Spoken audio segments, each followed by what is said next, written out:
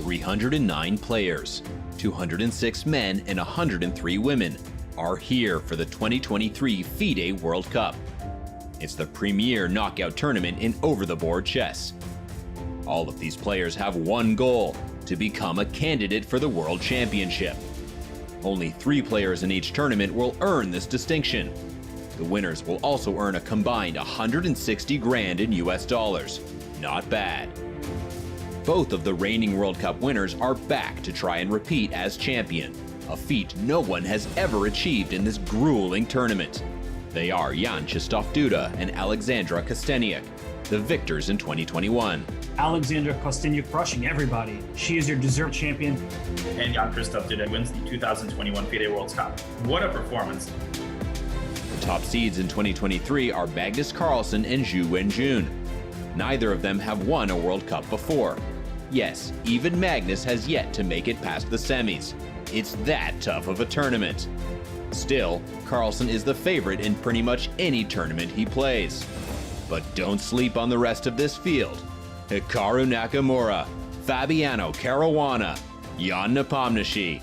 They are all here to try and win their first World Cup.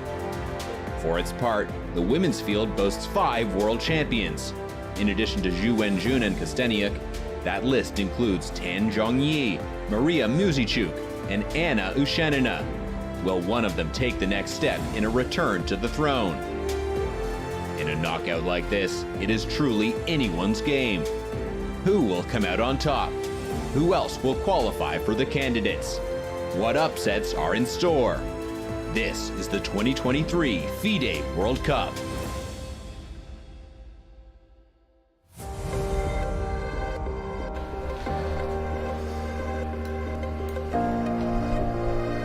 Hello and welcome, and it's the round 1 tiebreaks there in Baku, Azerbaijan, as we come to the pivotal moment for 33 tiebreaks in 33 matches in both the FIDE World Cup and the Women's World Cup. Get ready to witness the fireworks and spectacular chess as the time gets slashed and the tension starts to mount. I'm your host, International Master Ivan Kachowska, and I'm here with someone who is one of the originals. He's been the first YouTuber, streamer, I trust an overall trendsetter, and his name is not just a name, it's a brand. It's the one and only Ginger GM, Simon Williams. Simon! Wow. What an introduction. You make me sound about 100 years old. Thanks for that, Ivanka. I promise I'm only 90 years old. Not quite 100 yet. One of the originals, YouTuber. He was the first around. He invented chess. He was there when the Indians came up with the game. Yeah, thanks for that. I'm really not that old. But yeah, a lovely introduction, and I will take it with a smile on my face. So, as you should, Simon. And of course, there are some big matchups heading your way, and 33 players, 33 matches. I don't know why I'm saying 33 players, 33 matches, and 33 tiebreaks. And let's take a look at the tiebreak rules. Yeah, so you can see. You see, it's first of all, we have a best of 2 rapid games played at 25 minutes and 10 seconds per move. And what I like about this, Simon, is that if the match is still tied after these 2 games, time gets slashed, and then suddenly it's 10 minutes plus 10 seconds. And then moving on to tiebreak 3 and tiebreak 4, you'll see that even more time gets taken off, as the players will then play 5 minutes plus 3 seconds per move, and then finally it will be one blitz game, 3 minutes plus 2 seconds per move, and the players keep playing until there is that decisive result. So we could be in for a long day here, Simon. Yeah, we could be, but it's going to be an exciting day, whatever happens. I mean, I love tie breaks. This is the ultimate pressure day. All of these players want to stay as long as they can in this competition. They get more money as a main thing, a main incentive. And if you're a professional chess player, this is the event where you can actually do extremely well. You can make yourself be safe for a couple of months or even longer if you get through to the next round. So the pressure is on. We're obviously going to cover all these big games and bring you all the action. And this is just before the really big hitters join in tomorrow. And tomorrow you've got the likes of Magnus, Hikaru, to name but a few, coming into the competition. But Jovanka, I mean, we got some great tie breaks in store. We absolutely do, and we can see the players all lined up. 66 players, 33 tie breaks. Nothing has separated these players in the classical portion, and now it's going to be up to this moment. And there we can see the players. You can almost feel the tension, the nerves. They are trying to get into that flow state. Simon, have you ever been in this kind of situation before? I'm not good enough to be in this situation. I suppose I've been in similar situations where you have to play a tie-break game to win a title or win something, and it is really, really nerve-wracking. I mean, there's two ways you can go. You can use that energy. I love the way he's blowing the pieces there, making sure there's no dust on his pawns. You don't want dust on your pawns, do you, if you're going to push them? They need to be pristine.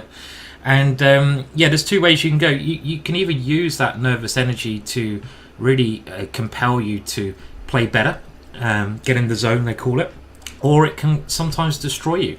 You can get too nervous, not play your normal strength. I expect all of these players have experience, and to be in this position in the first place, they are used to some pressure.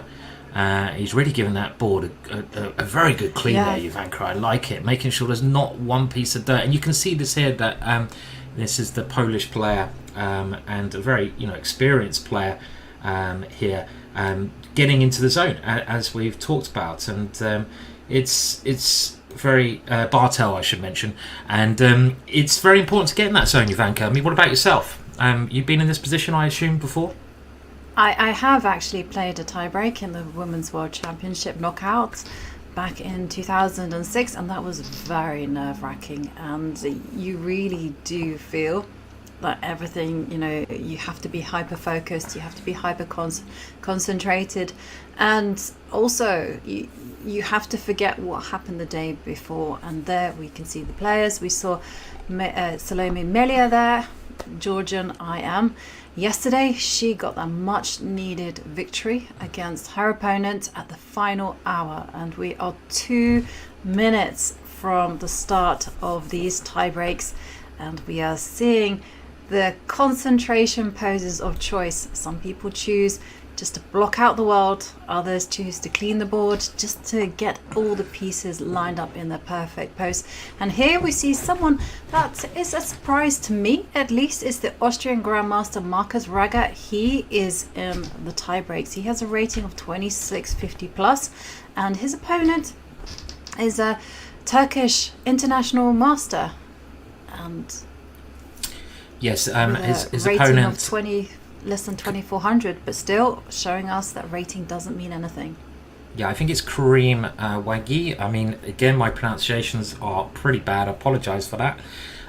But you're right, Marcus, there, the Austrian number one for a number of years, is around the same age as me, and he's always played in similar world and youth competitions.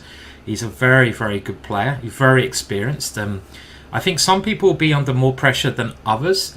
I think the higher rated players will have that advantage of experience, and I will mention the money again, but this is like a poker tournament where every round you get further, you get a big increase in prize money, and if you're a professional, this is incredibly important. And there we have another hero of the chess world, and we're actually going to start by looking at Eduardo Ichuzaga's game here, because he is in the tie-break.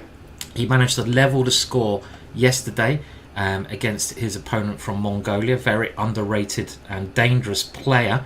And you may remember Eduardo, I say the hero of the hour. He played in the last Chess Champions Tour. He's very, very good at the quick time limits. And he was the hero because he had a very emotional interview. I don't know if you saw that, Ivanka, where we had the chance to interview him, and he kind of broke down in tears, after he mentioned the recent loss of his mum. And so we're keeping an eye on that. But they're off, Ivanka.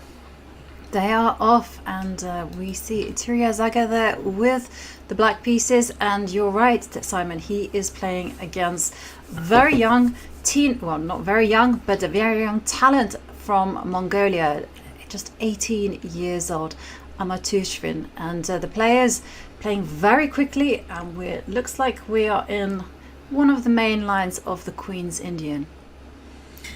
That's right, and they're banging out the moves there, and I see that I'm going to be following the chat on twitch.tv chess24, so hello to everyone there.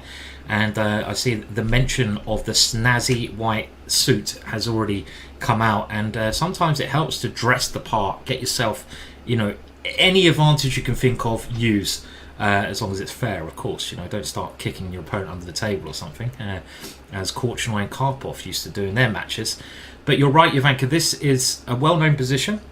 It is from the Petrosian variation of the Queen's Indian defence, and I've tried this out with white mainly, and we can very quickly go through the moves, but let's remember the time limit is quick. It's 25 minutes plus 10 seconds a move, and in this one the Mongolian player has the advantage of the white pieces. So a draw generally, it's 2 games, of course, is a decent result.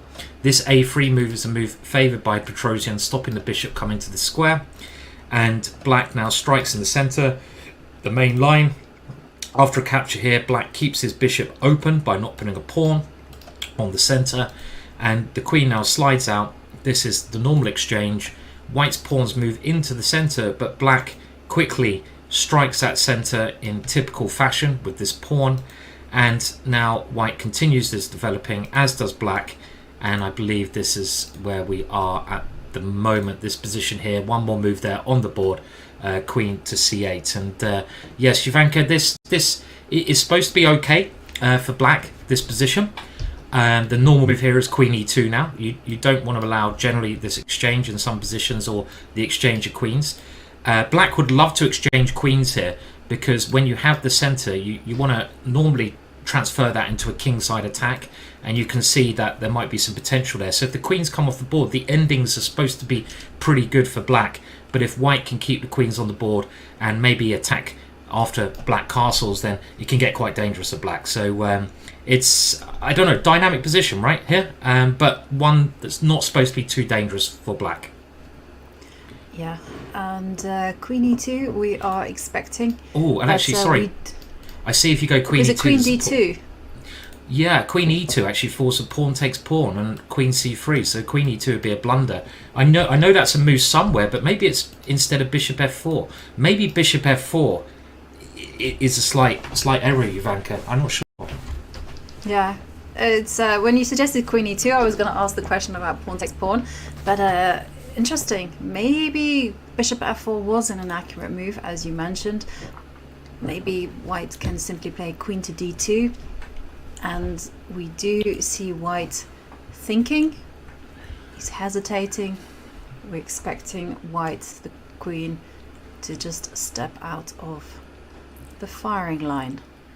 I love that comment by Plocrux. Hello, Plocrux, in the chat. See, I was trying to bluff that I knew theory there, and then I nearly lost my rook, and he's like, yep. I didn't think so. But in actual fact, I do know this position a bit, and bishop f4 might just be a little bit of a waste of time. Let's say you do bishop d3 instead, and we have the same kind of thing. This would not be, because white castle's a problem now for white, because you go queen e2. But with bishop f4, and then we get the same thing after queen c8. You kind of want to play the queen here because you stop bishop a6, and the queen is very good with the central control. But yeah, I forgot that in this particular position there's this big threat. So I feel queen c8 was a very clever move, Ivanka. One more move on the board, the queen goes to b1, but not really an ideal square. Maybe it's okay though, with pressure on the long diagonal. Right. I mean, you can kind of see a situation that White's king is pretty safe. I mean, he's going to castle if he's allowed to, and I can even see a scenario where when pawn takes pawn does happen, that White can just simply go pawn takes pawn, and maybe even step the king to e2. But no, okay, Itirizaga just decides, you know what, let's just castle the king. That's a great philosophy, and I'm expecting White to also do the same. So is this brewing up to be a very tense middle game? Yeah, it is, and both sides, as you say, castling there. And I expect bishop a6 now. This is the problem with the queen being on b1, Ivanka. This bishop is your main attacker, right? You need that bishop to harass Black's kingside. Without this bishop, it's very hard to ever attack Black's kingside, so you lose a lot of the tension. For example, you know, e5, you at least threaten that pawn. And the move bishop a6 is positionally considered a good idea because you just eliminate that bishop, and the queen can also then come to b7, and this center can actually feel the pressure then. So I feel that's potentially okay. He's gone rook to d8 instead, a kind of normal move. The knight. What's your favourite saying about the knight on f8, Ivanka? I love your saying. Knight on f8, don't get mate. It wasn't me who came up with that saying. You know, I'd love to take credit, but it was Bent Larsen, the Danish grandmaster. So put that knight on f8, you don't get mate, and Black's job is just simply just to keep on piling the pressure on d4 and try to force White to relinquish the tension in the middle. I'm expecting White to also do the same with the rook, but no, instead a4. Like this move, a4, and another idea that you can play, you can use the a pawn as a little battering ram to attack Black's queenside there, and you know, the standard idea, using your wing pawns when your opponent has fianchettoed a pawn. This is normal maneuvering. And now a6. So the point being, if a5, b5, and the computer, as you can see, doesn't like this move a6, and I'm kind of wondering about the setup of Black's now, Ivanka, because the queen now, it looks pretty horrible on this square. I mean, I was thinking Black was going to eventually move it to b7. The queen looks really bad here, and also the b6 pawn is like a long-term weakness. I mean, I'm not. You know, White can go a bit more positional. Maybe rook c1, knight e5, try to get rid of the knight, attack b6. Not sure I like the way that Eduardo is playing this at the moment. Yeah. Rook d1, and then we also see Black play h6. Well, I also not that keen on Black's position. I wouldn't say it's terrible just yet, but he does have a problem how to untangle the queen. And there we see White making some calm moves as well. Will we see an h-pawn push in this position? You know what? It's not too far away. If White can just stabilize the center, then you can even think about making moves like h4, not necessarily to kind of attack on the king side with g4, g5, just kind of extend control on that side of the board. I agree, but I would have played queen b2 here as well. The fact is, this pawn move again, I'm just not 100% convinced it was needed to be played, because you've got to be very careful moving pawns in front of your king, and White has a simple plan. Queen d2, sacrifice. It might not work, but when White centralizes the queen, Black's going to have to watch out for this sacrifice forever. Okay, the knight starts maneuvering. This seems like a good idea from Black. Maybe queen e2's now safer, and I suppose now the queen has a square on d7, so it's certainly not terrible for Black, but just a little bit peculiar the way it's been played. It's a little bit cramped, and big decision actually for White. You know, Yeah. do you take the b6 pawn, or do you just overprotect the e4 pawn as you mentioned? I think I would go for controlling the center, because I like my central pawns, and leave the b6 pawn for a while. Yeah, because if you did take on b6 there, you would lose your central pawn. With the last move, black's attacking that pawn, and you don't want to lose your central pawn, so white, as you mentioned, comes and protects it. And you know how much I love the move h4, Ivanka. I think it might be better to put the pawn on h3 here. I hate saying that. I love pushing it 2 squares, but I think queen e3 is a very nice square for the queen, and I don't want to get hit by knight g4.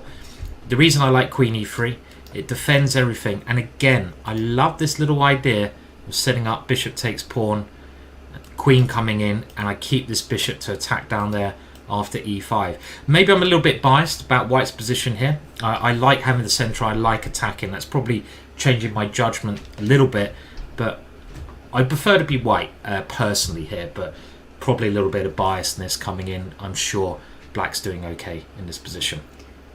Right. I think black is slightly worse. I'm not going to hide it there. You know, he has the weak b6 pawn. That's a target. Also, the queen on c8 is just really badly placed. Kind of wants to be somewhere on e8 out of the way. I agree. And the rook on a8 is also tied down. And whoa, we have a very dynamic move from Tirizaga. He's saying, you know what, now is the time to strike. And he's making use of the fact that after pawn takes pawn, bishop takes pawn, that the pawn on e4 will be on prise. Yeah, this is the nice move. Black's got to try to create a little bit of counterplay in the position, and this move at least has ideas of creating counterplay on the queen side here. Now, the time situation, they both got a lot of time. I guess we should come back to this, Yovi, and maybe we can have a little look at some of the other top games going on. There's many big games, tie-break games, and shall we pop to the top board game to start with? Definitely. Let's go there and see what is happening, because there's so many exciting tie breaks.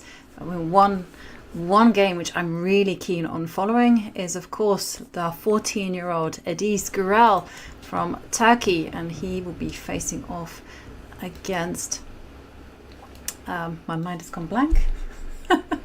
Someone. Ivik. Yeah. Livik, of course, has been on my mind. Vilimir Ivik, yes.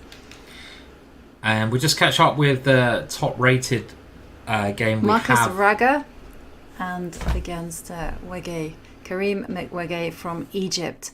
Now, it's an interesting, for me, surprise that Marcus Raga is here. He's 20, as you can see, big rating. And not only that, he's famous for his opening theory. You know, he's done lots of courses. His stuff is so good. And I'm kind of curious to find out what's he got in store for his opponent. So we have the Queen's Indian again, but in this position, black going for a much sharper move, c5, and after the natural d5, black has a number of moves here, and b5 is really, really sharp play from black. I mean, this is the Blumenfield gambit, and it's something you rarely see. And this is quite interesting, because normally when you've got the black pieces in these 2 game matches, a draw is fine. But if you play like this, you are really, really risking things. Now, theoretically, there are a number of moves, and as you mentioned, Ivanka, Marcus is really well prepared. The main point is, if you take on b5, black takes in the centre, but you can win a pawn now as white by taking on e6 first, and then taking here, but black gets very good compensation in the middle of the board, so this is not considered to be premium.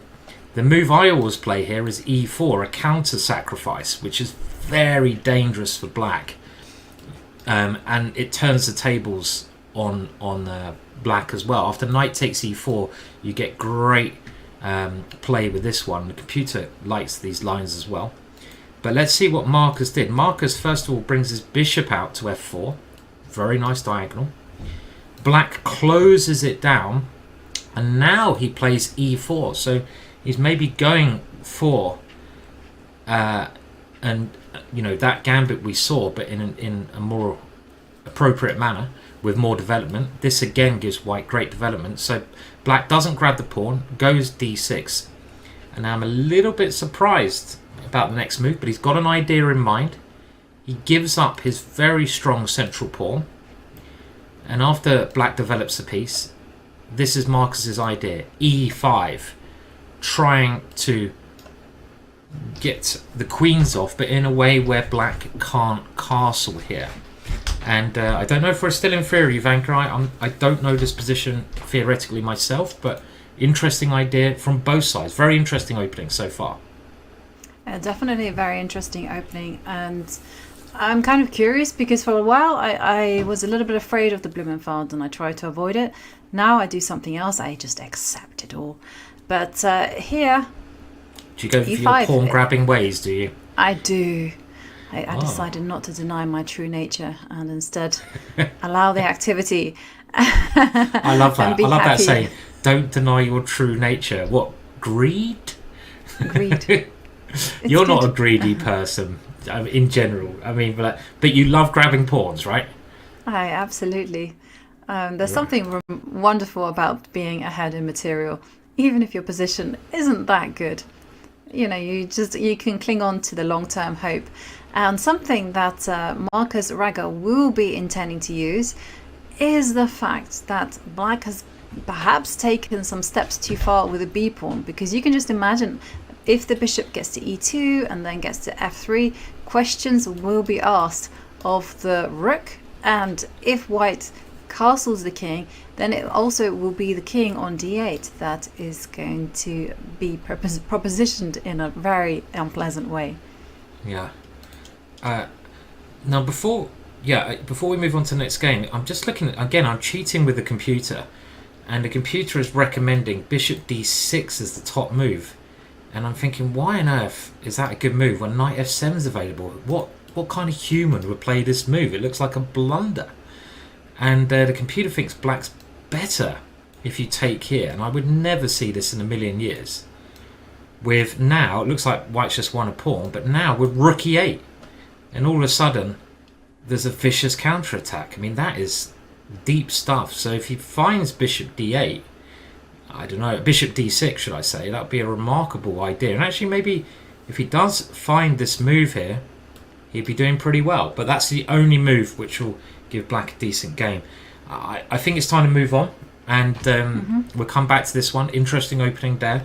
And shall we go to Ivik and against the youngest player in the competition, the young 14-year-old Idez from Turkey. And oh, hello, we have some fireworks, Ivanka. We do have some fireworks, and of course yesterday Ivik had the white pieces. Gurel just essayed out the Caro-Kann, and Ivik made very smooth work of it. And now we see this does definitely not a Caro-Kann on the board, but it looks really nice for white just from initial impressions. So after e4, well, like push the pawn 2 squares forward. Yeah, we can go through the moves, I guess, quickly, Ivanka, because it is an exciting opening, and I love when you're young, you just have no fear whatsoever, right? When you're a 14-year-old, I would say the years 14 to like 20 are like the fearless years, and they're the kind of years where you should make mistakes, where you should take risks, and you should probably mess up a lot, right? Don't always take my advice, but because you're kind of fearless. And you can see here the young 14-year-old is like, right, I'm going to take you on in an open Sicilian. I'm going to try to win with the black pieces. And this is very sharp stuff with black leaving the king in the center. Let's see if it works out. White playing also very aggressively. And whose king is going to be safer here? Well, black trying to get the queens off. Generally in the Sicilian, when you're black, you want to swap the queens off because you have the better center in the middle endgame, and you've got 2 bishops in this case, so white of course keeps the queens on. Black gives his bishop a square, and now black trying to give his bishop more oomph. e5, I like it. Bishop g7, apparently a mistake, but not an obvious one. Queen g3, the mistake goes back. We get to the current position, I think it's more important. King f8, rook in, queen b6, and now doubling here. And wow, I mean, well, This position is crazy. We've seen both sides being awarded mistakes and misses as well. So why is rook hd1 a mistake? Is it just because the rook can just be kicked back? I'm not sure. I mean, it's really hard, isn't it, in these positions? I mean, Sicilians are so double-edged. It doesn't seem like a mistake, does it? Bring the rook in the middle, double the rooks. I don't think there's any obvious move that I can see black play. I mean, is bishop e6 an idea, or? Yeah, I was thinking bishop e6, and then the thought also crossed my mind that maybe h4 is a possibility. h4 as well. Yeah, I like that move. Just probing the queen. And if I centralize the queen... Maybe now bishop e6. Yeah, I guess the rook's always coming here, isn't it, against this one. So maybe this is a nice square for the rook, in actual fact. I mean, I like putting the bishop here, right, because we attack. But it's such a complicated position. Maybe the bishop's even better on the other square, Jovanka. Yeah, maybe c6. But then you have to think about pawn takes pawn here as well. It's so complicated, right? So complicated. It is really complicated. I'm taking a look at the clock situation. You see, Ivic is just over 16 minutes. There's not that much time to navigate this. And Gurel, well, he has under 20 minutes. But boy, this position is so complicated that I feel that all the action will be happening within the next 10 minutes or so. And once you've navigated that, the position will either have finished, there will be a decisive result, or it's completely fizzled out into a draw. Yeah. h4, by the way, your move played on the board, Jovanka, well predicted there, forcing the queen to try and find a square, and incredibly complex position. I mean, I was just thinking, it's one of those positions where it's like, what side would you rather be, white or black? And I think I'd rather be white, maybe, because my king feels a bit safer, but I'm not even sure about that. I mean, the bishops have a lot of potential as well, so would you be able to pick a side here? No, I mean, all I can say is just do not trust your eyes. What looks good might not be good, because, yeah, you know, white does have a nice rook on d5, but, you know, we've kind of seen some positions where it just can't do anything. There's just no targets. So, for instance, pawn takes pawn, you have to be careful with, because bishop takes knight. Black has a lot of pieces just lurking in the darkness, just waiting to pounce. Yeah. I do see in the chat that someone's saying, who is that old man? That's one way to describe the arbiters. And that every single board, Jovanka, has their own arbiter here. That's a lot of arbiters. I didn't realise there was so many arbiters in the world, did you? Yeah, there are loads of arbiters. They're doing a mighty fine job, and the arbiter is watching the game. I say that, and our arbiter is looking around, but he is watching the game. He's observing the players, just making sure everything is above board. Because the role of the arbiters is so important. They will be taking notes. They're not taking notes. They're writing down the moves, but also they will, especially when the clock ticks down to those final seconds, because 10-second increment isn't that much time. And what I want to say is that they will be there. So if your opponent behaves badly, you know, shakes the board too much, the arbiter can just step in and just give some warnings, and just there for your own confidence. Can we actually find a video of an arbiter who is watching the board? That could be our challenge of the day. I mean, I think they're allowed to look around the room when there's no moves being played, right? They gotta keep their mental, you know, fortitude for the exciting moments. But oh look, the arbiter's, has he seen a bit of lunch over there in the background? Maybe there's a sandwich coming his way. I'm being rude now. They do a very important job, and they are needed, because in time scrambles as well, Jovanka, they're so important, right? Definitely. They really are very important when it comes to those final moments of the game. And also, you know, just to make sure that other players observing the game don't get too close. They should have a body cam. Yeah, it's interesting. They should have this ability to do that. Was it live action replay? You know, just to consult the cameras and find out whether moves were made in time, whether there was a problem with the clock, and there you see the arbiter is notating the moves, writing down, and then the queen moves over to d3. Yeah, and black playing this very slow move, but I think the idea was to defend b5, so bishop a6 was an idea, because then the rook wouldn't be able to swing over to this square as well. I saw someone also asking how do you become an arbiter, and it's really hard, and it is a sort of thankless job, because you get people like me just taking the mick out of you for being an arbiter, but it's a hard job, and it's an important job, and you have to pass many tests to do it, and it takes a lot of time, and without arbiters you'd have many more arguments. Now back to this position, which is one of the more exciting positions we have before we go to a crazy game. I guess the point behind this move, Ivanka, is the white knight is finding a very good square in the middle. Is that white's idea? Yeah, that's definitely the move that springs to mind. Put the knight on d5, and so that's why if I were black, I would be looking at putting a bishop on e6 or c6 in order to get ready to change those pieces. But then black has a lot of short-term problems to fix. Like, for instance, yeah, you could just make that move, but what are you going to do about this bishop that's just trapped on g7? Are you just going to forget about it and wait for it to be released one day, or are you going to take measures right now? Yeah, we can't open it up at the moment because this play in the d file is too much.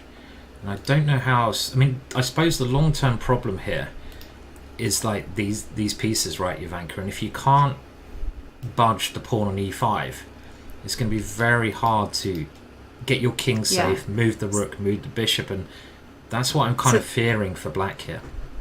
Me too, you know, but one of the ways that I was thinking about perhaps resolving the tension in the center right now is just, first of all, you've got to cover the d5 square. So put the bishop on e6, and once the knight does appear on d5, you're not necessarily obliged to capture it. You can step away with the queen.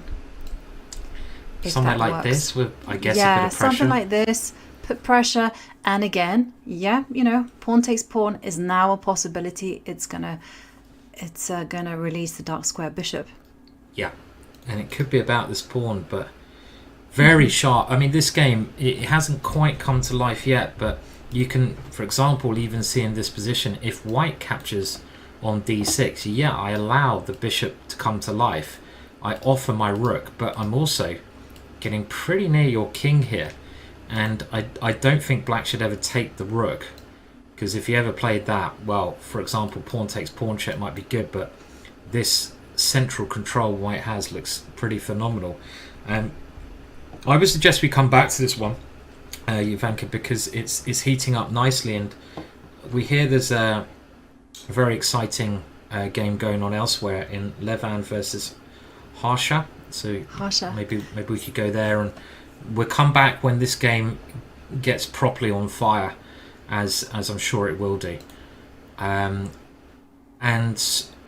their match earlier on, Levan and Harsha, was very exciting. It was Harsha who won the first game, Levan won the second game, and this is the closest match on ELO ratings. There's one ELO point between the two players.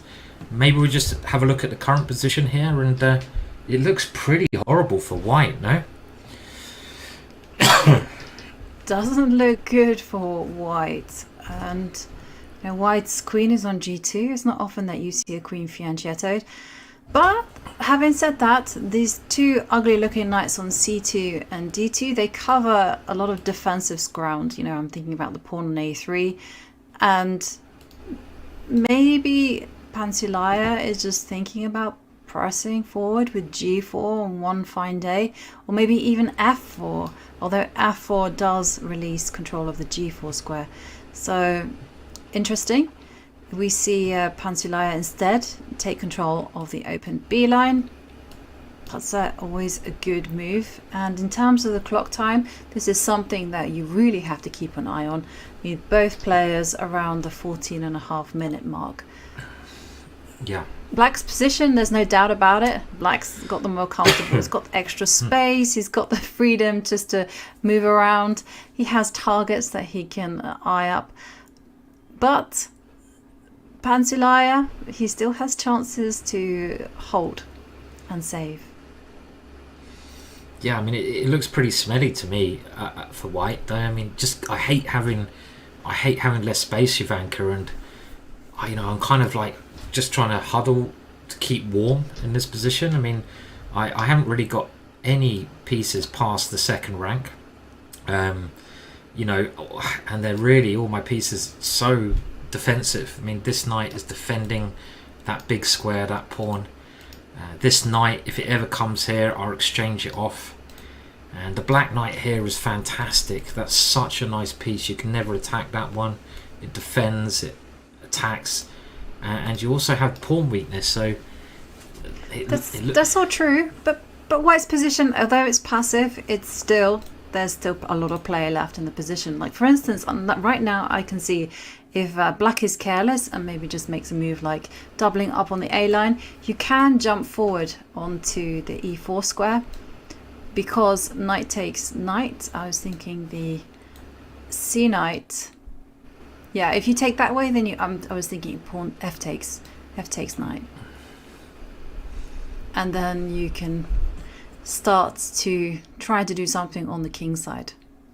Yep. Yes, I understand the computer hates this. But bearing in mind the clock situation and the fact that it's just two humans playing, I think that there is room for error in black's play.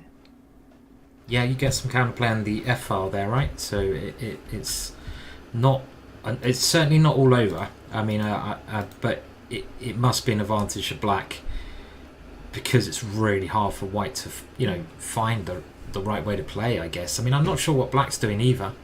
How does black try to progress here? I'm not convinced of the right plan here, but it's looking good so far at the moment for black, but a long way to go, as you say, Ivanka. And okay, we're trying to go to there's another interesting game going on, and this is Amir Khan versus Luis Perez, and these two had some very interesting games later on. So to get to this situation, and this is another, wow, look at that, Ivanka. And this is another on ELO rating closely fought encounter. Yeah, and looking at the position, I'm not really sure what is happening. At first sight, it looks like white's doing great. After all, you've got pawns on b5 and c5. But then on closer inspection, you realise that black is a pawn up, having some extra material. That is always good.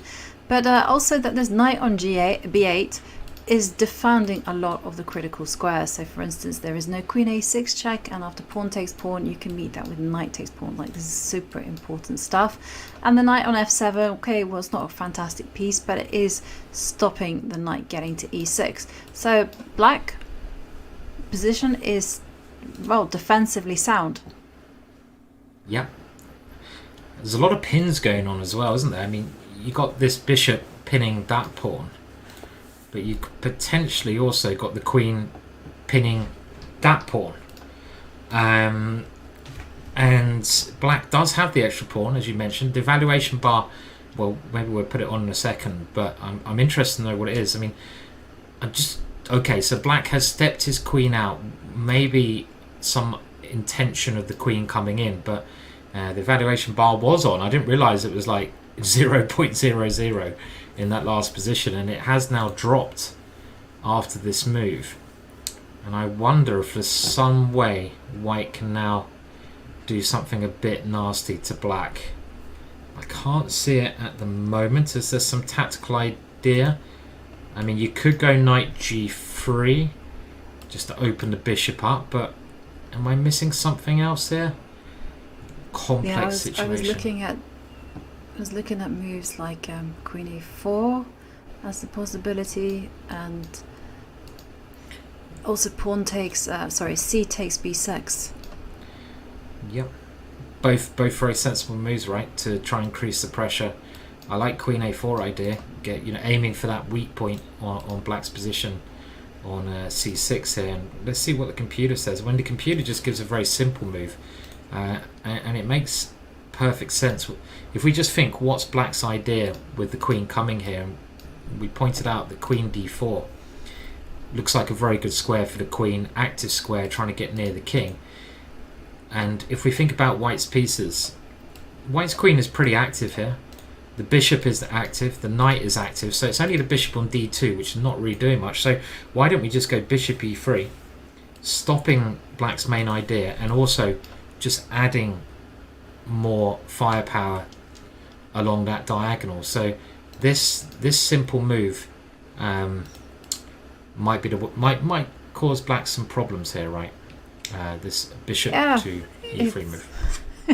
It's a nice move, right? Improve your worst placed piece, and at the same time just hand the move back to black, because I was just noticing there isn't actually a good waiting move. You can't wait with the knight on f7. Retreating the light square bishop, okay, that's a possibility, but it doesn't feel like to the point. And the knight on b8 is just untouchable. So interesting. And he has played bishop e3. So great move. So this has occurred. And wow. Yeah, this has occurred, and it's the first thing that you have to look at. Also, if you were in black shoes, would be to is there some immediate threat? Is there something of c takes b6, a takes b6, and then maybe some sacrifices? If that's not a problem. Okay, well okay, so bishop takes knight. That knight was one of the dangerous pieces, but now we're also getting a situation where, well, obviously white has to take this back. White's going to have two bishops against the knights in a very open structure, and when I say open, there's lots of open lines, so the bishops work very well. Black does have the extra pawn. I mean, this is the one big thing about black's position.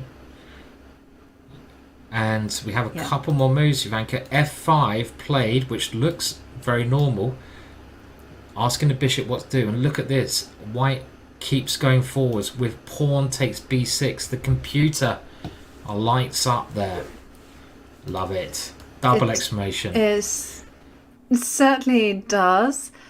And we have to also wonder what's going to happen after pawn takes bishop, and if black accepts. But my guesses is that pawn takes pawn will make an appearance on the board. And, well, this position is super wild. But let's go and revisit some of the other games. Because Raga and Wargley is in a rook ending now. Okay, we'll go there. Really heating up here, though. I was just wondering what's going to happen after pawn takes pawn, which looks pretty obvious, but we'll come back to that a little bit later on. I feel that white should be doing well here somehow. And we go back to the rag game, as you mentioned. We saw that earlier on, and we have many moves there.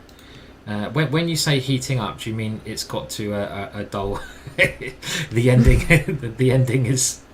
ending is on the board. Well, but there's been a lot of action, right? So let's see how we got here. And the last time we had a look at the position was after the queen exchange, and black didn't play bishop to d6, which is a really hard move to find, but he did now go for exchanges, which kind of makes some sense. And it's queenless position, middle game. Black getting a very nice square for the knight. White now trying to get rid of that knight, but black using some tactics here. Not sure this is great for black, though. This is a very nice pin.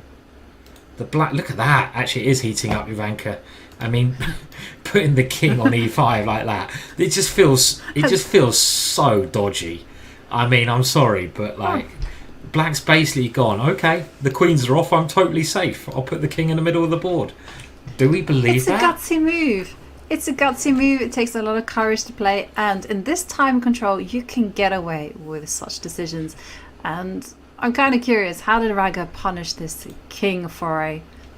I think what happened was that Kareem thought that he'd won the game now, because he's been playing, I hear, King of the Hill, 10 hours a day, and he forgot that he was playing normal chess, and he's like, oh, hang a minute, the game goes on. It's not King of the Hill. And White now plays 3 good moves in a row, and Marcus is a very good player when he gets going, and he first of all takes the knight there, and I think a very obvious move, he brings his rook to line up against the King of the Hill. Black's idea is of course to keep defending this pawn, and now bishop g4, the third excellent move. That king, surprised it didn't come forwards, it came backwards, got to defend e6 I suppose, and we had an exchange here, rook e4, d3, king d2. Looks nice for White, Jovanka. Yeah, now that the pawn has extended to d3, it certainly looks nice for White, and I guess Black couldn't actually if you take back that d3 move, couldn't have gone e5 because f4 was one of those nuisance moves. Right. And the reason this is so good for White, Jovanka, what do we think here? I mean, because it's equal on material, why? Yeah, but not for long though, because that pawn on d3 is going to get corralled by the 2 rooks and the king. And let's not forget that the pawn on c4 is a protected pass pawn, and that's going to win the game for Marcus Raga. There's also this horrible pawn on e6 as well. I mean, White has very easy moves, right? Rook e1, try to take that pawn. Rook e3, try to take that pawn. Lots of weak pawns for Black, and I think you're right saying that White's just going to win this game. This king is such a fantastic piece. There's nothing Black can do to get to the king, and Black's pawns are just too isolated here. And here he goes. He's lining up against that one. He's going to line up against this one. And they often say, if you're trying to break down your opponent's position, one weakness you can sometimes win, but normally you need 2 weaknesses, and already these 2 weaknesses is probably enough for White to convert it into a win. So Marcus Raga doing really well there. Where would you like to go now? Can we take a look at the game Adiban against Lance Henderson de la Fuente from Andorra? We can.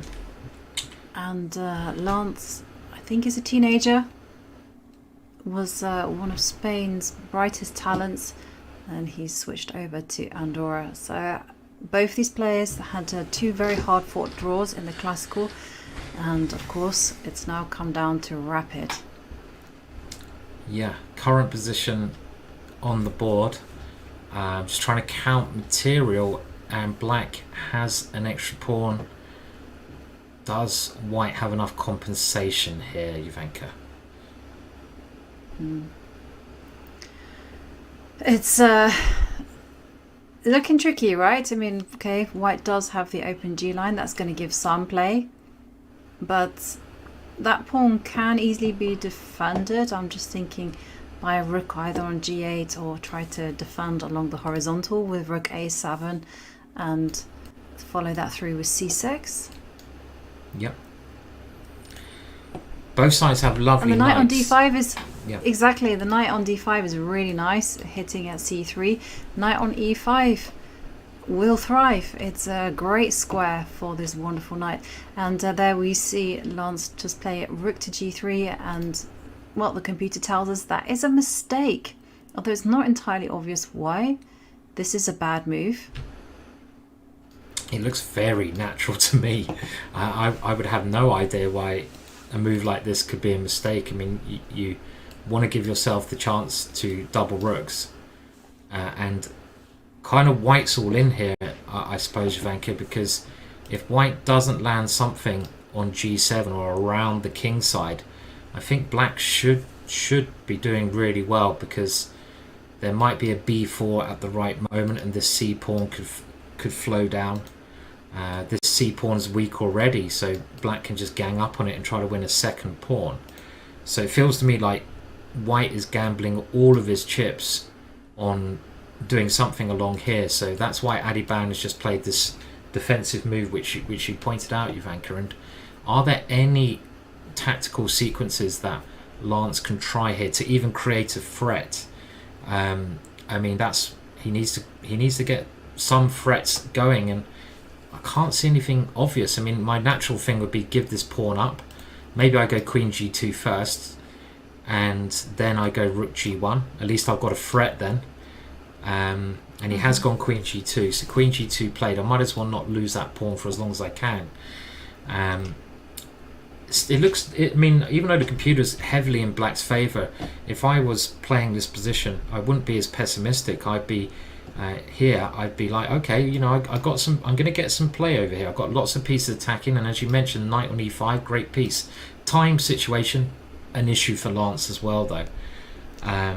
Lance, it is. Yeah, it is a big issue, and well, as you say there, Simon, if Adiban can just reinforce the G7 point, that's the only thing that White is attacking, then he does have a bright future. For instance, he has C7, C5 in the air. Also, the knight on D5 is very well placed. He doesn't need to do that much. And Lance will, of course, just try to use this pressure just to hold the balance. I think Lance is already thinking, not necessarily in terms of a win, but in terms of a draw. And I mean, maybe we can just try a couple more moves there, because I really think some of these positions are heating up. For example, let's say after Queen G2, let's just put some moves on the board, not worry about the computer. But let's say you aim for this one, and we can just see how black's position can be very dangerous. I go here, I threaten there. So already you have to do something. So let's say Queen E7. I can't see many other moves. These moves look pretty obvious to me. And this position... but then you have moves like Rook to G6. Exactly. Rook G6, and I'm threatening Rook H6. So if you take on C3, which, okay, looks like a move, that's black's idea, all of a sudden, bang, as you pointed out, Ivanka, brilliant spot there, Ivanka, and it's checkmate next move. So this kind of position, it can turn around, Ivanka, very quickly, right? Very quickly. Yeah, you have to be on guard. And for instance, as soon as you see the tripling of the G line, you have to think about sacrificial possibilities. You have to think of ways that White can crack open the position. And yeah, be very cautious about putting the rook to A3. Black's not ready for that yet. But... well, this is gonna be very, very interesting to see how Adiban manages to uncoil and see whether he can create any problems himself for Lance. Lance only has just over 3 minutes on the clock. Remember, the players are not getting any bonus time once they reach me. What you see on the clock is what you're going to get, but they do get one thing, which is a 10-second increment, which will be added per move.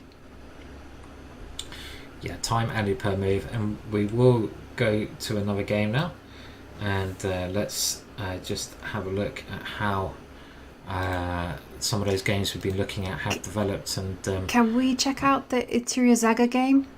Yeah, definitely. Let's go there. And this is, wow, look at this. This has gone quite crazy here, and you can see the evaluation bar is really, really now in Eduardo's favour. And how did it go so bad for White? Okay, b5, great move. Quite a passive retreat there from White, and White suddenly goes on the defensive, and I don't know why he's put his queen and bishop this way around. He's not going to try to open up the black king by taking there with his queen. That's not the right thing. You want to take there with the bishop and open up the king. So strange alignment there. And to get to the current position, we'll whiz through the moves. This pawn has suddenly become very dangerous. I mean, you got a pawn 2 squares from queening, defended by a bishop. So White now trying to push ahead, trying to get some attacking chances. I understand that move, even though the computer does not agree. Threat, queen, bishop takes h6. So White, you know, having a good go, but now he swaps off one of his attacking units, and he goes in. Bishop takes h6. But there's no avail. But there's no threat. There's absolutely no threat. The knight on e8 defends everything, and unfortunately the pawn on a3 is just too strong, and that's why we can see just Amatufshrin on the camera. He's frowning. He knows it's over. What you actually can't see, but what we can, is that Itirizaga, he's actually left the board and he's now pacing up and down. And that's a sign that he's confident. And there we can see in the game, Rook B1 given a double exclam. Brilliant move. It's a bit disconcerting, isn't it, when you're losing a game and your opponent is pacing confidently in front of you and you can see them in your vision, and you're already maybe a bit annoyed because you're like, oh no, I'm going to lose this game, and they're just there. They're just like, right, like it's waiting for their prey to fold, you know, like the lion and the gazelle. And Eduardo is certainly the lion at the moment. And why is this Rook B1 is so brilliant? Because it is sacrificing a bishop. Shall we show the reason why? Yeah, definitely. So if you do take on e7, because that'd be the obvious try, then, well, I mean, I think we just take one of the rooks. Probably a1 is best because you've got queen b1, right? And yeah. This knight just holds up all the attacking chances. There's no attack here. This queen also defends any threats that white might try to do with the queen coming into h7. So there's no danger at all to the black king. And let's say you take the rook. Otherwise, I'm going to take on e1 and queen my pawn. And yeah, just queen b1, Jovanka, right? Queen and b1. that is the end. It knight has to certainly come back. does end the game. Knight e1 and then queen takes rook, and oh dear. There's not going to be just one black queen on the board, but there will be soon two. So yeah, there is absolutely no way that Amatufshrin, 18 years old from Mongolia, will be able to save this. And there you see he's taken the decision to sacrifice the rook. Okay, rook takes pawn. I'm expecting Probably the to best see moves try. like rook takes rook. Yeah, I And mean, there we see queen takes rook. Queen takes rook looks like a good move, and maybe this is white's best chance in the position. I think that was queen, as you say, queen takes here. Yes, it was, and our bishop takes e7 was played. Sorry, we'll get it on the board now. Black is the exchange up, but there's a lot of problems in the back rank here as well. That's the real issue, I think. For example, I could just go rook to one of these squares, trying to bring the rook in, which should be enough to have a very easily winning position, I think. Because again, we've mentioned how safe the black king is. I mean, there's no danger there, but there's also moves like taking here straight away and trying to punish white immediately with queen here. You can't move the knight back to f3 because I back rank checkmate you, and next move I can take another pawn, and the back rank is just too weak for white, Jovanka, to have any compensation here, right? Yeah, basically Itirizaga has his pick of victories. He can just line the two rooks up against each other. He can capture the rook. It's all good news for Itirizaga. And he will be getting a very important win with black pieces.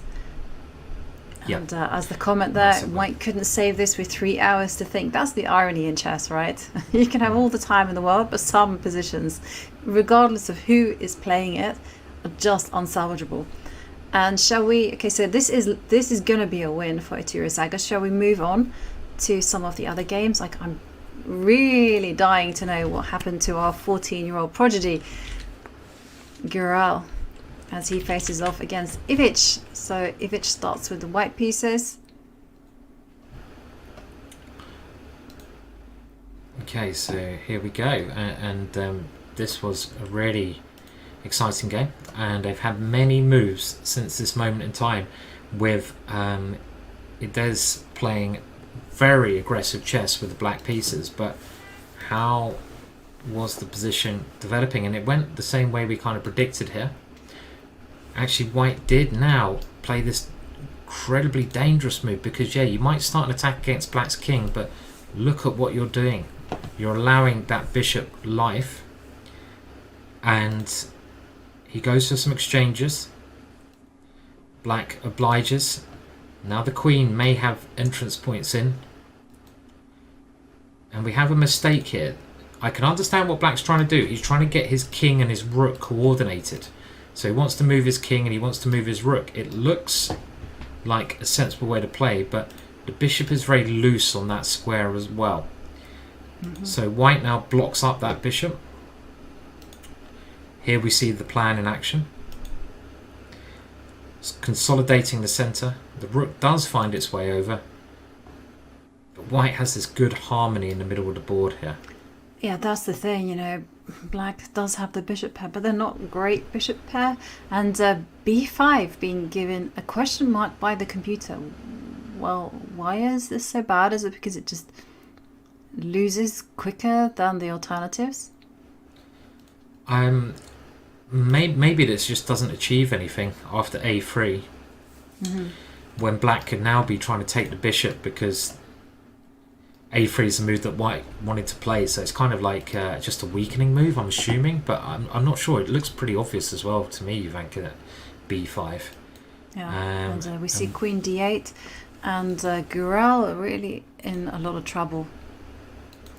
Yeah, G3, in the current H3. position. Ooh, g4. Just cracking open some lines against the black king. And bishop takes on. Well, when it rains, it pours, doesn't it? And black's king is going to be completely helpless because bishop takes bishop is going to be met with a rook to g1. And actually that's happened on the board. And after this move, I'm expecting queen takes pawn.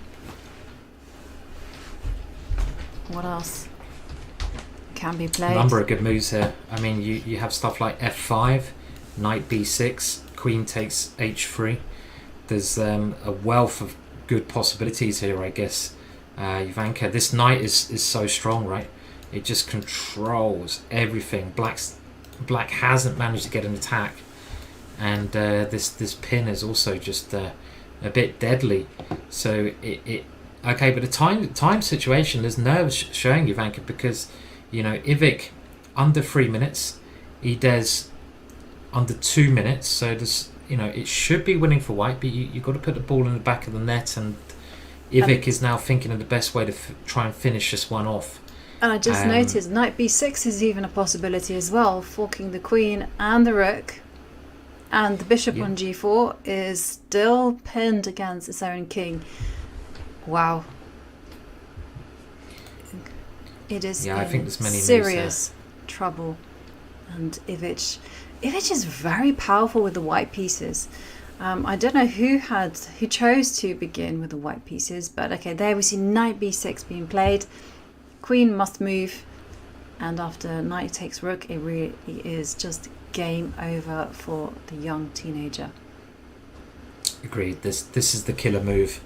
There's nothing here, I feel, for black at all. Maybe knight takes c8. You try moving your king. The last chance that black can try to do in this position is if he can get out of the pin and put the bishop there. So white has grabbed that rook there, and I assume that this king will move. But even if the king moves, worst case scenario, I can get knight takes, queen takes, something like this. Knight takes controls everything, doesn't it? And your exchange up. There's no point black resigning. It is only the exchange, but the white king also quite well protected here. So this should definitely be a win for Ivic. And as you said, Juvanka and a couple people in the chat, Ivic is so good with the white pieces, right? So good. And maybe this strategy wasn't quite the right strategy. It's so easy in hindsight, isn't it, to play so aggressively with the black pieces. It's backfired. So this game is going to be over. Let's go to another one. There's a very weird position that has come about, and I want to go there while it's still bonkers in another tie-break game. Looks like Idrizaga has won that game. And let's just go to the current position in this all GM encounter between Igor and Simon here. And it is Poland versus Poland. What on earth's happening here? I mean, I just trying to work out the piece arrangement, trying to work out who's doing what, and it's white to move with nearly a roughly even material situation. The rook is coming, threatening to come down here. Both kings look really exposed. Black just needs one more move to start what could be a massive attack, but it's white to move first. Does white have some killer tactic that will win him the game? And this is a very exciting position here, so I'm glad we picked this one up here. This one is just crazy, right? Completely crazy. The thing is, though, I just wanted to point out the white king is pretty safe to my eyes. There's a lot of pieces surrounding it, and as you've highlighted, rook b7. Oh, I wasn't sure about that one, because the queen actually can come to a4 and give some checks there after first of all Simon's move of rook a1 check. And we see rook b7 given a big X there by the computer. It's a miss. It's not the best move. Rook a1 has to be played. White is actually incidentally threatening queen takes bishop. That's a deadly checkmate. No one can survive checkmate, not even the world champion. And I like that comment. Looks like two tigers fighting for their evening lunch. Yeah, Absolutely. I mean, both kings to me look really exposed here. I mean, obviously the black king, they don't have any pawn protection. They're only trying to protect with their pieces, and I mean, playing this position with only a minute on the clock, which is a key game, you're going to be very nervous, and I think this is where white felt the nerves. Yeah, I mean, the evaluation bar says it's 0.00, but how can you say this is just a draw? I see Kitsune Tenko saying draw. I mean, draw. Yeah, it's just a boring draw. You're right. Yeah, you're right there, Kitsune. It's just, there's nothing to be said here. Shall we move on to another game? Boring draw is like king versus king. I mean, but there's so much going on here, right? It might be a draw, but how on earth will this be a draw? I mean, look at the time of black though as well, Jovanka. I mean, if I was black, he has gone rook a1. I think we've got to stay with this one. It might be a draw, but you know, how is it going to be a draw? I don't know. Maybe it's just going to be queen a4 and queen a2 if the king now comes out, but you can block this one, and white does block it. He brings the bishop back. What's happening here? That's a good choice, because if you blocked it any other way, then the queen can come to h1, and big mating threat as you've highlighted there. Queen moves up to d4. Blunders. It's mate in 2. It's mate in 2 now. Isn't it just rook b8 check? Rook b8 and queen h7 checkmate. Will he find it? Because if you go queen h7, and he does, bang bang, game over. It worked out for white. Just a boring draw, Jovanka. You know, nothing to be said there. 0.00. And it was just time travel panic for Simon. You know, he was a slightly higher rated player, but in the end, you know, it was just all about those seconds. 16 seconds. Position was crazy. And rook to a1, bishop b1, fantastic defense there from Yannick. But what was the correct defensive try? Was it just to go rook takes bishop, rook queen h1 check, queen a? Yeah, rook takes bishop, because the problem in this position is you don't have time to play a slow move. I know black is so short a time, we can't be too critical, but queen d4 loses the tempo. In positions like this, timing is so important, so you have to keep playing forceful moves. And after queen d4, white didn't go check here straight away because the king might run away, but white just takes away the f8 square, so he flicks in a check. Black has to block the check, and now it's just checkmate. So the way to play this, queen d4, much too slow. You have to keep the initiative going, and the only way to do that was by looking for checks. You have to look for checks, and this move would have kept the initiative going. Now after this one, apparently, and again I'm using the computer here, I'm cheating, this is really hard to see, this would lead to perpetual check. The queen has just enough to chase that king around. Really hard to see though, Jovanka, with a time limit, I feel. Very hard to see, and well, it was a great result for Yannick, and just have to remember it's not all over yet, because there will be a second tie-break game. So he can perhaps turn it around when Gumelitz plays with the white pieces. And moving on to the game between Berkes and Dorini. Dorini is a renowned Iranian grandmaster and teacher, and it doesn't look like Dorini is doing very well. Of course, he won the first classical game, but Berkes struck back yesterday, as the favourites all did. And here, white is simply a pawn up, and it's a big pawn there on e6. It is a big pawn. That pawn just a couple of squares from queening. But again, the time situation, we can see how no matter what the computer evaluation, the time is really, really quite bad. There's a couple of tricks here though, Ivanka. I mean, my natural reaction would be to try and block the check. And if I did block the check, maybe there'd be some move like knight e5, you know, checking me back, causing a bit of chaos, right? I take the knight, you take my rook. So white is just trying to think of the right way to play this. 27 seconds. And after this check, I like your blunder, Simon, I have to say. I like your blunder of intercepting. Yeah, rook f4. Rook f4 with knight e5. Yeah, knight e5 and then just moving the king up.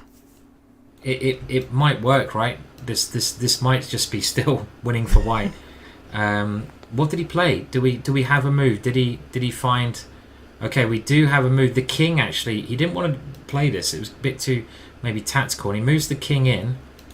And the problem here is white making progress. He's zigzagging his king.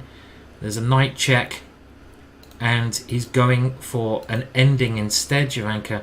And this is, I think, great technique from white, because you can just bring your king in. You can cut the black king off.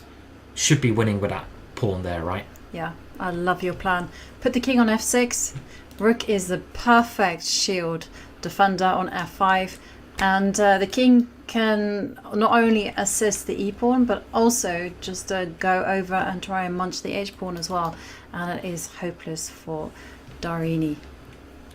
Yeah, so Fernaz is going to win that one, the higher rated player, and he played the other move we mentioned, which is the black king. The only way black can try to draw this is getting the king in front of the passed pawn. So what you do, use a standard technique, you create a force field to where your opponent's king wants to get to, and the king can now never access that pawn.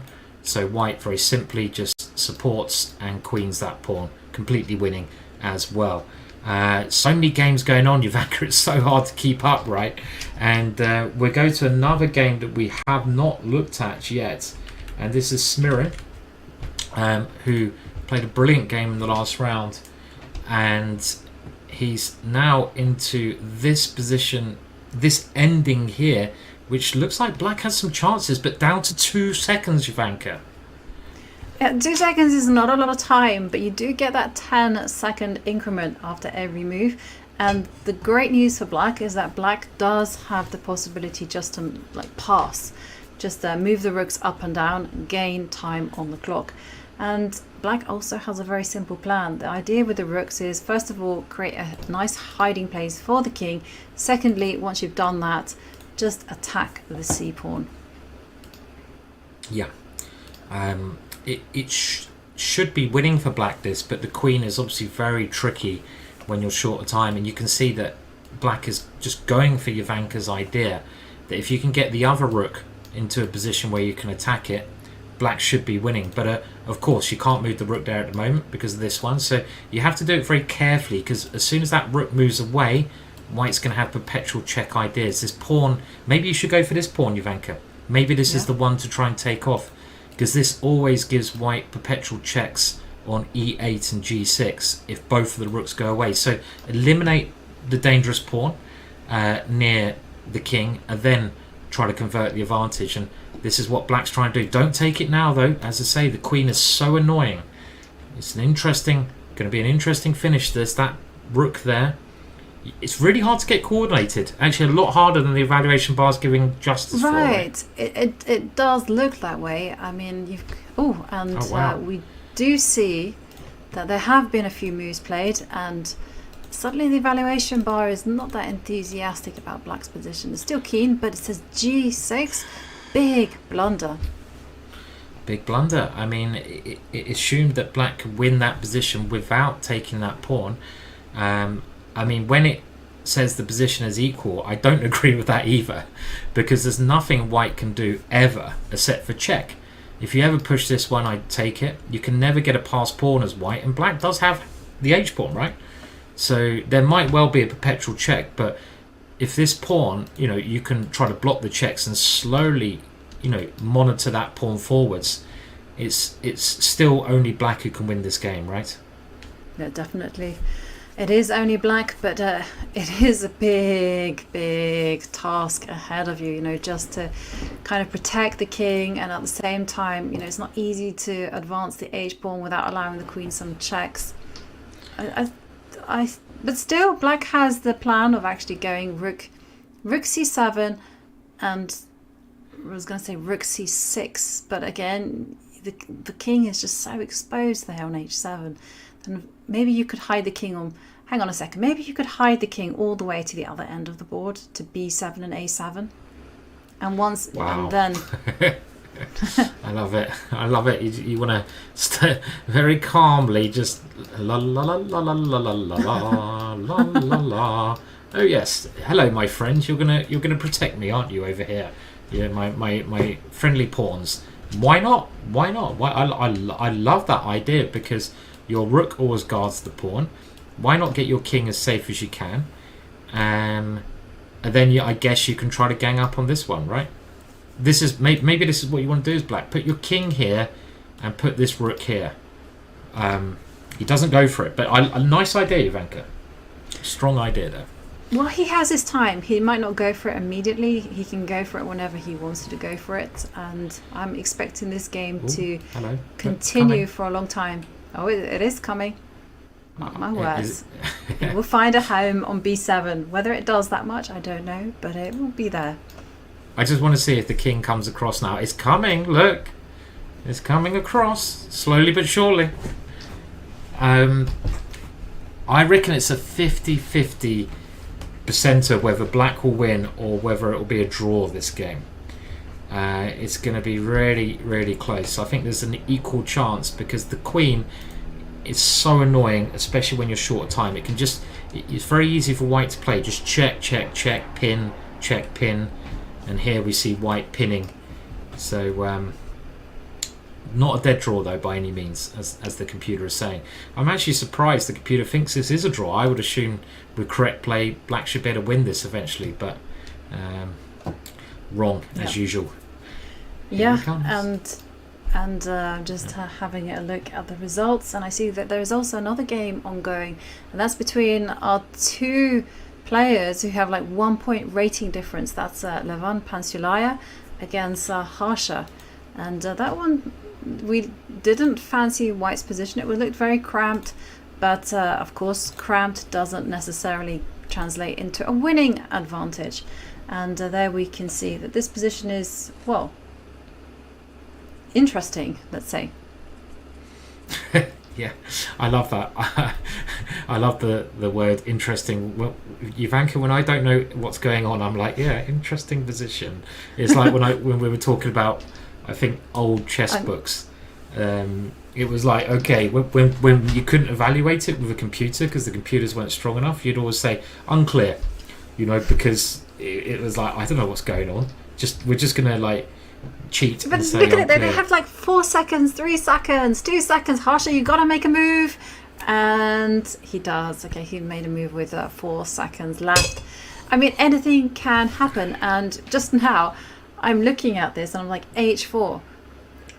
Double question mark. Something is wrong with that move. And I don't know why. Both players, they don't have much time to navigate, and there we can see rook g7 was not the reason why h4 was a bad move.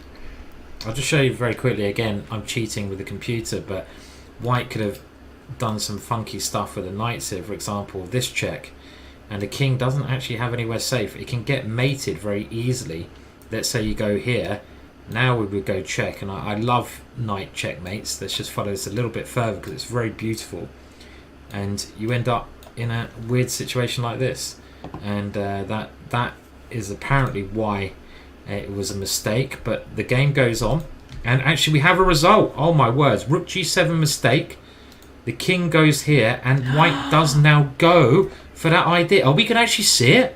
Are we going to see that mate? Did I predict the future? We're going to see it. H3. Knight check. Knight check. Oh, knight f5 mate. Wow. I told you it was interesting, Simon. You're right. You were 100% right. It was interesting. And what a checkmate there at the end. I mean, you got to feel for Harsha. But Levan, who had an awful opening, you predicted that perfectly, Ivanka. You said it's not over.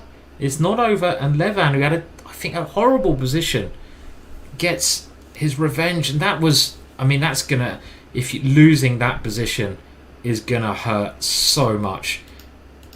What we need here, though, is another black knight, like on one of these two squares, and then it'll be like so pretty, even prettier. But what a checkmate! I love these positions where I love these checkmates. So pretty. It is absolutely stunning checkmate, double knight checkmate, and also what I find quite amusing is that Levan didn't actually play with the e pawn at all. How many games, especially in an endgame? Oh yeah, and you haven't even touched the pawn. And does that mean that all games are finished, or is still one game left, outstanding? And this is the there we see one game in the women's section. Perhaps we can go there. Yeah, we're trying to obviously concentrate on the women's section a little bit more. We've got many more tie-break rounds. It's quite hard swapping, just in case you're wondering why. And there's so many games going on. It makes it a little bit tricky for us to move. But look at this. You are prophesizing. You're doing so well today, Ivanka. You said in this game, just put the king on b7, and that's the way to make progress. You are Nostradamus. Does that work? Nostradamus, maybe. You're doing a good job, Ivanka. But is this enough to win, do we think? You're ready to take here. So white's now got to rely on pins. And I would, an amazing evaluation bar saying it's still equal. So yeah. I guess the queen is going to pin the rook eternally. And here is the one remaining women's game. It's between Pauline Guichard and her opponent. I don't quite recognize her.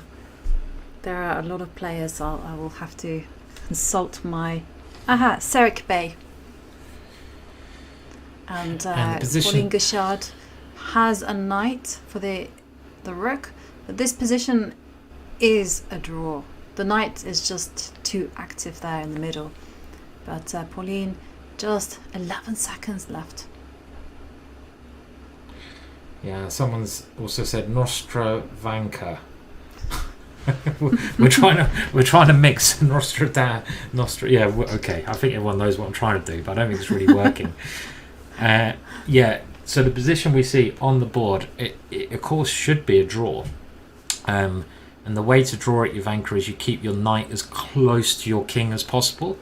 And if you do that and you don't let your knight drift off anywhere, it should be reasonably easy to draw. But it's one of the sort of trickier ones if your king gets to the back rank. You have to be a little bit careful at times, and there's many tricks. And I like this move because it stops the white knight going in front of the king again. So it's...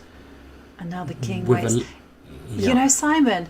I once had a situation where my opponent had to promote to a knight on the b1 square to give a check, because otherwise it was going to checkmate him. And even this knight on b1 had enough movement in order to secure the draw. So I'm pretty confident that Pauline will manage this. But of course, anything can happen when you don't have so much time remaining. And also we have to think about the whole flow of the game. If Pauline was winning and this is, this is the position she finds herself in, she's not going to be happy, and people can be massively tilted. But Pauline doing an excellent job keeping that knight close to the king, and when the knight can't move, the king will simply pass. Yeah, 100%. And I hope the arbiter now is keeping a very close eye. I don't zoom in on the superstar arbiter. I hope he's there, because I guess it's the arbiter's job to call the 50 moves. I'm not sure. Is that what should be done? Because obviously if you repeat the position for 50 moves, it is a draw. But Is that what the arbiter should be doing? Okay, No. look at the arbiter there. I think we see the So arbiter bas- keeping a close eye now. Yeah. So basically, it's up to you if you want to claim the 50 move rule.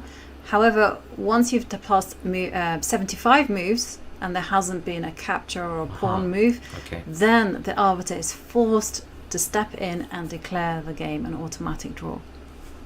Yep. Yes, that makes sense actually. But it's obviously they're not keeping a score of the moves. There's no way that the players here will know when they make 50 moves. I'm surprised that the old rule when I used to play, and shows how ancient I am, is that when you have increment, it doesn't matter if it's rapid. If it's rapid, you have to keep a score of the game. But maybe things have changed now because obviously this is tie breaks and they're going to have blitz games. You obviously don't want to write your moves down in a blitz game, but that's the disadvantage of not writing the moves down. You don't know when you've made 50 moves, and you don't really want to make an incorrect claim for the 50 move rule. So I have a tip for you there, Simon, and I borrowed it from a fellow grandmaster, Alexander Chanaev, and basically what he did is he highlighted. So we got into this position where he just had the king, and he just mentally just went 57. And then he was like, okay, 57, and then you know that by 107, this is if you're writing the moves down though, how are you going to know 107 moves has been played? Oh, silly me. yeah, that's the problem, right? I mean, unless you're like a genius, and you're ticking them off in your head, and you're like 1, 2, 3. But there's no way I could do that when I'm playing. I mean, it would just be impossible. And another game we're seeing here is this. I didn't realise how young actually the young player of the black pieces is from Colombia. He looks very young, doesn't he? And he's still trying to win this position we saw with the 2 rooks, and we now have him pushing a pawn. Maybe he pushed the pawn there to avoid that 50 move rule that we've just been talking about, because obviously if you don't make a pawn move, you get nearer to the 50 move rule. But the problem with that pawn push we just saw is the more pawns that get exchanged, the nearer to a draw the position becomes, of course. And one pawn already has left the board. The h4 pawn has been removed by Smirin, and after rook takes c3, unfortunately the pawn on h4 was a critical ingredient if black wanted to win. And now, well, we're seeing another plan where black is simply going for the a5 pawn, but I'm predicting queen to f6 jack. And Smirin, 20 seconds on the clock. He's looking very calm, Smirin. Smirin, of course, is one of the most experienced players here in the World Cup. He's been playing for a very long time. He centralises his queen here. It should be a draw now because of the lack of material. I don't know if this is still a draw if the white a pawn leaves the board and there's no perpetual. Probably still a draw then, because there's just too many checks. But a little bit of danger for white if black can never get the b pawn going down the board, I guess. But maybe this is quite an easy draw now, Ivanka. I think you're right. That h pawn was needed to try and win. And we see this ending now, where black is on points, 2 points up, 11 points versus 9, but I just don't think there's any way you'll be able to avoid a number of checks. The further the pawn goes down, the more gap you leave behind it, and that means the white queen can always just keep checking and pinning. That's the technique if you're trying to draw. We've seen it already. You check the king. If you can't check the king anymore, you try to pin one of the black rooks to the king. I mean, that's what I'd be doing, Ivanka, because otherwise I'd have no way to draw this. And you see it, you see it happening. There's a check there, check and pin. Seems like a good rule, right? It is a good rule, and I'm also thinking for black, how will black try to get some winning chances? And that really just involves moving the king up to a5, but every time the king gets there, it's just going to get checked away. And it's important to note that the queen can give herself up for 2 rooks, and the king and pawn endgame should be a draw if the king on b7 doesn't have access to the critical a4 and c4 squares. Got to be a little bit careful you don't push too much as black. Not very careful, but here you go, check and pin. And now if black steps forwards with the rook, that rook will be in an eternal pin, so it should be an easy draw. But where else do you move the king? You might be losing your pawn at some time. And wow, what was that move? Queen A1. Queen A1 played, and this is just goes to show that Smirin, he's got it all covered. So his idea is that if the rook does come to c4, he can take a step back to b3, because rook c3 isn't going to lead to a winning king and pawn endgame for black. This check looks very safe though, because I think you might even be winning the b pawn in a lot of lines if black has to avoid it. And this is certainly heading to a draw now. And let's remind everyone, this is only the first game of the tie breaks. They play another game after this, so there is a chance for the players who have lost to equal the score. And the next round is going to be even more pressure. Now this one I assume was just fine for white, because you go queen, keep the pin, and there's no way that black can ever do anything. If the black king steps away, you can check it, or even in some cases take the rook. This should be a very easy draw now. There we go. And now queen check, I would be in the corner. I'd probably play that, but you can't take the rook. Just don't take the rook. Yeah. Do not take the rook, because then the black king will get access to the critical a4 square. That's one of the key squares, and that's why he doesn't play that. He plays queen a1, and if the black king steps up to b6, then it will just get checked away, or the rooks will get pinned. And then the key point, remember, is that rook c4 check, the king can just step back to b3. Well, I think it's just check and pin. Here we go. There's another check. You can't even force the white king back now. Wish chess was so simple, Simon. Check and pin. Check and pin. I wish it was. Yeah, it'd be great if we just had easy the way rules to like draw. that. Check and pin. Look at the crowd around the board as well. I mean, talk about nerves. I saw this amazing. We might better get it up, but I saw this amazing. I think it was tweet of when Magnus Carlsen played in his first World Cup, and he looks so young.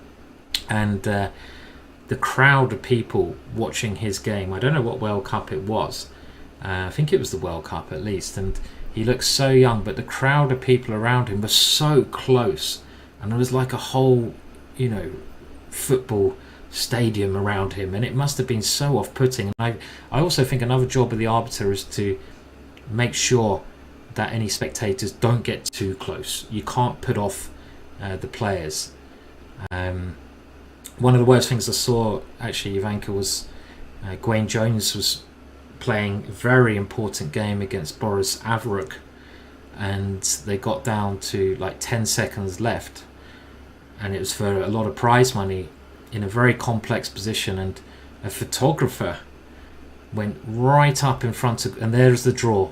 The draw is agreed there, so okay, you can see Smirin quite happy, and unless, well, it looks like black lost on time, but I don't believe that. That can't be true. No, it must be a draw. No, it's a draw. A draw has been agreed. I think the arbiter actually stepped in just to declare it draw.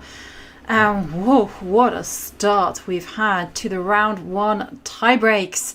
Now the players will be taking a 10-minute pause just to refresh, just to regather their thoughts, and just think about all those new strategies they will need to employ for the second games. Some people will get knocked out. Some people will stay in to fight for a second tie break. We're going to take a short break, but stay tuned, because in a few minutes we'll be back with all the action.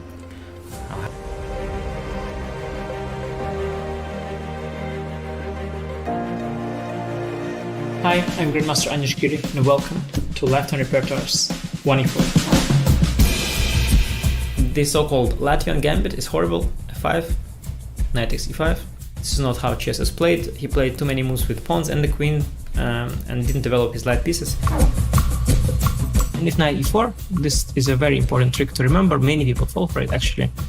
Knight to b5, brilliant idea. ab and queen g7, and after rook f8, bishop h6, queen c5 and f3, and surprisingly queen f2 is almost checkmate, but it's not.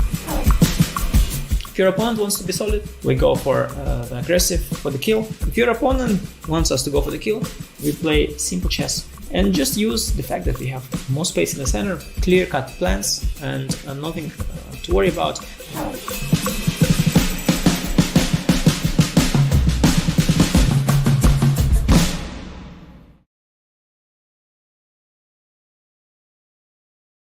What's the best way to follow any chess event from the Champions Chess Tour to the Candidates, Speed Chess Championship, Title Tuesday, FIDE World Championship, and so much more? Chess.com/events has all of the top chess tournaments played both over the board and online. Analyze and review games from the world's greatest players with live commentary, cloud analysis, opening explorer, and table bases. Find all the key event information, including schedules, prizes, results, news reports, player bios, tiebreaks, and more. Even compete by voting for your predicted results. Explore chess.com/events today on web or with our iOS and Android apps and experience chess like never before.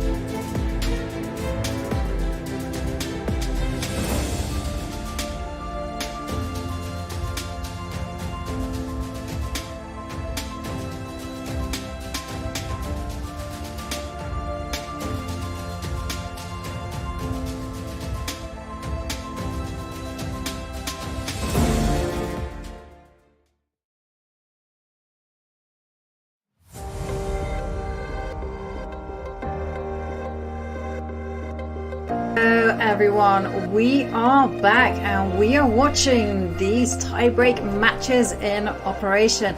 Now the first round in tiebreak 1 was incredibly interesting, and I'm saying interesting in the most dynamic possible way because we had a lot of decisive results. I'm just having a look at them now and I'm seeing that in the Open World Cup so many players won. I have to say predominantly in White's favour. Simon, was that something you expected? Yeah, I mean I basically expected the higher rated players to probably win.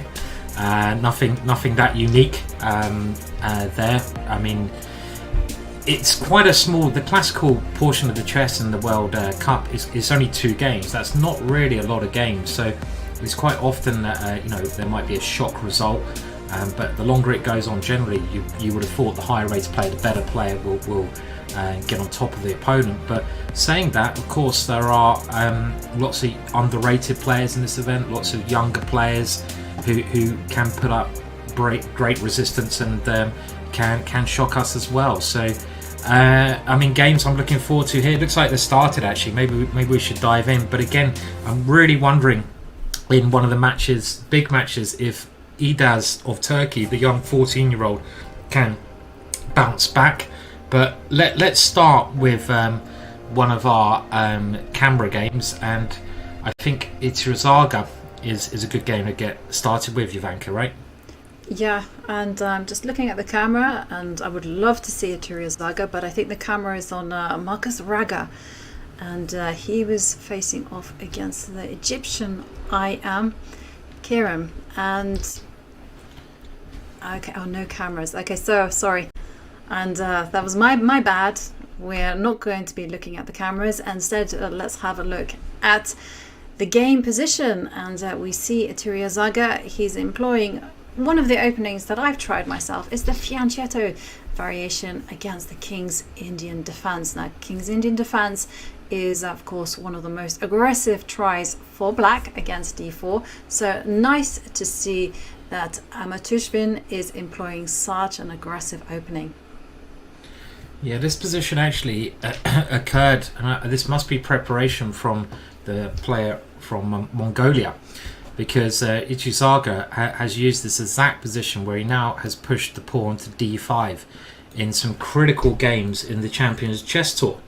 And he actually used this to win a very important match, this same position, and go through to, I think, face Wesley So, where he actually got knocked out there. So I'm assuming if black has done his homework, black would have looked at this position. But what's worrying me is that black's now slowed down and not playing a move quickly. Okay, rook e8 played, and Itiruzaga is quite a predictable player, and I think you're right in saying, Ivanka, that it's a good opening to play if you need to win, right? This one, because it's very double-edged. You keep the pieces on the board, and I'm not sure if I'm a massive fan of this, but this could still be following it. I can't remember exactly where black is trying to tempt white into playing d5, and white's actually avoiding that rook d1 now. Right. Only needs a draw. White only needs a draw to go through. Let's remember that point as well. I completely agree there. I mean, Itiruzaga might have a very limited opening repertoire, but boy, is it good. I mean, when I was looking at the Accelerated Dragon, I just looked at Itirizaga's games and I just followed it. And here you can see there's no provocation whatsoever from Itiruzaga about playing d5. There's no temptation. He doesn't want to lock the pawn structure in because the play becomes very fixed, even though the computer might really like those pawn advances. Much better to keep things flexible. Now, the things that white has to keep control on, first of all, you've got to reinforce protection of those 3 strongholds you've got there in the middle of the board, and overprotect that piece on d4. And also you've got to overprotect the defenders of those points. So for instance, I've seen very common that white goes b3, white goes h3, and the reason you go h3 is that you kind of also want to grab away this g4 square from the black knights. So we have some more moves, and I'm always happy on the white side of this position when black takes on d4. I know this is quite a common idea where black tries to get this counterplay against e4, but we're now into a Moroxy bind situation, Jovanka, where these pawns give white a nice space advantage.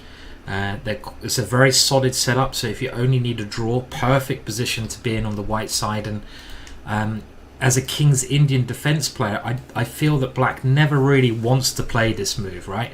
And unless there's a very good reason, because you're not getting your f5 typical attack in. So I think we should go to another game, but I would say so far the opening has worked very well for Eduardo, and he's in a good position. And the Mongolian international master is going to have to come up with something quite special here to win this game.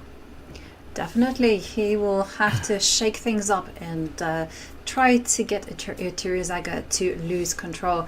And I see you have gone to one of my favorite players in this tournament, the youngest participant, 14 years old Grandmaster Edis Gurel.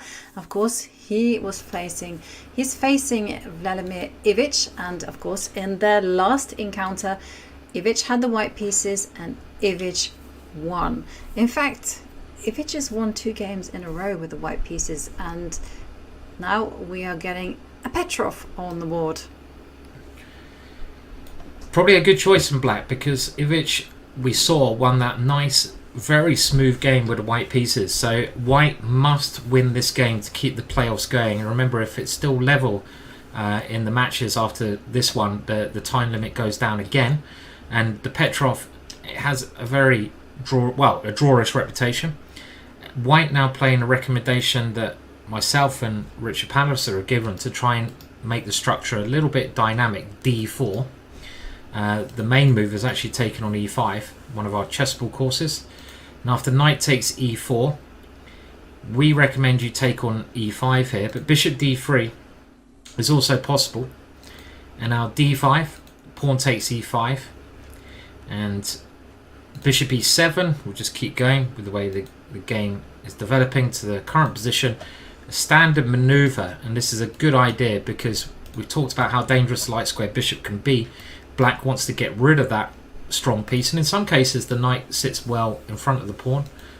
Bishop therefore saves itself, and after castles, bishop e3, c6. This way of playing is also a favourite idea of Jabava. Has played this way of white, a bit of a maverick chess player. It should be okay for black, but this pawn on e5 sometimes gives white attacking chances, and Jovanka, this is the normal idea, white trying to sort of control the centre. Black should be okay, but what side would you rather be here? Would you any preference at the moment? Yeah, I have a very big preferences for white's position, just because white has the pawn on e5, and that for me is like that signal that you should be trying to attack and trying to just bring your pieces to the center, do some pawn storms. But black's position, very, very solid. I mean, I also have a fondness for the pawns on c6 and d5, the best structure in the world. But the big question, I guess, for black is how are you going to develop the pieces in a very safe way? Because if you just put them in any random square, you can actually get into serious trouble. So for instance, a move like I would not recommend is I would not recommend going bishop f5, because the knight will then come out to d4, and then you can kind of see big ideas with f4 and f5, and white is rocking and rolling. Okay, I mean, there's still theory at the moment. I mean, it's quite a good shock opening this. I mean, it is supposed to be even. Black's not supposed to be in any trouble at all, because these pawns can often get going and they can be very good. And it's still quite hard to get this f-pawn going. I mean, I think this idea of moving the knight to e6 is a very sensible one. You just put the knight there and you just try to move your pawns, and this is like I say, supposed to be absolutely fine for black. But we'll wait and see. If black is a little bit, as you mentioned, he has got knight e6. If black is not paying attention, as Jovanka said, and moves the bishop maybe here, yeah, you can get in a lot of trouble. And just showing Jovanka's idea, let's say we attack that bishop, and then the f-pawn comes, and this is the kind of thing to avoid. So knight e6 though has been played, and this indicates that Ivic is well prepared and well on top of things at the moment. The young 14-year-old now brings his knight around. He's still going to try and get this idea in of knight d4 and f4.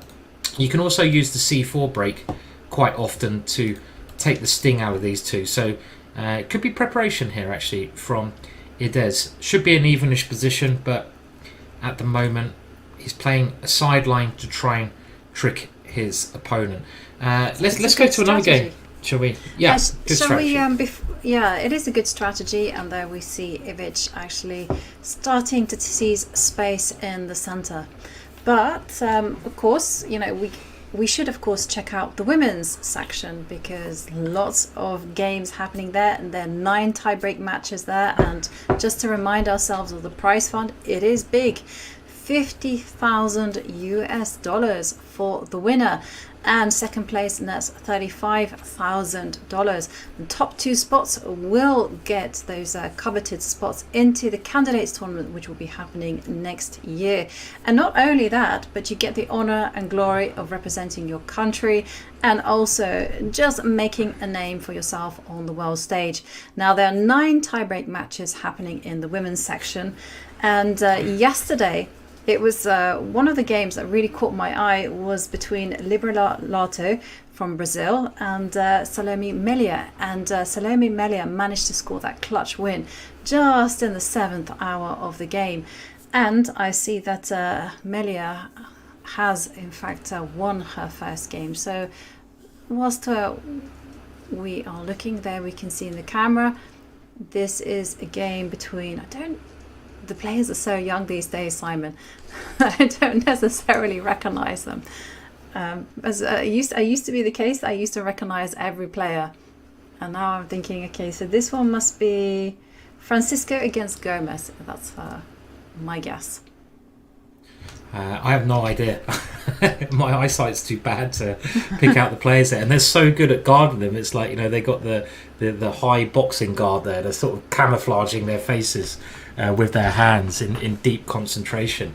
I also have to say, Ivanka, I heard you say a phrase which, oh my God, David was saying it all the time in the Champions Tour, and I don't know, there's something about it which I just don't like. I think it's a very the clutch win. Some reason this word clutch, it's really caught on, but I don't know, I just don't like the word clutch. I don't even know what it means. What does it mean? I heard people say it all the time, like, you clutch what? Car? It's a car win? Yeah. You use the clutch? Clutch your pen. Clutch the pen. I never say, I'm clutching my pen. Do I? But why? What is a clutch win? Come on, I mean, I am the boomer or whatever it says. I don't know the latest things, but I hear it said so much. I hear it say so much now, and look, everyone's going to be, oh my God, he doesn't know what clutch means, and it's like, I don't. I use it in a car, but I don't know what clutch means. Ivanka, what is a clutch win? Explain it to me, You're please. putting me on the spot. Like, literally, I've just borrowed it from other sports, but here I have the definition. A clutch is to cinch a tight game that was slipping out of your favour. Yeah. There you go. Okay.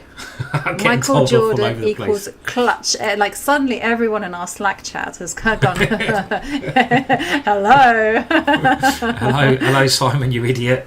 Where have you been? Have you not watched any sport ever in your life? Have you not watched? I haven't watched, I have to admit, much American sport. So I'm not, unless it's soccer. I like a bit of soccer. That sounded Irish, Simon. Did it? Yeah, it's my best American accent. It's a Boston accent. Boston accent. No. Well, I can see in the camera now that Salome has removed her hands from her face, that this is the camera of Salome, and she is playing with the black pieces against Katie Librelato from Brazil. I like this. Sorry, Ivanka. Fret is saying, you're acting like an old man, Simon. I am an old man. I'm old man Williams. That's what it is, So original. Okay, here we go. Here is a great definition. I will move away from a clutch win very soon, but thank you to one of our guys in the Slack chat. And I won't give away the names just in case you want to hide. But an example of a clutch win is Beckham scoring versus Greece in 2004 at the 92nd minute. Clutch. Okay, all right, I've got it. And I expect no one knows what I'm talking about now, but there we go. Should we get back to the chess, maybe? I don't know. Save me, Ivanka. Save me. I'll try and save you, Simon. Let's go back to the chess. Because after all, the game is opening up, and let's not forget that Mele Salome will be able to progress to the second round if she manages to draw this game after she won today's first round.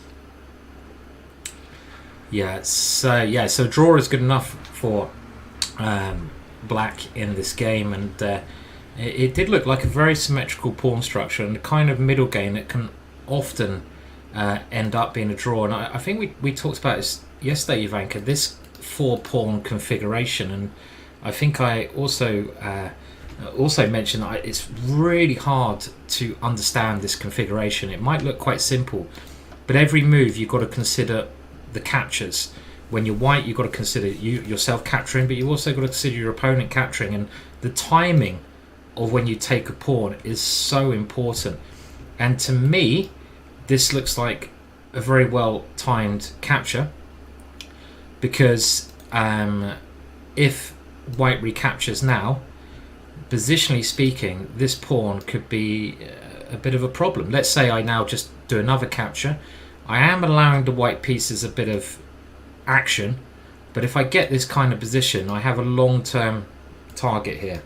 So that would be the way I'm thinking, Ivanka. Could be the wrong way, but we do see a move being played. So the first move that I would be looking at is also pawn d takes c5, and instead we see white does play the move that you suggested there, Simon. And are we going to see black capture in the middle of the board again? Yes. Yep, black capturing there. And I think white needs to try and drum up some activity here, because if you start playing normal moves, you need to win this game. You could just be a little bit worse. I mean, I'm just very fearful in the long run. That pawn is just a big target. So I would really, as white now, be trying to activate, like knight b5, try and use these pieces. That's the one advantage white has. Try to get some attack going somehow. So knight b5 to compensate for your weakened pawn by using your active pieces strikes me as a better move than just taking that pawn on d4 back. I still think black should be absolutely fine here. There's no reason why not. Maybe I put my bishop somewhere very safe because I need a draw, and I ask you, what are you doing? But I think white has to be a bit careful. I think a capture on d4 would start going towards, really going in black's favour, right? Yeah, I agree with you. I'm also not very comfortable with this ruining of the pawn structure there on the queen side, and I'm kind of thinking the same. She's reaching for the knight. She's gone for your move, Simon. Knight b5 played. Nice, good move, I feel. Nice. Yeah. But the question is, okay, how to continue? So say you were to go bishop anywhere. I don't quite know where to put it. I mean, every single square is viable. I probably wouldn't put it on e7, just because I want the queen on e7. Sure. At some stage. This move kind of feels natural, doesn't it? Putting it on c5, I think feels normal, because it's a very safe square. You can't get hit by a pawn because there's no pawns that can do that, and you just put your queen on e7. And I think this. But you've got to be careful, because the knight is coming to c7. But once you've got control over the c7 square, you kick the knight back, then queen e7, centralize over everything, and then you are. I don't see the problem for black. Yeah, maybe you can even kick this knight away and then put the queen here.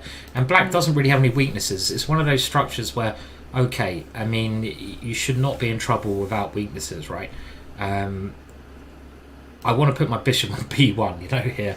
And I feel at the moment this is really going in black's favour, and black's doing all right. But let's go to another game, shall we? Potentially. Yeah, you mentioned the words something is going in black's favour, and I'm just taking a look at this position. It's between Francisco against Gomez. It's and it does look like something has gone wrong for white, and everything is going in black's favour. Okay, so let's just bear with me while I bring that one up. And it's Francisco. Yeah, this is the one. Okay, so far every game in this match has been a draw. So if there's a win in this game, it's going to be critical. And let's have a look. So it starts off very normal Scotch opening. I know you love the Scotch. Oh, do you like the Scotch Venker or not? I mean, was it you? It became too complicated for me. Yes. After a while, I did have a love affair with it, but then after, I don't know, around about 2010 or so, the theory started becoming a bit random, and I thought, okay, you know what? Yeah. Let's not go here anymore. Sounds a bit like my love affair with Scotch the drink there, which I'm joking, everyone, in case you're worried. But no, we nice Scotch now and again. I prefer to the opening. And Queen f6 is kind of quite a trendy move now to get out of the sort of main lines.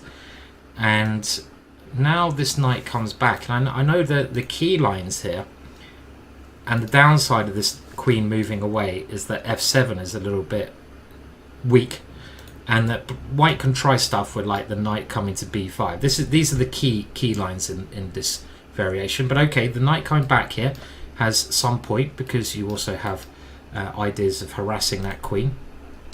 The check comes in, and this is a very common idea. It looks like black's lost a tempo, but you stop a white knight coming here. So it's actually very crafty, because white would love to go here and in. Black has stopped that. So far it seems okay. White just develops. Black develops. Bishop g5. Seems quite normal. Queen g6. Bishop d3. Okay, there's some ideas. And now, boom! Knight to e5. And Queen d2. And the point is, if you take that knight, obviously I take on g5. So Queen d2 is trying to keep things together here. And now knight takes d3. And I thought you were going to take on f3. That looks much more normal, doesn't it? Is it? I mean, I know the computer actually says here that black is pretty much winning. Really? Maybe white's idea is that if you take on f3, you know, I do get this file, and sometimes these pawns can be quite useful. Black's actually... Oh. Is it to do with knight takes bishop and then the queen swinging over to b6? Is there some... It was actually nice. Materialistic ideas. Yeah, I mean, again, I'm using the computer, so I'm cheating, but the move here is actually knight to c6, and you keep those threats sort of in the position. So you keep the idea of maybe moving the other knight in here, but it's not obvious. That's not obvious at all. And after knight d3, queen b6 does look tempting, doesn't it? But I suppose white would just castle and give up the b2 pawn. So if you did play here, I would probably not be afraid to give up this pawn and bring my knight here, with compensation at least. Right. There's some of us who would yes. be willing to take that gauntlet, but some of us who won't. Yeah, but I agree with you. It's very risky. You love grabbing the pawns, don't you? You're such a pawn grabber. Yeah. Totally. What was that song by? Man Eater by right. Notes, right. I thought it was pawn grabber. I thought, like, you know, if you put the words, if you put the lyrics pawn grabber you to can it, definitely do that. Yeah. And have you ever grabbed a pawn that you really regretted, Jovanka? Have you ever taken a pawn and thought, oh, hang on a minute, times. I'm getting mated here? Yeah. Many times. Many times. I've unnecessarily made my position complicated through my materialistic greed. But okay, black doesn't have any problems here in this position after knight c6. Yeah, okay, it's been awarded a question mark, but objectively, okay, it's not the end of the world, because black's idea is just simply to go d6, castle the king, get the bishop out into the game, and with the bishop pair, black is fine. Yeah, it seems that way. I mean, there was a bit of action there going on. I think they both slipped out of theory somewhat, but this position does seem quite normal now, and I would say pretty even, right? White shouldn't have too many problems. White can castle, put the knight here, and the good thing about White's position always is not that move, is the pawn on e4, and the pawn on e4 gives White a space advantage. So Black has to play around that pawn, but as Ivanka said, all of Black's pieces are working very well. None of the Black pieces have a problem, so why should Black ever be worse? Black shouldn't be worse. So it's fairly even at the moment, this position, and another one I think we should come back to a little bit later when it heats up a bit more. So what other tie breaks can we go to?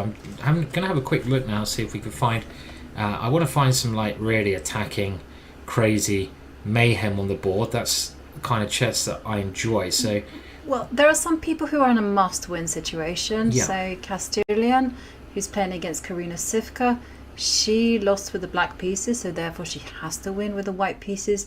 And also Vo, who's playing against Rudzinska, she is also in a must-win situation. Because what I like about these things is that you can play the guessing game, and you can say, oh, will you?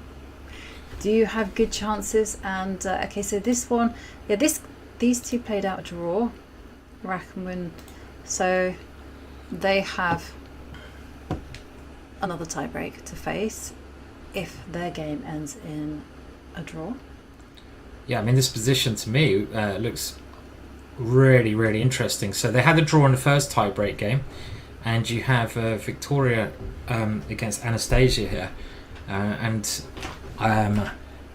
Victoria actually played for our 4NCL team, so same team as me, but Anastasia I played in Iceland, and they both seem like very nice people who play a lot of chess, both young, ambitious players. But the only reason I'm just picking up on this game is if we go through the moves very quickly, it's a French defense, but it looks really interesting.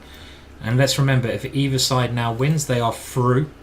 So this is the French, one of my favorite openings, a winner-ware, classical even, a main line of the classical. But this is actually a favorite move of mine, where you try to keep your pawn chain intact after the natural c5, which you couldn't do if there's a knight there. So you want to keep your pawns in a chain. And the main idea from Black in these types of positions is to often break out. But okay, a5 gains space on the queen side. The knight now comes in, maybe with some attacking ideas later on. We have an exchange.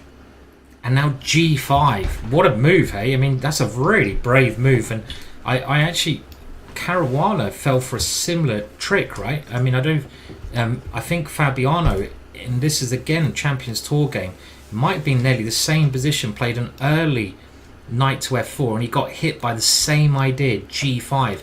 And g5 is a very common concept in the French defense, believe it or not. Yeah, this is not the winner-ware, this is the classical French. Could have been a winner-ware, but it wasn't. So White has to come back. Is this, and this pawn, well, okay, a check comes first. I think that pawn could have kept going. I think so. Oh, but look at this. I mean, you move your knight forwards, you move it back. And you move this knight forwards, you move it back. And you know what Black now did? Black put the knight there and went checkmate. that was the end. Show it, Simon. How did that happen? I don't know, because if I take my finger off the mouse, it will bounce back. I mean, if I was Black here, if it wasn't such an important event, I might even be tempted to play some nonsense like this. Getting two pawns, just in the hope that my opponent plays f3, when I have two checkmates here. g3 even. So anyway, so I'm getting carried away now. So the game continued with Black playing a much better move, queen b6, trying to win this pawn. And now a3, and now knight takes e5 happened, right? Boom! Look at that. Look at this position, Ivanka. What is going on? What a move though, right? Explosions in the centre. And you have to put it on the board, Simon. If White decided to go pawn takes bishop.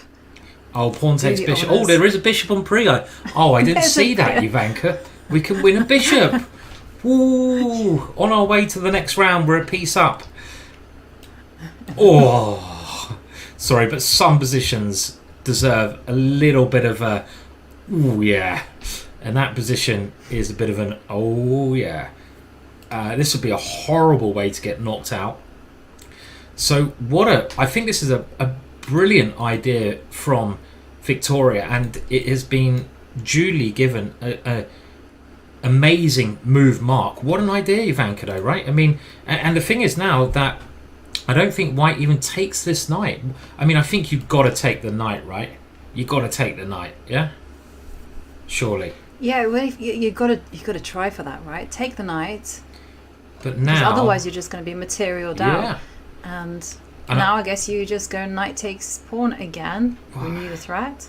Well, actually, Ivanka, there's only, again, I'm cheating with a computer, but knight takes pawn is a big mistake. I would have to play this move because I love cheapos. I just want to do that. But actually, white is now winning. And this is a sad fact about chess sometimes, Ivanka, isn't it? You play these beautiful ideas and they're normally complete nonsense. And actually here, if white just avoids that knight coming there by doing a very boring but winning move, then kind of black's just lost a piece, right? You know, which is a pity. I mean, so the move is, and this is Victoria's idea, is another idea. This is bishop c5, right? 100%, Ivanka. So rather than going for this one, the idea is to actually try another checkmate, this time on f2. So bishop takes f2. I don't think white can stop that, right?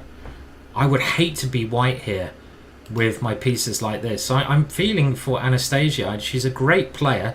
She's been having a great run. I mean, they're both very nice people, but with white pieces. But where is the checkmate? But where is the... So say, for instance, okay, bishop takes pawn obviously is checkmate. Yeah. That is the big threat. But if you just move the knight out of the way... Yeah, so that's which knight? I don't know which knight we move. It has to be the D. Has to be the D knight, because otherwise, again, checkmate on E3 will happen. Can we show that? Let's say I play this knight C3 move again. I'm getting checkmated so often in this game, aren't I? and then come on, Ivanka, put it in the pipe and smoke it. Bishop takes pawn. Bishop takes pawn. Shark. Yes. I move my king. And well, your king has got no escape square, so I'm going to put my queen into e3 and... This is what you do, Ivanka. If you're about to give checkmate here, rather than just move it in, like, you do this. You do like, la la la la la la la. If you hate your opponent, that is, and then you go, whoosh. But actually, you probably will get hit on the nose if you do that. So don't actually play moves like that. It's not a very good idea. So yeah, so you're right. So you can't go knight there, but we're just looking at this position because it is fascinating. So you have to move the other knight. Maybe not there. No, take it back. Okay, so where do we go? What do we do? Yeah. Knight F3. Knight F3, but this is still scary, right? I'm gonna take here, and whoa, your king is running a very fine line here. Very fine line. But maybe still, a piece is a piece, and I guess G4 is happening there, and the question... You're so materialistic, Ivanka. I can't believe you're just looking at the piece here and be like, yep, it's a piece. And I'm like, oh my god, it's a disaster. Knight G5 is happening. It's an omni shambles here. Absolutely falling apart. All over the shop. I'm sorry, Simon. It's all right. I just can't I'll let you off resist. this time. But I think it's clear that black has a good attack, right? So it's a very, very, very clever sacrifice that was played. And let's just go back there. Black played this brilliant idea, and I totally understand now what white did. And actually the computer still thinks white's okay, and white was like, I'm not getting involved with any of that. I'm just going to move my knight to c3. And you have two pieces on pre. So even here, I think black... Well, maybe black can give the bishop up for the knight, but even this is just a complete mess, right? And the time situation that, you know, what a nail biter of a game this is. One of the most exciting so far. Yeah, and anything can happen there. Yeah. Wow, what a game. I'm expecting bishop takes knight, as you've indicated, and the knight to move, and it's going to be whether white has sufficient compensations on the dark squares. If she gets that, then actually, because of this G7, G5 move, which was very, very enterprising to say the least, then black will have problems if they don't manage to consolidate that. Any other games that catch your fancy? We can quickly go to the Guichard game and against Serik Bey, and this was the game that we saw in the earlier round where Pauline Guichard, she had to defend a rook against a knight. Yeah, so let's bring that up. And what's the score in that match? Do we know at the moment? I'm just going to try to find it. They drew the last game. Okay. It was a technically drawn endgame. The knight, when it has a lot of mobility, that was the one. Yeah. Can simply defend against the rook and king. And here we are in this one, and there's such tense games, aren't they? I mean, you know, the games where you have to win to level the match, they're tense, but when it's been like equal all the way through the match, and you know you make one mistake, you go home. It's you don't really get many other sports I can think of where that is the case. I mean, chess is very unique, Ivanka. I would say that in that way that, you know, even in golf, in tennis, think of something where, you know, you make a little mistake, you play a bad shot, but okay, you got another shot, you can get back into the match. In chess, at this level, you make one bad move and you go home. You're out of the competition, you know, at this level. So it's really unforgiving, and it's probably one of the most tense, you know, scenarios you can be in playing chess. And we have this position. I mean, I don't know if you want to go through the moves. No, it's a Berlin, so we're not going to do that. We don't like the Berlin, but we like Berlin, don't we, Ivanka? But that's a different question. And in this position, what's happening? Black's a pawn up, and you like being a pawn up, don't you? As well, you love having the extra pawn. Exactly, and it's not a great pawn, but it's a pawn, so I will take it. I'm guessing, if I were black, I would hold on to that pawn with as much firepower as I can. You know, bishop d7. Okay, guarding that pawn. Yep. And again, I suppose it shows the difference with us, Ivanka. I'm totally like, I need to be more materialistic in my chess playing, and I'm like, oh yeah, I don't care about being a pawn down here. Look at this horrible double pawns. Blech. That little pawn over there weak. My knight could come in. I'm like, yeah, I love white's position, and you're just like, yeah, black's just a pawn up. And it's probably just true. You know, so no. Black isn't just a pawn up. I mean, the only reason that I think black is a smidgen better is because a7, a5 is in the air. That's a very good point. So this is a very nice spot, Ivanka. So let's say bishop d7, we just play a move where rather than playing very slowly with my knight, and I don't even know what I achieve if I get my knight there, because, okay, I attack the bishop goes somewhere, so what? Let's say I aim for the weak pawn, and let's say I move this rook here. This seems very normal, but your move now looks great, right? A very nice move. And that's a5, yeah? The move that Ivanka just recommended. Give the pawn back, but activate on the Ari file. Yeah.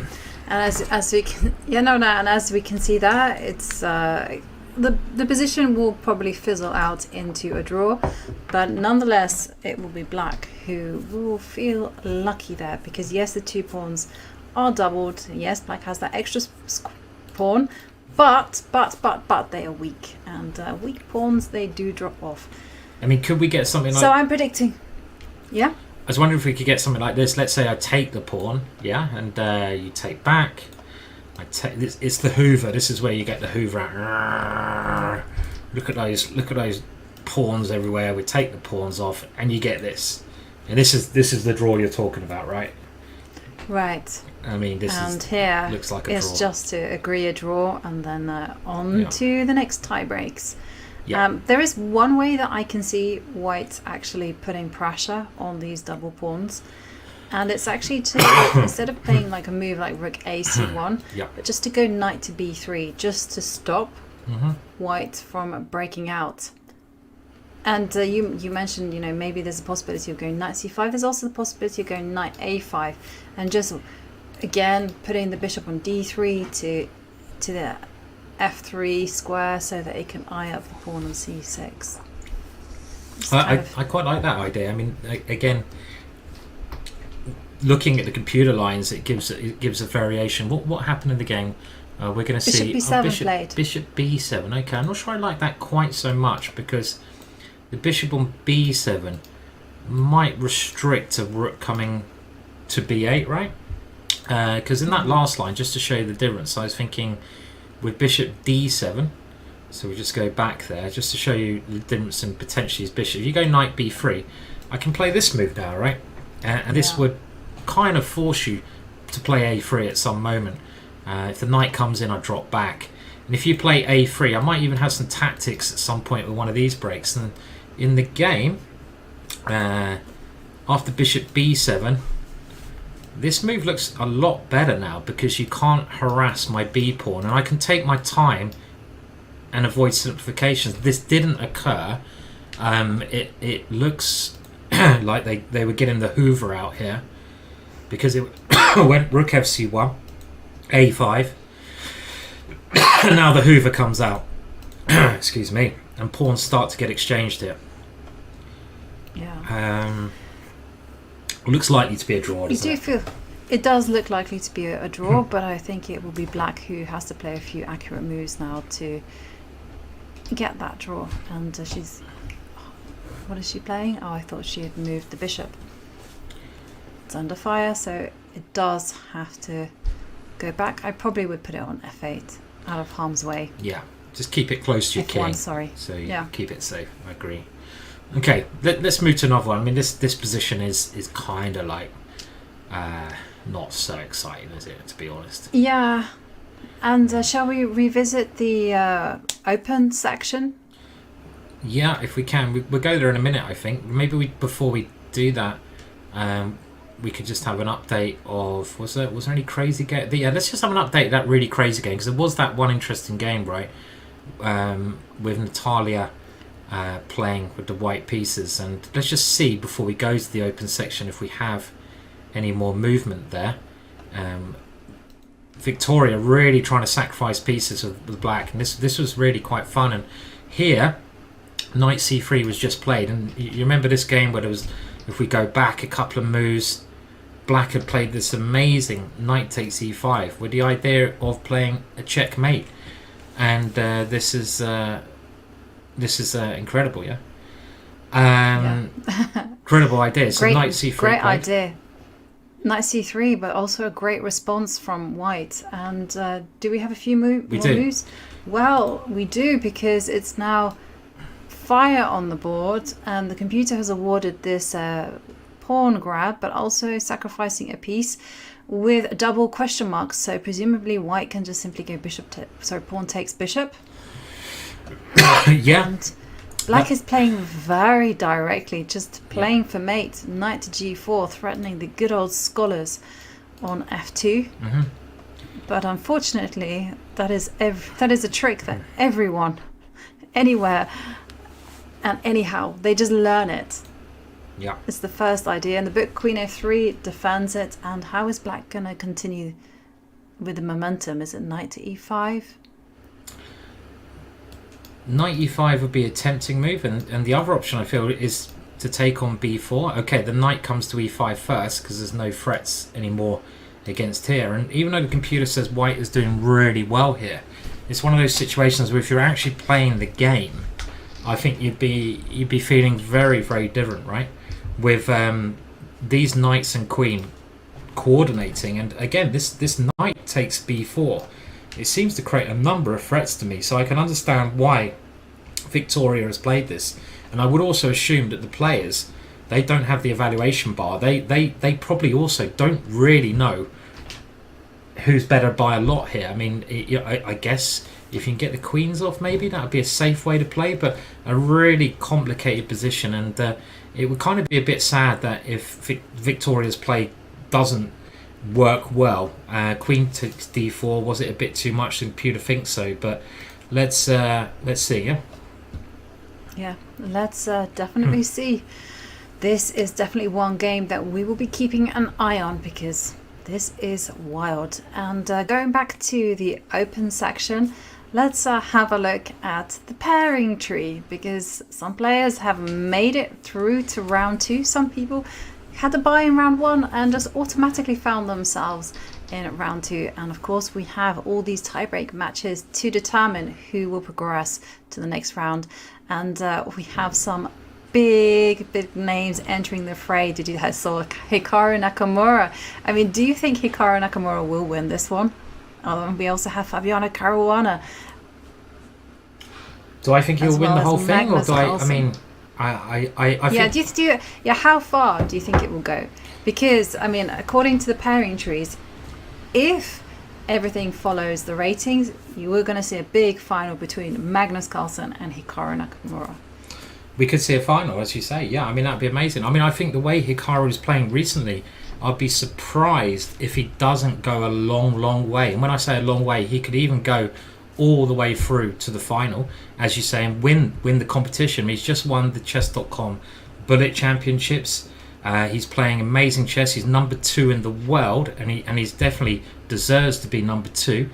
And he's got married as well, right? So his life's become probably a lot calmer as well. So yeah, I think he could go a long way.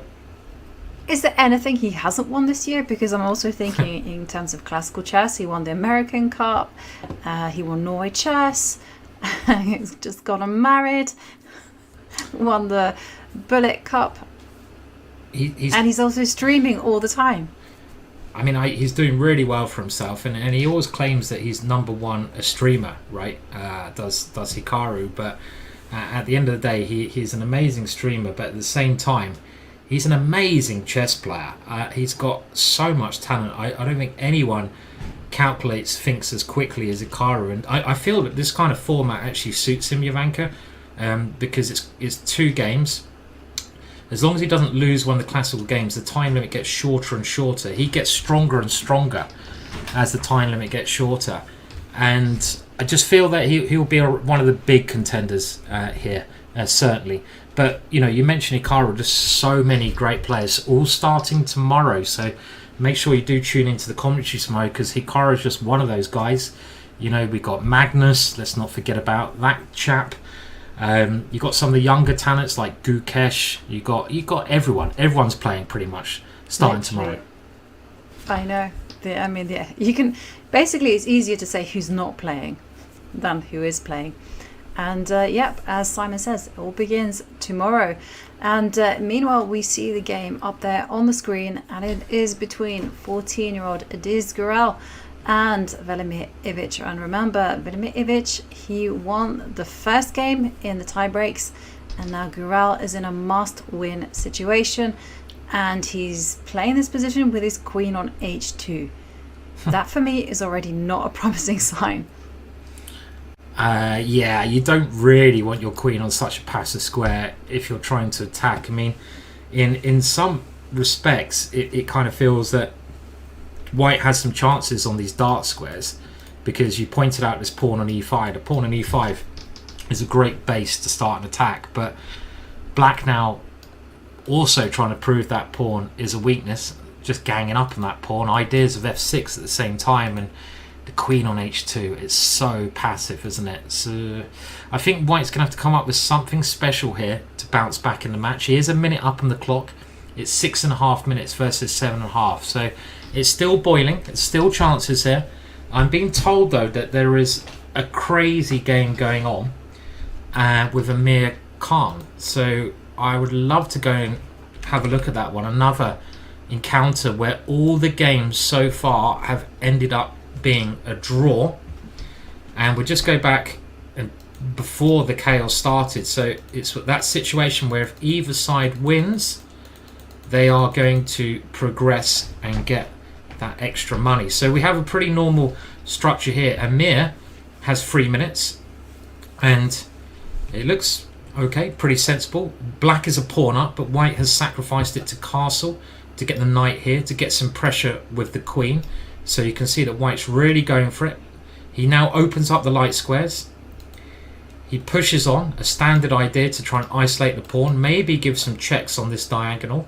That is a big threat, combined with the knight controlling the light squares there.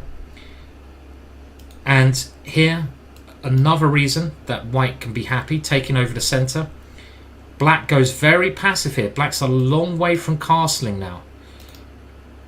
brilliant move, I feel. Just bashing the middle open, even if it costs a second pawn. Black does take that pawn, and rook e1, lining up. Everything is kind of lined up now on the right squares, but black is two pawns up. The rook, but it's got no development. It's got no development. Comes Crazy position. Rook b5 played, and Amir, I played him in Reykjavik. We had a very interesting game where he won the Reykjavik Open last year, and I noted he's a very sharp tactical player, as well as being great at endings and other parts of the game. He attacks that rook, okay, and black says, you can have the rook, I don't want it. So he does, but that's actually a mistake. How often is taking a rook with check a mistake, Ivanka? Not often, right? It is not often, but it is when I guess it allows black to have 3 pawns in the middle of the board. But the position is still really wild, and it is. How did white continue? Like capturing on d5? Wow. Okay. No, even more crazy. White's like, those pawns are too strong. I'm going to give my whole bishop up for that pawn. I mean, what is happening here? And remember, to play in this crazy way for both sides is quite mind-boggling, because if they lose, they go home. So they're playing with no fear whatsoever. What is this move though? This is bonkers. And okay, the point is, the white queen now slides in, and he's just trying to checkmate. Black goes back with the knight. The computer is not happy about that one. So white grabs another pawn, pinning that knight. f6, and now knight takes d7, queen takes knight c3, and this is the current position. With what is the material balance? It's about even, the material balance, yeah? Is that correct? Yeah. About even. Yes and no. It is about even, but it's going to be all about that ace. And it's just a killer. The A pawn, right? Yeah. It's just diving totally down the board. is. Yeah, 100%. So black has pushed here with the pawn, and black would maybe, I don't know how you're going to deal with this pawn. I mean, your bishop is at least blockading that at the moment, but not forever. And still a crazy position, which obviously is favouring white quite a lot. But what do you play after this? You move the knight, you lose your queen. Yeah, you can even go rook d1. That's a bit of a flashy move. I like it. Rook d1, and you're actually threatening just to take the pawn, yeah? Yes. And yeah, you can't obviously capture the knight because the queen is on prise. There you go. Yeah. That's my one move tactic of the day, and I can see that the evaluation bar stayed. Loves it. It loves your tactic. Good tactic, Ivanka. And I might have to swap queens now, right? So, but if I swap queens, this knight is rampaging, yeah? And you're going to lose at least a pawn. So it looks like Amir is sitting happy, right? And cruising in this and game. he plays rook d1. Oh yeah, look at that. Yeah. Why aren't you playing this competition, Ivanka? You should be there crashing some skulls, right? Need to get there first. That's the problem. I haven't been playing any tournaments. So how do you get there? Tell you what I have been doing. How do you actually get in this competition? How do you get to this competition? So first of all, you can do it via rating. And secondly, you can actually do it by playing in a zonal championship. So in my case, it would be the European Women's Championship, and that would be from like for 2 years running. You can play in it, and you get, because it's a 2-year cycle, and then you qualify. You have to get you have to finish in the top 12, I think, or top 20 or so, and then you get a spot. And you've done that before. You qualified like that before? I've done it before, and I came so close in 2019. I was so irritated. I messed up winning Rick and Pawn ending, and I had nightmares about that position for a while. And so I think I became one of the first reserves or something. But no one gives up their spot at the World Cup because it's just too good an opportunity. The prize money is great, right? I mean, even if you get knocked out in this round or the first round, when I was trying to qualify, you were getting like $5,000 for losing, which for someone who's not in the elite is a tremendous amount of money. It's a tremendous amount of money anyway. So it's a really good tournament. It's kind of the creme de la creme of chess tournaments, right, for the average chess player. It is a fantastic tournament. It's there in fantastic locations, and you get this fantastic opportunity. You feel like the underdog can actually progress to the top. And talking about this is another very close match in terms of rating. It's between Sidley and Ming Lei, and it looks like, and I'm not saying it looks like, it certainly appears that Ming Lei will be leaving the competition, because there's just no way that Black can continue this fight in a satisfactory manner. It's pretty sad news that, Jovanka, I think, for a lot of people watching, because Ming Lei is a streamer on chess.com, a very popular one. He does so well in a lot of the chess.com events. Title Tuesdays, come close to winning. I'm not sure if he's won it, but he's very, very popular with the audience, and to see him go home in the first round would be upsetting. It's clearly a tough first round, both players similar rating, and it's a lot of people will be disappointed with that. But I do agree that it's just game over now. I mean, you got 2 knights for the rook anyway, which is normally a very good it's a very good combination of pieces, but tactically Black's position is falling apart. For example, this last move, a brilliant move, and the point being, if you now take the knight, well, you drop everything. I go f7 with check, and I take your rook and queen, so I win 14 points in one move there. That's a lot of points, right? 14 points in one move, and I don't think there's anything else that Ming Lei can do after this capture. He's got some spike checks, but there's many ways White can deal with that. Maybe the king can even just come round here. Okay, let's have a look at that. Maybe this is the only chance. It can step up to d3. Yeah, I suppose the point is I have to be a bit careful, because if I did my move king c1, I could be losing now, because now rook takes e5 gives some chances. And if you go f7 check, king here. Yeah, unfortunately, White has this nice rook e6. Yeah, you've got to watch out for the good old lawnmower mate, but rook e6 will, of course, end rook the game. Rook e6 is a nice move. Yeah, nice move. So even if I blunder as White in this position, Black has gone check. Even if I play a very passive move, trying to put my king in a bad place, I'm probably still winning. But as you said, Jovanka, why not just come forwards? And if you check again, I can even block the check with a knight, but I could also probably feel quite safe over here. But yeah, this is bad news. There's nothing at all I can see Black doing against the advance of this pawn here.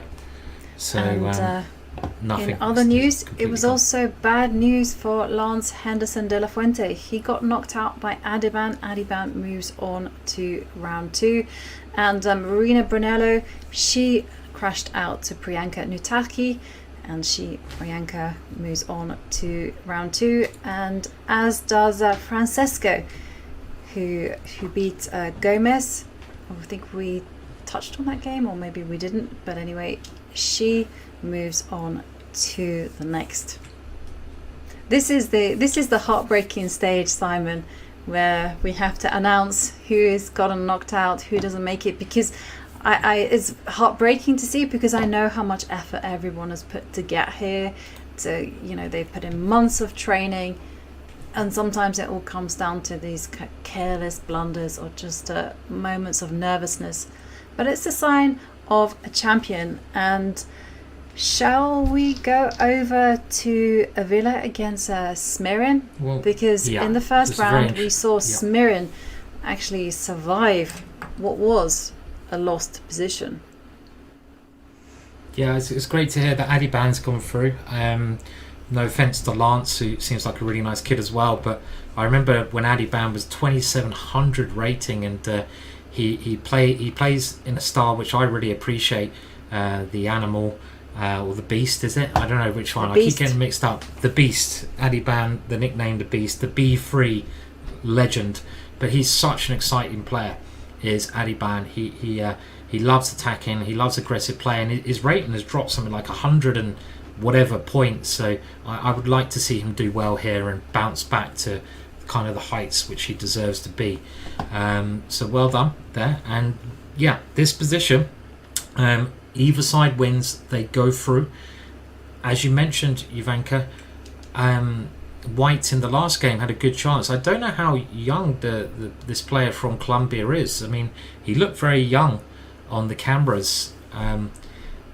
Does he have a good chance here? It seems like, I mean, really complicated position, but it does seem like the black king is more exposed than the white king here, with pressure against this one. But it's a mess, isn't it, this position? Complete mess. It is a mess.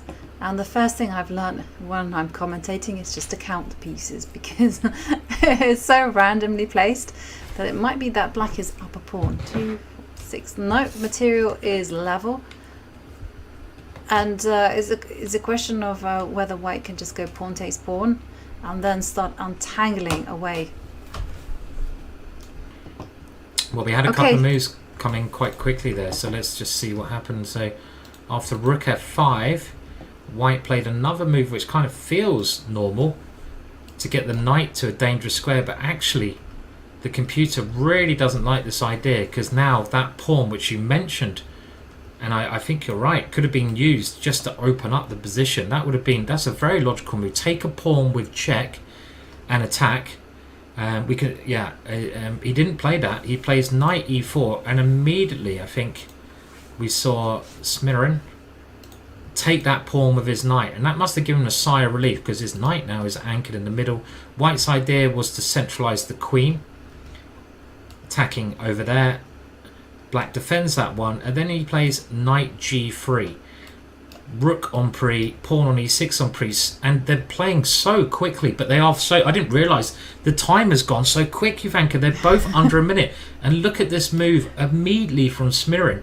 He gives up the exchange, and now another, what's happening here? Knight takes f4. This has come to life exceptionally fast. Wow. And I was also wondering whether you could actually just go rook takes and play the position like that, because white's king is just terribly exposed. But knight takes pawn, very understandable decision. Knight is forking the queen and the rook. 44 seconds. Where to put the queen? The queen has to move to the center. I think you've got to try to get your queen in, right? And I think coming to c3, I mean, I know you give up the rook, but it's such a sharp position. I think the first thing to look at in these positions is how do I get through to my opponent's king, just because every other consideration comes second, and he is going for that. He is trying to bring that queen down to g7, and they're both now under a minute, and this is to go through to the next round. They must be so nervous at this moment in time, right? Yeah. So nervous. And just also trying to navigate the complications, because if you do take the rook, then the queen will slide in, give a check, and the king is forced to move. And it doesn't feel like there's even a shield for the king to hide under. And I think it's going to be all about the h-pawn. And look at that, the evaluation bar is shooting up in white's direction. I don't think Smirin saw this. I think he forgot about the queen c3 possibility. And let's have a look at the time. He does now play bishop c5, and they're both very short time. A blunder, and a really big blunder there. And wow, okay, we'll just keep up with the action now, because this is very exciting. The knight takes. This could go any way, this game. Knight e7 check, and the black king has found a bit of safety, Ivanka. I mean, one mistake here and you lose the game. What is happening in this position? It looks like white is still doing well, but the evaluation bar says it's completely even. I say white's doing well because white's got the extra exchange, and both kings are in danger. I mean, if black can get his queen over here, great. But maybe black's okay. Maybe black's active enough in this position. Right, I think that's the whole issue, right? The knight is going to come to f3, take some material, and the black queen is just one move away from mobilizing, and once she's active, she's going to start looking at the white king. Oh, this is so difficult. This position is so tense, and you can see there Villa with, whoa, making that move with 5 seconds on the clock. Yeah, 5 seconds on the clock. And the evaluation bar still thinks this is pretty even, but one mistake in this immensely complicated position and you could go home. This is a good move from Spearing, getting the queen on a good diagonal, defending his king a little bit. I have to say, the black king is now looking safer, and in positions like this, it's who's got the best king safety, and it feels like black's king has better protection. The white king has nothing guarding it at the moment. Keep an eye on the clock, though. This is going to decide who goes through. Can white activate somehow? Can white get the rook in? I mean, rook there, knight c8. All these moves look very tempting to me. I completely agree. This is going to be about who has the better nerves. And someone else who is going home is actually our 14-year-old teenager, Idris Gurel. He had the dream start winning in the most fantastic way against Velimir Evic, but in the end, it was the experienced Serbian Grandmaster that won. And going back to the board, you see the clock is ticking down to 7 seconds and is going down, and white has to decide, what are you going to go for? Are you going to give some checks and hope for a draw, or are you going to go for more? And we see the queen coming to c8, king moves up. I suspect that this game is going to end in a repetition.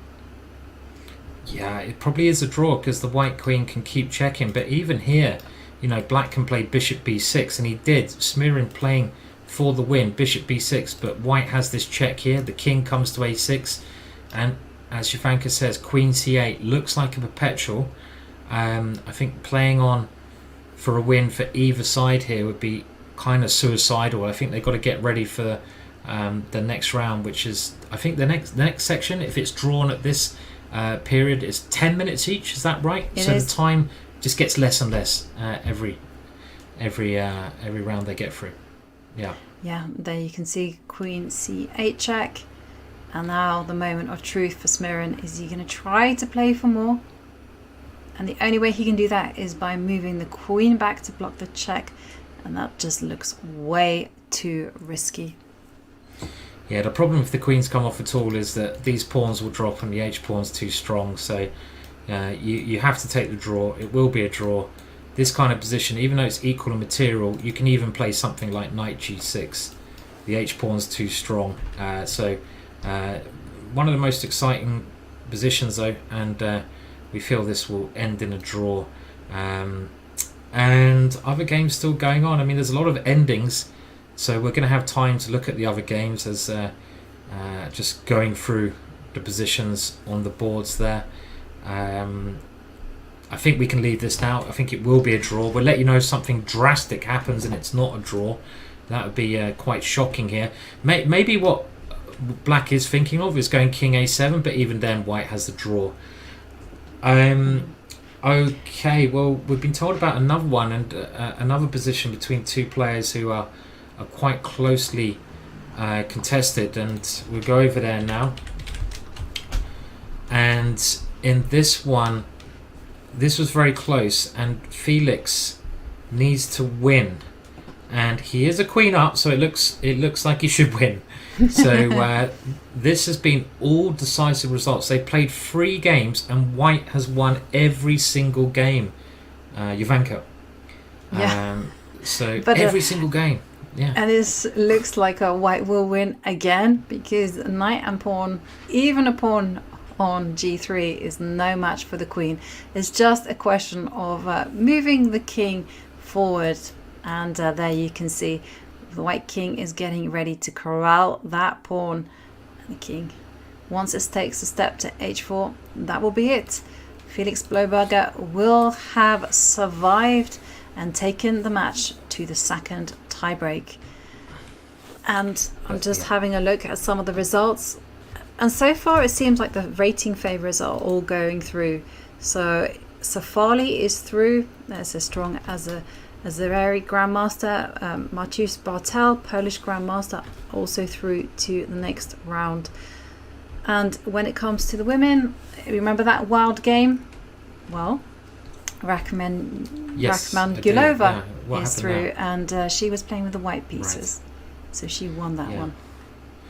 Okay, so if you do remember that French defence where Victoria played very bravely and sacrificed to open up White's king, Natalia defended very calmly in a very scary situation, and that could have gone either way, but it went. I mean, that was a really exciting game, one of the best ones that are around, but well done to Natalia for going through there, and unlucky to Victoria.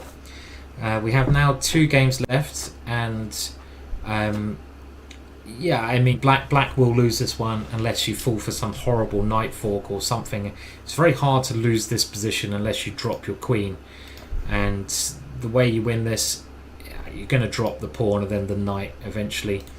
At some point you will come and force the knight to move, and then when the knight moves you take the pawn, and then you come and surround the knight with your queen and king, and you just got to watch out for any checks.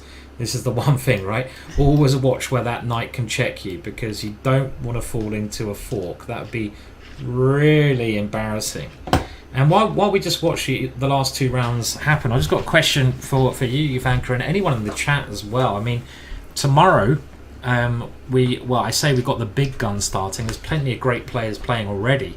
But tomorrow we do have the higher rated players coming in with their walk of power. They're going to be Magnus storming in, Hikaru. We've mentioned these 2 players already, but who's everyone most excited about seeing playing this competition? And also, who do you think is going to win it? The obvious answer is obviously someone like Hikaru or Magnus Carlsen, but I'll tell you who I'm most excited about. I'm most excited about seeing, I think, the only English player, our friend David Howe. I'd love to see him do so well. And Ivanka, there's 3 places in the men's competition, the Open, where you can get a candidate spot, and he's 2 times been 1 game away in 2 different tournaments, right? And can it be the 3rd time lucky? And that is such an amazing prize.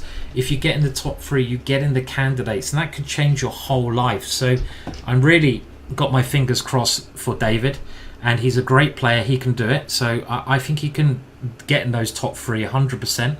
I'm also excited to see, who do I think will win it? I think it could be an outsider like Gukesh. I'm gonna throw in Gukesh in the mix. And what about you, Ivanka? I mean, any thoughts about these players entering tomorrow? Yeah, so I'm super excited to see obviously David. I can't not support my co-commentator and also really good friend. I think he's going to do really well. He could be a dark horse. I agree with you. For me, it's the kids. I'm really, really excited to see how Gukesh is going to do. I suspect that Nordibek Abdusatorov will do very, very well in this system. And of course, I do believe that we're perhaps going to see a Magnus Carlsen Hikaru showdown in the end. But they're not going to have there's going to be some adventure along the way, is what I want to say. Yeah, and also we've got Bibi Sara, haven't we, in the women's section, Ivanka? Remember we commentated on her amazing play. I think it's going to be really interesting to see how she gets on in the women's section. But there's so many great players just coming in tomorrow, and it'll be fascinating to watch. It just gets better every day, and this goes on for pretty much a month, the World Cup. So we've got so much to look forward to, right? Many great games of chess. I agree. And talking about the women's section, I am also super excited to see how Ju Wenjun does, because she's the current women's world champion. She just came off a super long, tough match against Lei Ting-Jie. Will she be tired, or will she just show her class once more? And meanwhile, in this game, we see it's a battle between Luis Supi from Brazil, streamer, and also fantastic online player, against Adam Forzi. And Supi won the first tiebreak encounter, so Forzi is in a must-win situation. 10 seconds.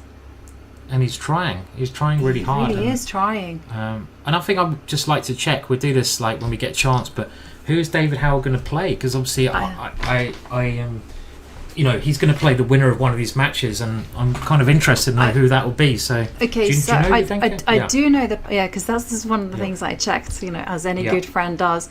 So he was going to play the winner of Matamoros and right. Birkic.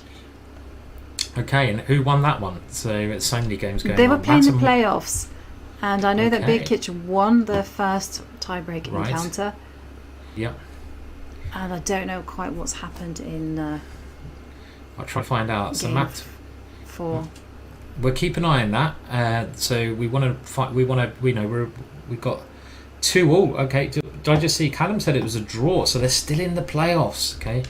Wow. Oh, still in. So Matamoros won, and so Matamoros is one of the Ecuadorian great grandmasters with a very nice positional, natural style of play. He's also a fantastic trainer. Yeah. Okay. Well, we'll keep an eye on the tie breaks there, because it'd be nice to see who David will be playing, more from like a bit of a selfish point of view. But going back to this game, and this is one of the last games, if not the last game, in this section going on. White needs to win, and White has picked up a pawn now. It's an extra pawn, but queen endings are very, very tough, because the more you push your pawns forwards, generally the weaker you leave your king, and black is now threatening a checkmate. Queen takes a2, so White's got to do something to defend that, and also the black queen is at some point maybe coming in. You've got to watch out for checks yourself. It's a tense situation. Maybe White can move the king in, but ooh. Winning chances though, yeah? Some winning chances of White in this position. And I'm also thinking about the king and pawn endings. Are they completely losing for black? No idea at all. Absolutely no idea. I don't know. And the king is coming in, because black could have gone for a king and pawn ending, but then I think the white king's just too active if the queens come off there. And it looks like black, maybe black's best strategy, Ivanka, is to kind of wait here, because as soon as this pawn comes forwards, there is going to be a big check around the back there. Just gonna shut my window, back in a sec. 14 seconds, and Adam has to think about what he wants to do. Push the a pawn 1 square forward, or perhaps improve the placing of the queen. Although, to be honest, it looks as though Oh, Simon! Something terrible has happened. You left, and a big blunder happened. So, wow. Adam Forsey losing against Soupy. He just blundered by pushing the b pawn 1 square too far, and that's it. It will be checkmate, and Forsey gets knocked out of the competition. Look at that, what a move. Queen e1, and of course when I try to shut my window I knocked over my tea everywhere, typical, but hey ho. And I could have waited 10 seconds and done it then. But what a second round, Ivanka. That was really exciting, and there's still tie breaks going on, so don't go anywhere. The time limit's going to get shorter, right, and more exciting. Absolutely. We are going to see the second set of tie breaks where time gets slashed. 10 minutes and 10 seconds. Still a lot of matches going on. Who will go on to the next round? Well, you're going to have to tune in a few minutes and find out after the break.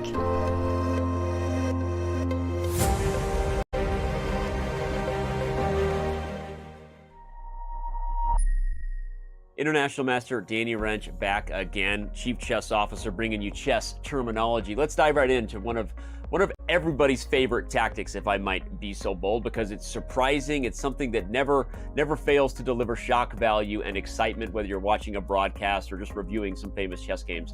And that is the process of an under promotion. When you move a pawn to the other side of the board, almost always you're looking to get a queen. But the rare times where it's better to get something else, or perhaps even required in order to maybe not stalemate your opponent or keep your winning chances alive, are some of the most fascinating, exciting moments in chess. So with that, let's dive into what under promotion is and show you some of my favorite examples. Under promotion, as we said, is the process of promoting a pawn, but not to the most obvious or most powerful type of piece, which is usually the queen. In this famous example between Nakamura and Vladimir Kramnik, the fact that Hikaru was winning is only because he under-promotes on c8 to a knight. That move comes with check on the black king, so that on the next turn, white can capture the e2 pawn. It should be noted that if Hikaru had queened, black would actually go on to win, because now black queens with check, and ultimately Kramnik would have been able to not just save, but actually win this game. An under-promotion tactic provided to me by our own Sam Copeland, Vice President of Content. One of his favorite examples is the move d7, and after bishop to e8, the only way to win the game is to under-promote to a bishop. Under-promoting to a bishop doesn't happen that often. In this particular study, it was designed to be so. The point is that if the bishop moves over to h5, we check and mate along the a4 e8 diagonal, and if the bishop moves anywhere else, white actually plays a subtle move, bishop f7 first, and there is no way to prevent checkmate on the next move. Shout out to everybody watching this video. Thank you for tuning in and enjoying our breakdown of under promotion, and we'll see you on chess.com.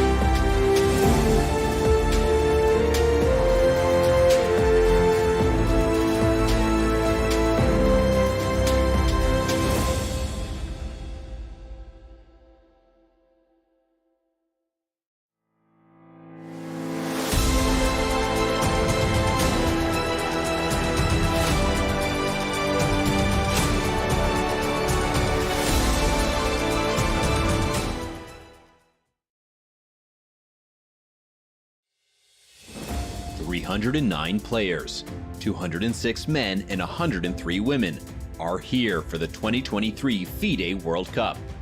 It's the premier knockout tournament in over-the-board chess. All of these players have one goal: to become a candidate for the World Championship. Only 3 players in each tournament will earn this distinction. The winners will also earn a combined 160 grand in US dollars. Not bad. Both of the reigning World Cup winners are back to try and repeat as champion, a feat no one has ever achieved in this grueling tournament. They are Jan Krzysztof Duda and Alexandra Kosteniuk, the victors in 2021. Alexandra Kosteniuk crushing everybody. She is your deserved champion. And Jan Krzysztof Duda wins the 2021 FIDE World Cup. What a performance. The top seeds in 2023 are Magnus Carlsen and Zhu Wenjun. Neither of them have won a World Cup before. Yes, even Magnus has yet to make it past the semis. It's that tough of a tournament. Still, Carlsen is the favorite in pretty much any tournament he plays. But don't sleep on the rest of this field. Hikaru Nakamura, Fabiano Caruana, Jan Nepomniachtchi. They are all here to try and win their first World Cup. For its part, the women's field boasts 5 world champions. In addition to Zhu Wenjun and Kosteniuk, that list includes Tan Zhongyi, Maria Muzichuk, and Anna Ushenina. Will one of them take the next step in a return to the throne? In a knockout like this, it is truly anyone's game. Who will come out on top? Who else will qualify for the candidates? What upsets are in store? This is the 2023 FIDE World Cup.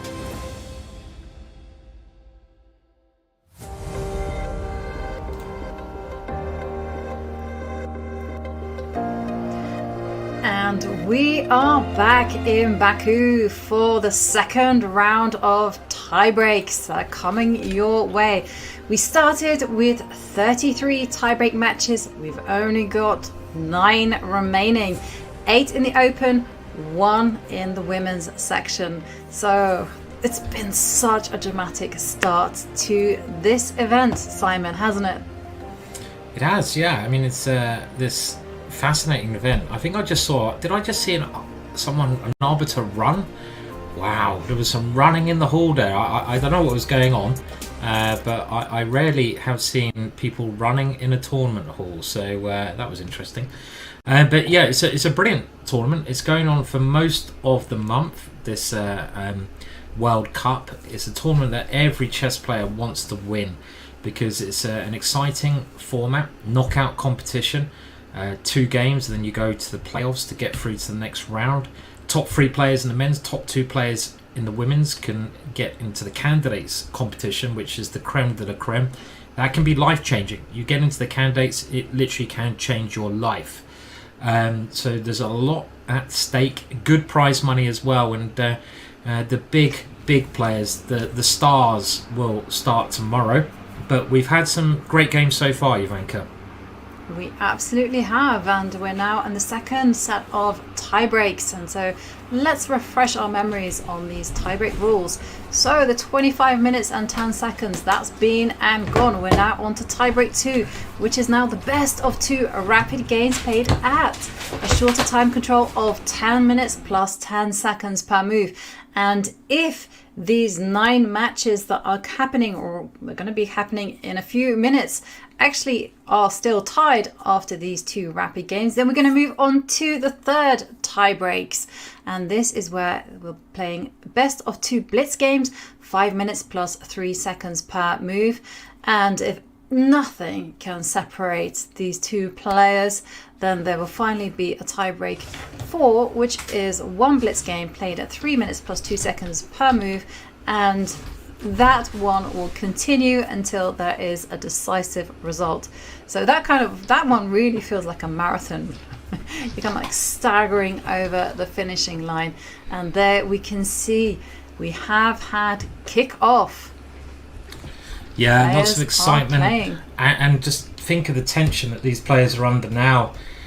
They've gone all the way here. They must be shattered, and it's getting quicker and quicker, the time limit. So we're just waiting to see if we can get the games up now, and they are live, and I have to say, a match that I'd like to look at, and one that we haven't looked at yet, is the potential opponent of David Howe.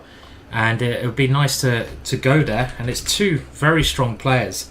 And you mentioned them before, Jovanka, and I'm just going to try to find them if you've got anything more to say about them. Very strong grandmasters, right? Yes, I have to admit, I don't know that much about Birkic, although I do remember you telling me yesterday that he's the tallest grandmaster around, or have I got that confused with someone else? It could be. But his opponent, Carlos Matamoros, he's such a well-known Ecuadorian grandmaster, you know, just like a living legend, so to speak, of the game. Very natural style. I certainly really admire the organic styles that a lot of the South American players have. And we go into this game right now, and to my eyes, is this a French defense or is this a Caro-Kann advanced? Well, let's have a look. I think it's that Caro variation, which is very popular. I'm sure you know about this. You're the Caro expert, Jovanka, and our friend Grandmaster Keith Arkle plays this way as black. E5, the testing move, Jovanka. And now the C5 move. So, being the expert, tell us a little bit more about the C5 move. Interesting, right? It is certainly interesting. The games are very complicated, very dynamic. I have to say, a lot of players don't like to enter these complications. So if you're just starting out, you are going to meet C3 a lot of the time. But this kind of falls into black's hands. But the most testing idea is actually to do what has happened in the game. Pawn takes pawn. And black should play e6. Knight c6 is interesting, but these ideas with f4 are kind of somewhat awkward for black. And after e6, c3, very, very traditional. It's been very trendy in recent years actually to go a3 and then go b4 and try to put a bishop on the long square diagonal. But okay, hasn't happened. And after knight c6, knight f3, black quickly takes off that pawn, and after b4 drops the bishop back to b6, and the idea is to put pressure on this pawn by moving the bishop to c7, and so that's why b5 makes an appearance.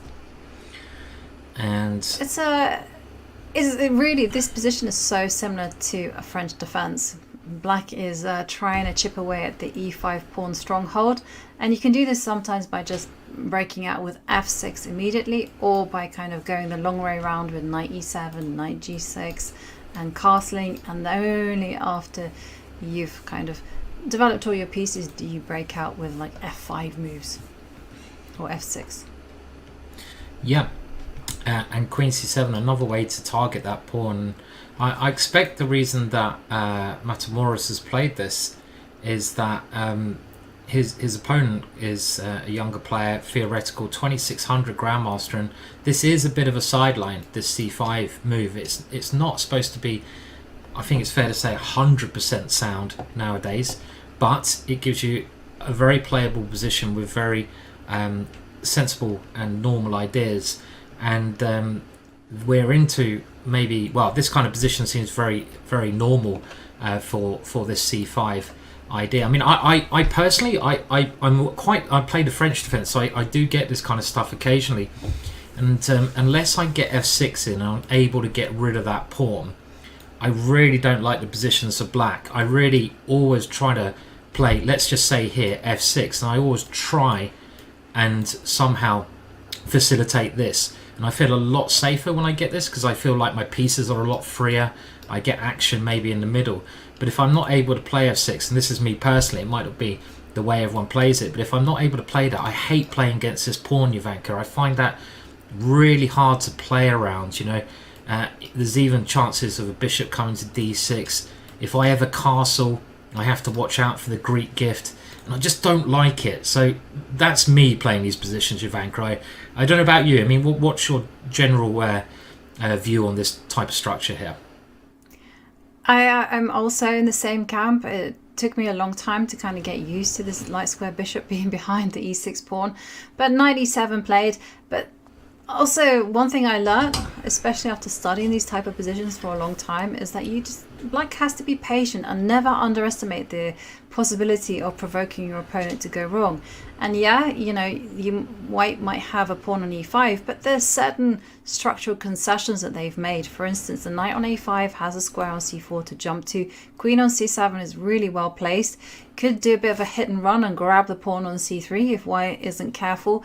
And let's not forget the bishop on b6 is great. And once you just kind of get used to the idea that your king might be in the center, bishop might be on d7, you can keep the position as flexible, as tense as possible.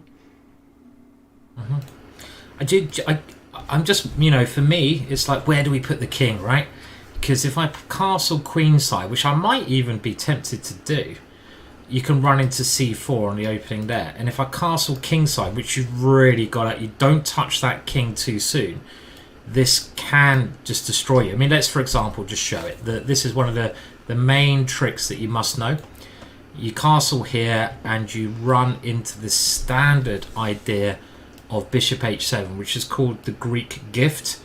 And this combination of the knight coming in and the queen coming in behind it will often just win the game immediately. There's no easy way to stop this kind of checkmate from occurring. So there is danger. If you can get your king safe, I feel that, yeah, black's got all the positives. So dynamic structure here. And if I was black, I might just play bishop d7 with the idea maybe of getting the king over there. Also looks risky, but I like having a safe king, Ivanka. That's me. I don't like having a weak king. So. And h6 played in order to perhaps castle kingside. I'm in your camp as well. I like having a safe king, but sometimes you just have to accept when your opponent plays aggressive chess that you're not going to get a safe king. You're just going to have to get those active pieces instead. I was also thinking bishop d7 was a possibility. And I was kind of more headed towards the knight g6 ideas. And I guess Matamoros didn't like that because of rook e1. Yeah. Building up nicely this one. So the winner of this match will go through to play David Howe, who has qualified. I mean, it's going to be a very tough game for David Howe against either of these players. He's either going to get the very experienced Matamoros, who is the low rated player, or he's going to get the younger and attacking player, Birkik. So we'll wait and see. Bishop a3 on the board. That looks like a tremendous square for the bishop on d6. At the moment, I'd be feeling that I definitely like white's position, but black might be able to unravel here. So let's see a bit later on if black does unravel. And so on to another game, and another game that is in the playoff stages, and a match we've looked at quite a lot, and the games there have been very interested is Santiago with the white pieces against Smirin. And let's see, we've been told there's an interesting position there, but I'm just seeing, hopefully I can get the moves up in that game, which has been very closely contested so far, but I'm not sure we've got any moves there. So let's go on to another one. Give me 1 second, I'll see if I can work on that quickly. Ivanka, do you have a suggestion of another match maybe we could? Yeah, let's move to another one, and I will have a look for you. And so let's have a look at the games between Blauberger against Master Vasilis. Now, these two have had a really exciting roller coaster of a ride so far, because whoever plays with the white pieces seems to automatically win. Which game, did you say? This is Blauberger against Master Vasilis. And I remember Blauberger had really interesting opening preparation. Yesterday we saw him bravely put his king out to e2 and then follow it out to f3. And it seems like his opening choices with the white pieces have been a great success.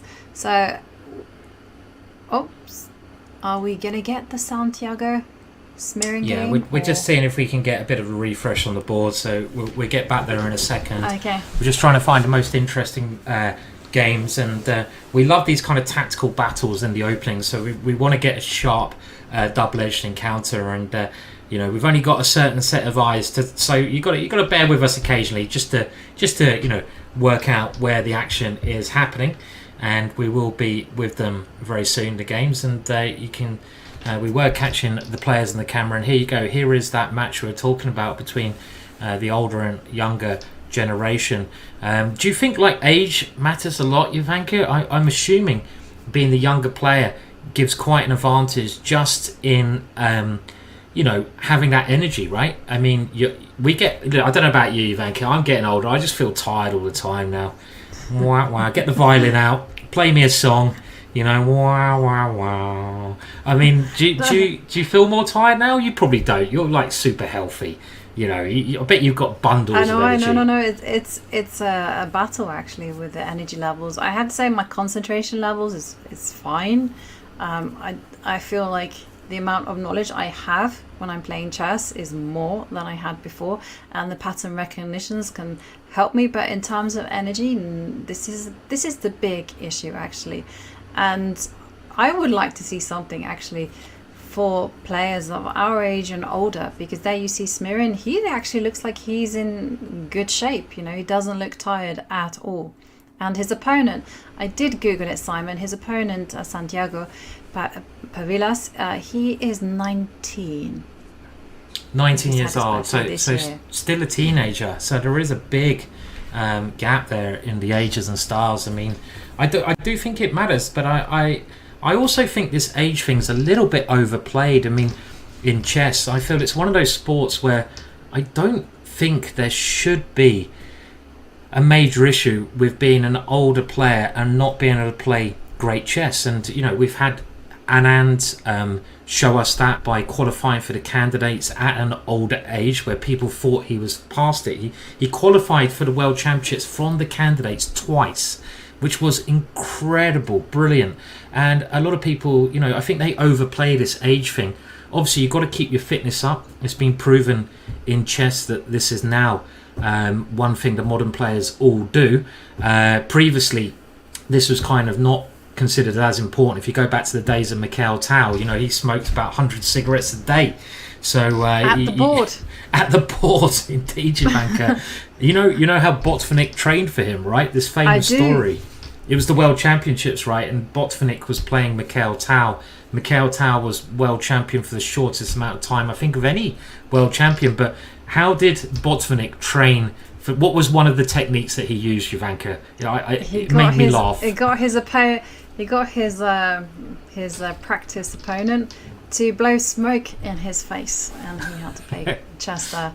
I also felt a bit sorry when I found out about how Mark Taimanov trained when he was going to be facing Bobby Fischer, because ironically enough, he was talking about he was quite old as well, and he had got a second set of wind in his sails. And basically, he trained by playing chess against 3 very strong grandmasters. They were allowed to use all the reference books. They were allowed to consult with each other. And anyhow, so he scored like 1.5 points to 2.5 against them. And so he was like, okay, I'm in good shape. He ended up losing 6-0 to Bobby Fischer. Yeah, it's funny how these techniques in the old days they've changed.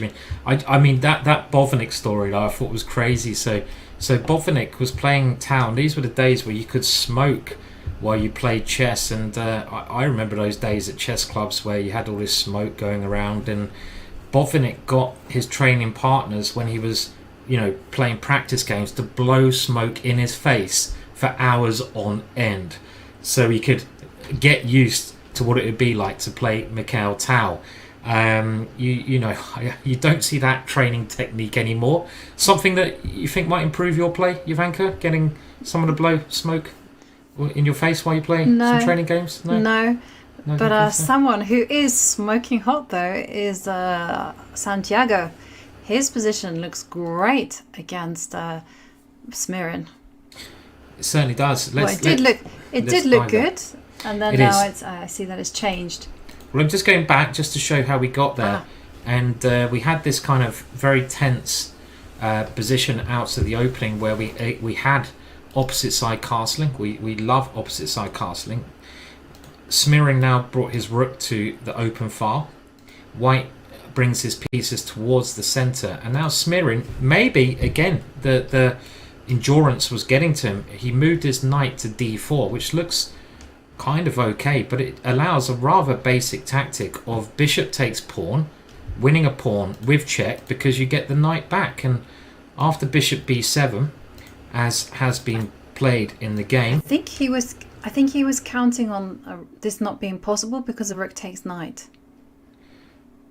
Right, let's go there. So in this position, yeah, maybe Smirin's tactical point was that he thought he can now play rook takes knight, and if the knight captures, you just win the rook. But because his king's been drawn out into the open, there's this intermezzo move with the white queen giving a check on one of these two squares, but at the same time guarding the rook, so you can win that one there with a winning position. And I would like to see, I don't know if we can get them on camera, but I wonder if he must have really dropped his facial, his confidence there. We have some more moves on the board, and this is the state of play. And it looks to me like white is just a pawn up at the moment. It's 2 games again. Let's remind everyone that. The time limit is quicker, 10 minutes each, so you can bounce back. But a very strong start from white in this game so far. Definitely a strong start. I also have to mention here the kings are on opposite sides of the board. The clocks are under 5 minutes at the moment, so anything can still happen. And there we see Smirin intercepting that check with his queen. Shall we? There we can see the camera through the magic of technology. We can have a look at some of the players. Shall we move on to other games? Like one game that I'm kind of curious about how it's developing is the battle between Kozul and Sanal. Because again, we're talking about age and against youth. And Kozul, one of the most experienced players here in the World Cup. You know, he's been Croatian #1 for many years before losing that one to Ivan Saric. Yep, and Kozul with the white pieces here, and we've seen, if you were watching our commentary yesterday, you might recall that amazing game where it looked to me like Sanal was gonna just go through to the next round, but he needed a draw, and he played like an absolute lunatic. He started sacrificing his pieces, he started going mental on the board when he needed a draw, and it looked like it might work out, but Kozul kept his cool and defended brilliantly. I mean, I think that just shows how experienced Kozul is and just what a fighter he is. And they've now come all the way to this position, and he's won twice on demand, and this is a point that Callum is making in the chat. Twice Kozul has fought back when he's needed to. The position on the board, Kozul with the white pieces, to my eyes, it just looks very good for white, and I'm saying that for a couple of reasons. Number one, the pawn on d5 is a major weakness, and we can aim to attack it. The pawn on a4, a major weakness, and in the long run, the c pawn, a great strength. So it looks very good for Kozul at the moment, right?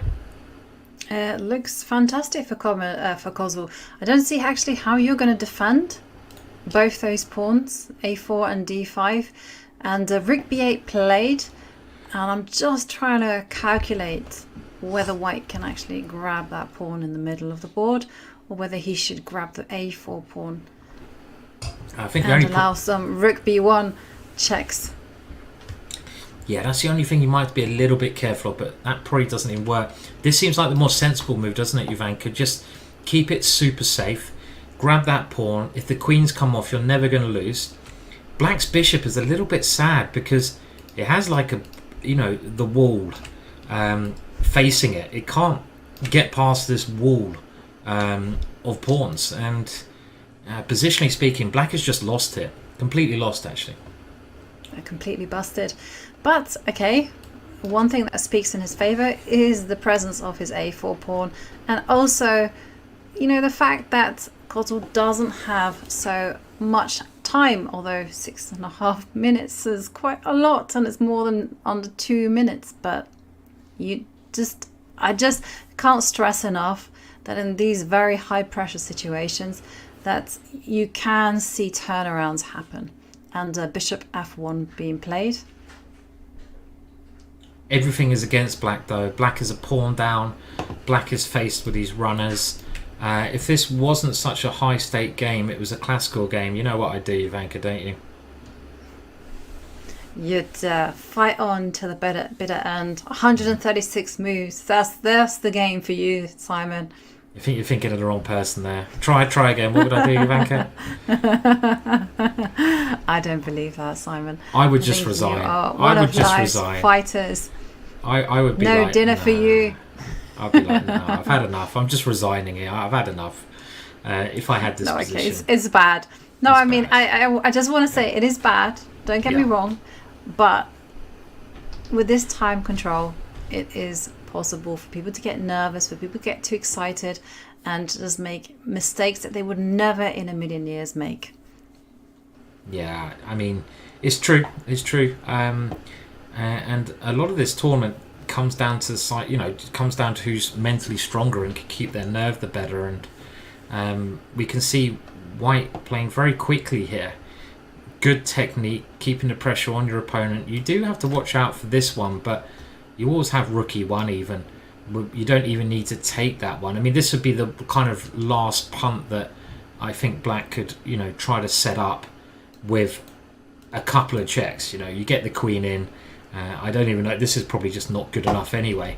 But a safer way for white to play is just to even stop the queen coming in and put the rook there.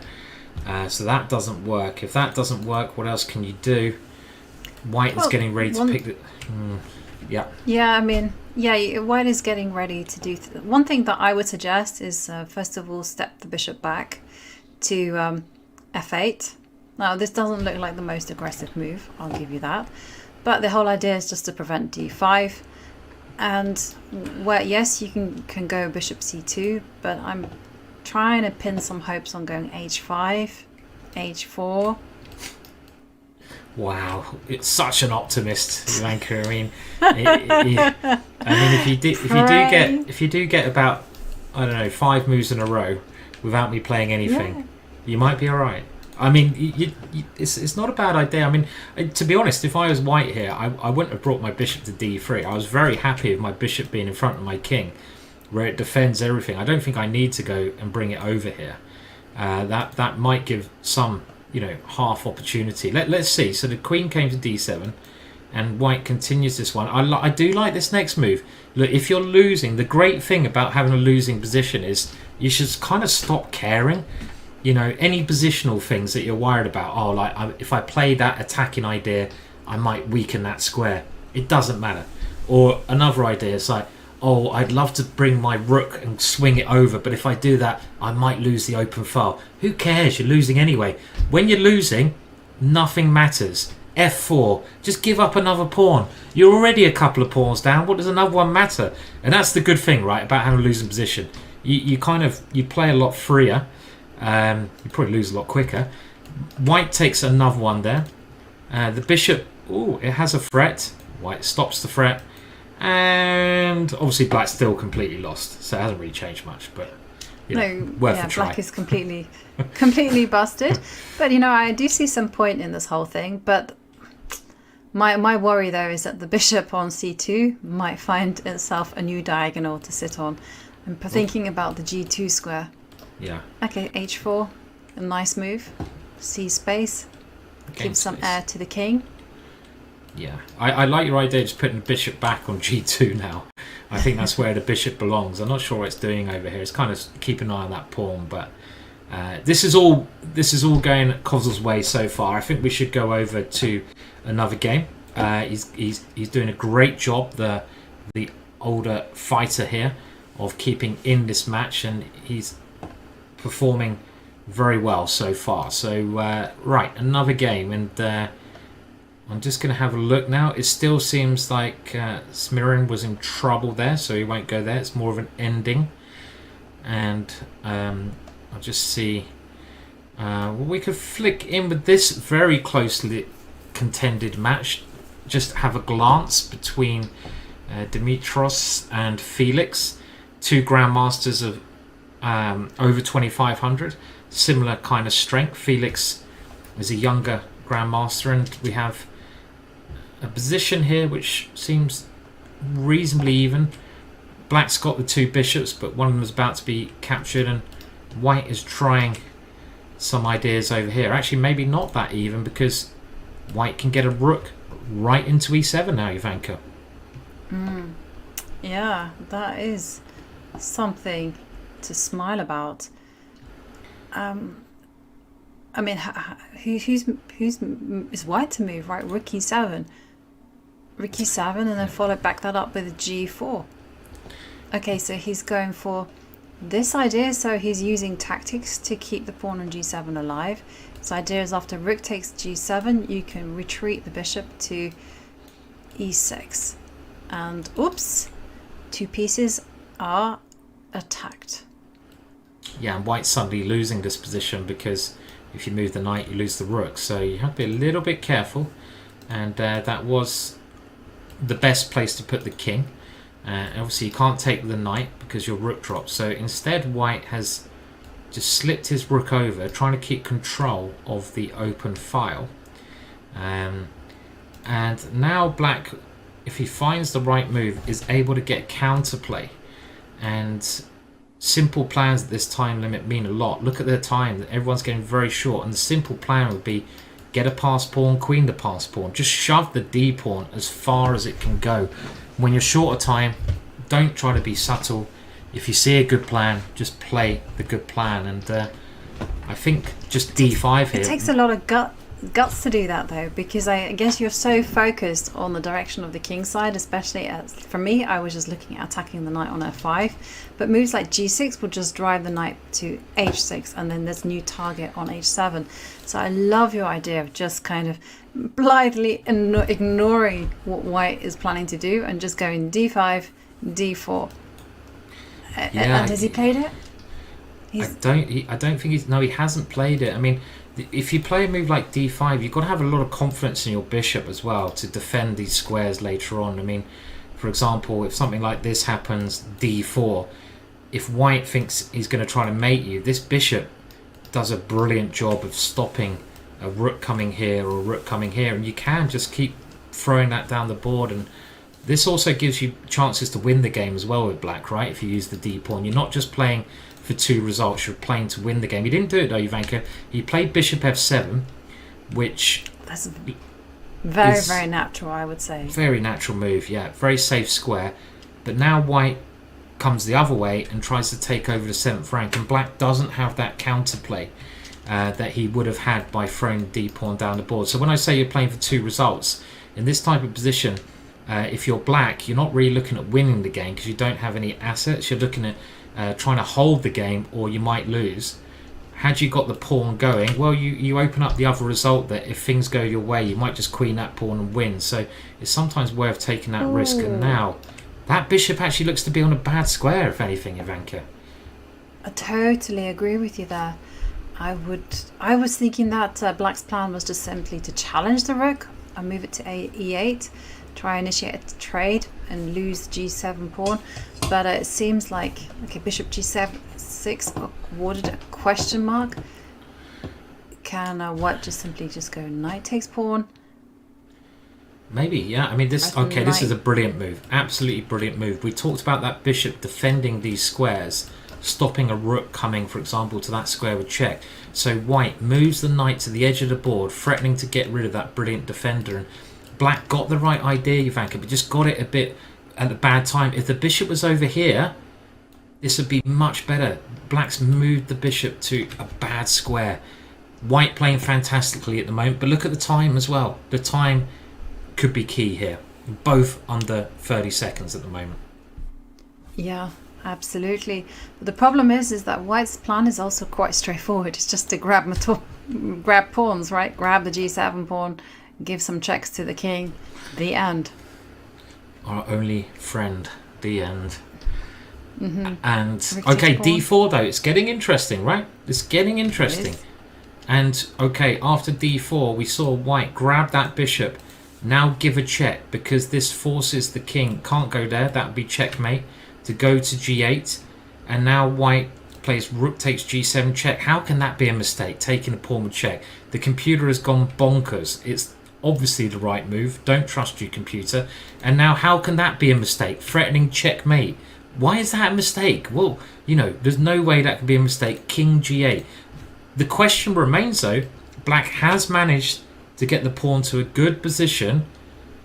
Is there any way white can win this, or does black have enough time to create this counterplay? White's obviously got a draw. Let's see. How do you win this as white? I can't see anything that clear. Well, one thing that you can do is it's not daft to actually go after the g6 pawn, because there is like a nice maneuver where you check the king. If you can just visualize this, kind of run with me. If you can manage to go rook h8 check and swap off rooks and then get your rook to d7, that's often a nice drawing way of catching the pawn on d4. Alternatively, you can also use your king. Do you mean go rook h8 here? Yeah, exactly. Rook h. This is what I wanted to do. Rook h8 here. Yeah, that seems like a great move, Jovanka. Actually, you know, you're using a little tactic. Rook d7, not so. Okay, you are threatening rook here, checkmate. Jovanka was thinking that you actually force the exchange of rooks by going check. You lose your rook, but you win this rook, but you get behind the pawn, and this should be a winning ending. White found another way of doing it with rook d7. The rooks have come off. The same idea. Maybe the black king is in a slightly better place here. And funnily enough, this gives, according to the computer, black some winning chances, because he can get his rook now to c4. But he's got some drawing chances, should I say, to get. He's only got 10 seconds left to find this idea, though. Okay, yeah, he's going to find it. Rook c6, king moves to f1, bring the king to the action, and I guess the key move is just to go rook c4 and not to get tempted by going rook c2 or anything. It is all about holding, and there we see rook check and then rook c2. Yes, it's obviously white who's trying to win this game, being a pawn up, but black, you know, rook endings very often draw. I feel has good drawing chances. He gave another check there. I don't know if he needed to do that, because the white king was in a bad position. It might have been time for black to start taking pawns. And the issue now is white is just threatening to win this one and then win this one, and that would be game over. Can black hold it together? Just looking at the computer, this is black's saving attempt. It's just remarkable.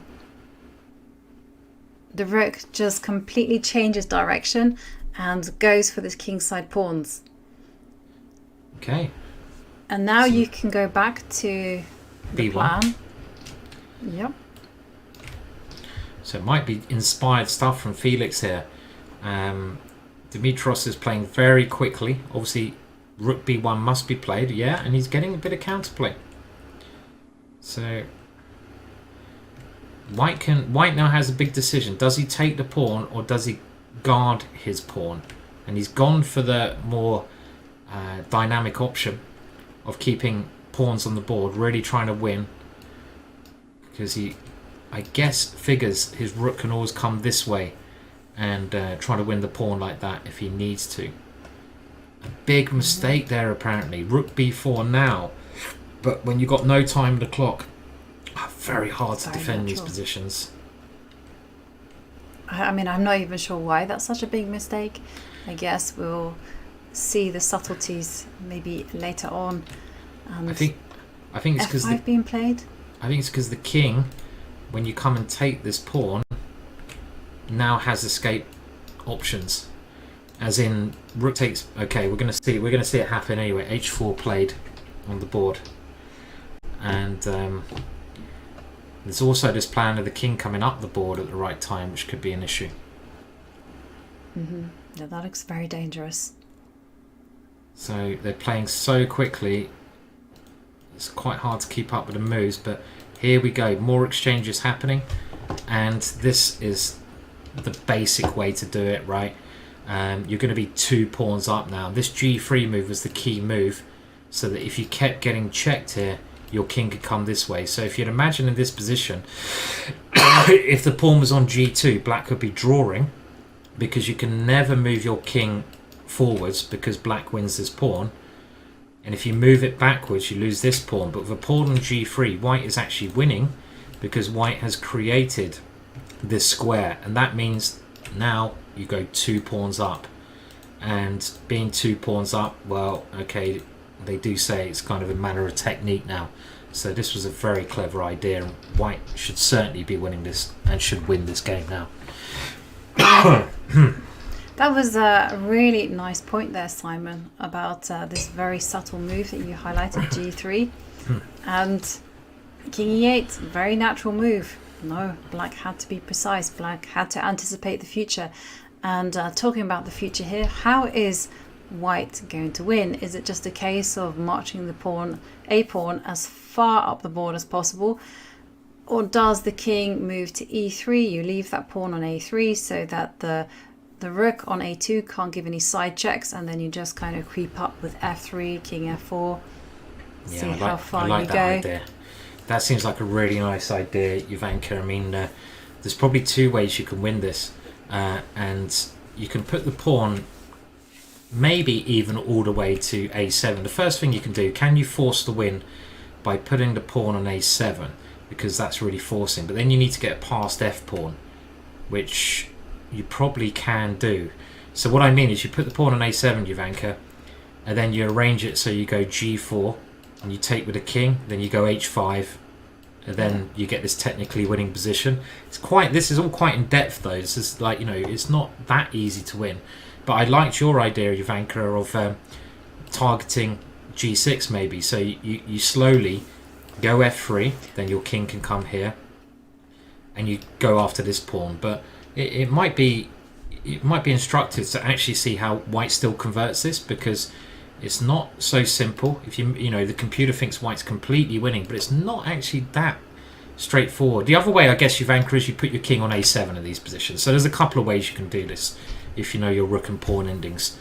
You don't push the pawn to a7, you leave that square for your king. That's also another common idea. So your king comes over, let's say to b3, and then the rook will try to be as annoying as possible.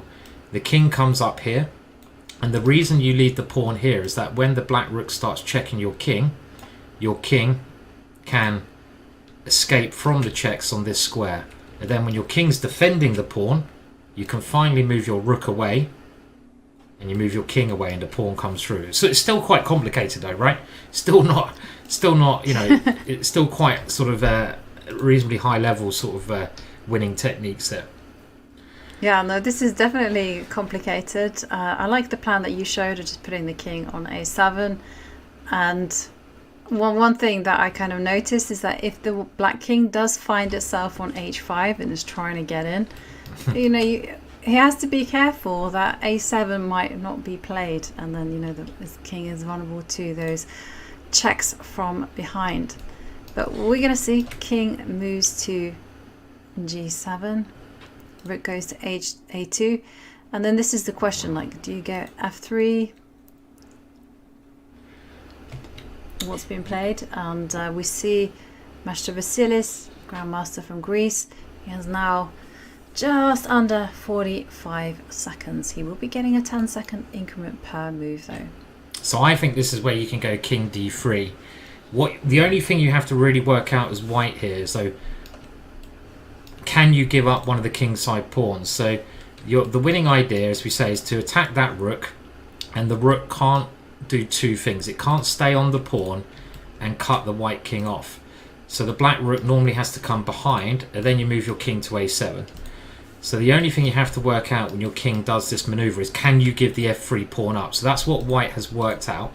So he's brought his king over, and he's now calculating what happens if I gambit a pawn, but I now improve the placement of my rook, because I'm not tied down to this defense, because as soon as I move this rook, you can't take my pawn. So this, oh, hang on a minute, Oh no, I thought there's a rook c3 there. It's been a long day.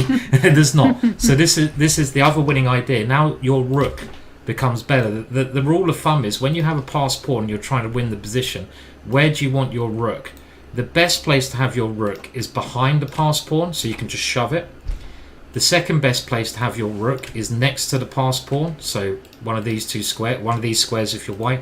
The worst place to have your rook is in front of the pawn, so white is now maneuvering his rook most likely to a better square here in this position. So for example, this one. I mean, still some chances if black can. I think in the chat, Lawrence Cooper was maybe suggesting black can now have a go for this pawn, and he probably should do. Probably should go for this one, but it looks a bit slow. I think he has to do that. So rook b3 check. King is going to. Whatever you do, don't go king c5. That's the only thing I'm going to say. Yeah, that actually is a bit of a blunder. But I think you can actually, talking about those principles we mentioned, where do you want your white rook? Ideally on these squares, and I think you can force that now by going king a4, which looks ridiculous. But the point is, with rook c3, you get your rook behind the passed pawn. And this is the ideal place for it. For example, now you just win. You know, this is where you want your rook always. So let's have a look. What did he play? And I think he did play that. These guys, they know their technique. He went rook a4, and now he went... Okay, he moved his rook to c6. Surprising. King h6, and he went king a5. Okay. I don't think he'd do it like this. Probably winning as well, yeah? No, but it's a great idea, because the whole plan is basically that the king on h6 is going to be saddled to defend the g6 pawn. And there we see rook takes the pawn, and now I'm expecting your idea to be on the board, rook c4. Yeah. And that's it. Bridge has been created, and this means that Demetrius Vasilis, well, he has won the first game in the second tiebreak. And we've finished the first game. And Simon, you were showing the moves. But there we can see the players in Baku. They're getting ready for the second game of the second tiebreak. It's gonna be so much fun. It's gonna be tense. It's gonna be nervous as players once again fight to remain in this competition. Who will prevail? Who will get sent packing? Well, we'll find out after the break.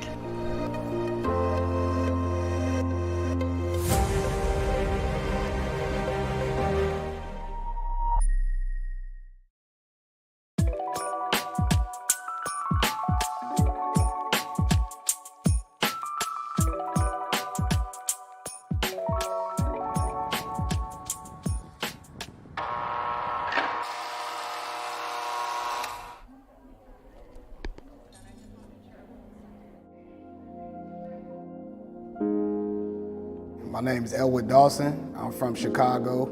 I'm Sika Blackman. My name is Roberto Beza, Jr. And what I want to share is I love tacos. Tacos and chess.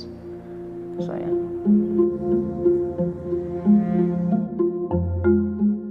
With the chess program, really, even chess in general, like on the deck, you kind of lose yourself. You don't really think about your case. You learn to think differently. You know, you strategize more. I sometimes come out 7:30 in the morning. I'll probably play until lockup, you know, so it makes my day go by faster.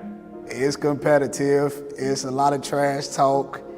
It's crazy, you know. Like the chess players, we got our own little circle, you know, and all of us play each other. We talk trash about who be who garbage. Yeah, I never play that dude again. He garbage. I never play him. But yeah, it's real competitive.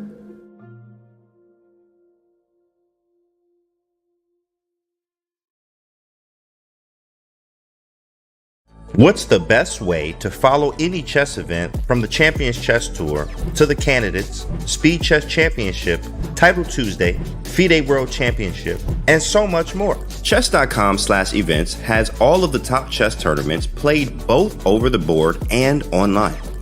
Analyze and review games from the world's greatest players with live commentary, Cloud Analysis, Opening Explorer, and Table Bases.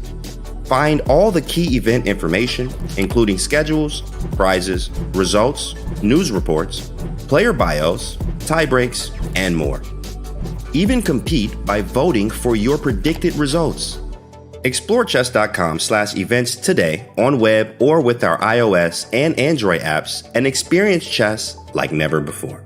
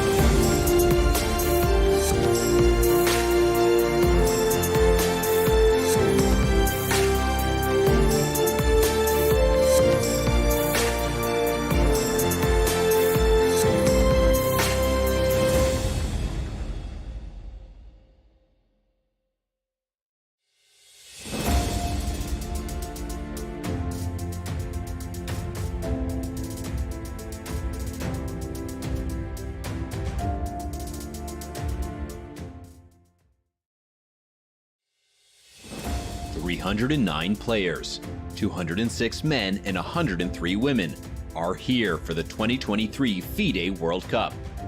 It's the premier knockout tournament in over-the-board chess. All of these players have one goal: to become a candidate for the World Championship. Only 3 players in each tournament will earn this distinction. The winners will also earn a combined 160 grand in US dollars. Not bad. Both of the reigning World Cup winners are back to try and repeat as champion, a feat no one has ever achieved in this grueling tournament. They are Jan Krzysztof Duda and Alexandra Kosteniuk. the victors in 2021. Alexandra Kosteniuk crushing everybody. She is your deserved champion. And Jan Kristoff did wins the 2021 FIDE World Cup. What a performance. The top seeds in 2023 are Magnus Carlsen and Zhu Wenjun. Neither of them have won a World Cup before. Yes, even Magnus has yet to make it past the semis. It's that tough of a tournament. Still, Carlsen is the favorite in pretty much any tournament he plays. But don't sleep on the rest of this field. Hikaru Nakamura, Fabiano Caruana, Jan Nepomniachtchi. They are all here to try and win their first World Cup. For its part, the women's field boasts 5 world champions. In addition to Zhu Wenjun and Kosteniuk, that list includes Tan Zhongyi, Maria Muzichuk, and Anna Ushenina. Will one of them take the next step in a return to the throne? In a knockout like this, it is truly anyone's game. Who will come out on top? Who else will qualify for the candidates? What upsets are in store? This is the 2023 FIDE World Cup.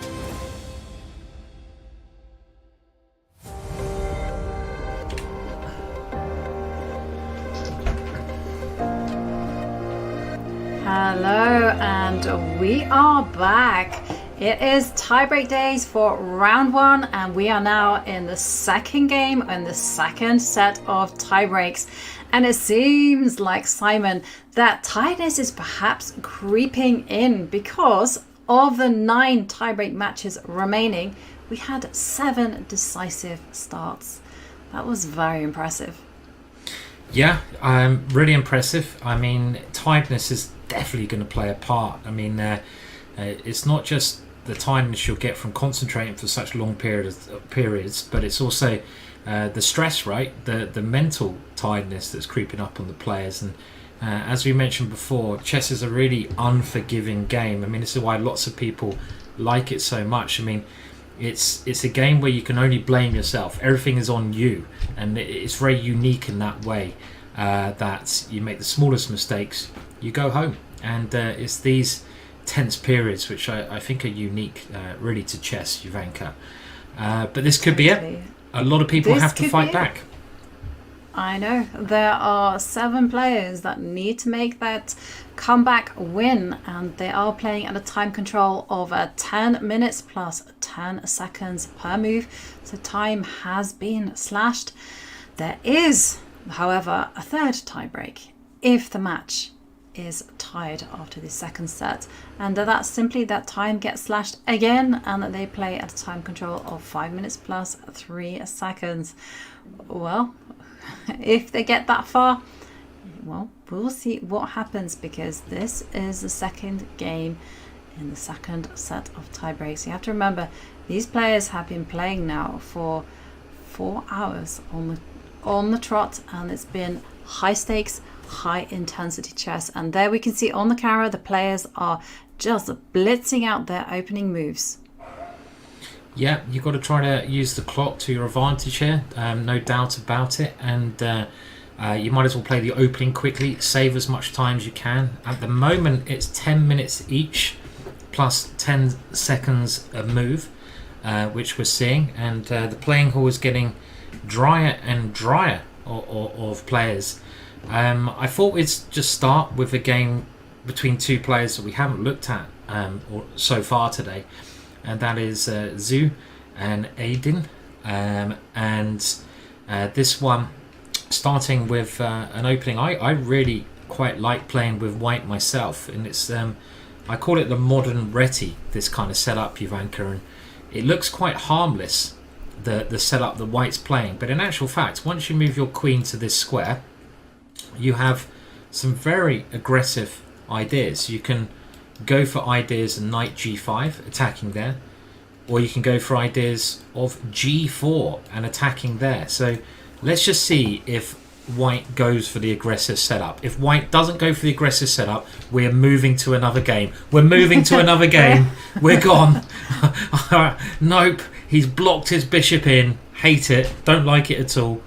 I mean, my point is, in this position, there are a number of ways you can play, but Queen C2 is the most fun way, but there's a lot at stake. It might not be everyone's style, and the point being, after something like this, Well, bishop e... I mean, the club player's guide is h4 and knight g5. That's what I do. But maybe this is not for this level. I love the way the valuation bar tells me to go away. This is actually a recommended move I have in one of my chessball courses with g4, rook g1 and g4 to follow. It's a lot of fun. I studied this a lot with Richard Palliser. But this didn't happen, Jovanka. It did go pawn takes pawn and d4, and I'm like falling asleep in this one already. So do you want to stick with it or find another game? No, we'll find another game, but I just kind of want to mention that you happened to chance upon two players who actually drew their game in the first. I think they've drawn every game so far, haven't they? I think these two players, because they're playing such exciting chess, they've drawn every game so far. They're playing very precise chess. But you know, the thing is though, when you start playing and the clock gets, the time gets less and less, you don't really want to be taking risks, because one mistake and that's it. You're falling off the precipice. You are going home. There's no way out of this. So there we see White just going for safety first, but at the same time just nurturing a very small advantage. Can't go wrong with that. So let's go and check out some other game. So someone that I'm really keen to look at is Berkic against Matamoros. Now I say this because it was Matamoros with the black pieces, with that Caracan, that won the first game in their second tiebreaks. How is it looking for Matamoros? Well, let's go from the start. So this is one of those strange situations where black needs to win the game, and it's very difficult for a lot of players, I think, to adjust that style, because a lot of players, their repertoire is like try to win with white but be very solid with black. I don't know if that's the case here for the player of the black pieces, but he does pick a good decision in my eyes against the English. He plays bishop e7. You might be thinking, what is that? And after knight c3, he plays the Dutch. Good boy. And I like it. If you need to win, you throw in the Dutch. The only way of doing it.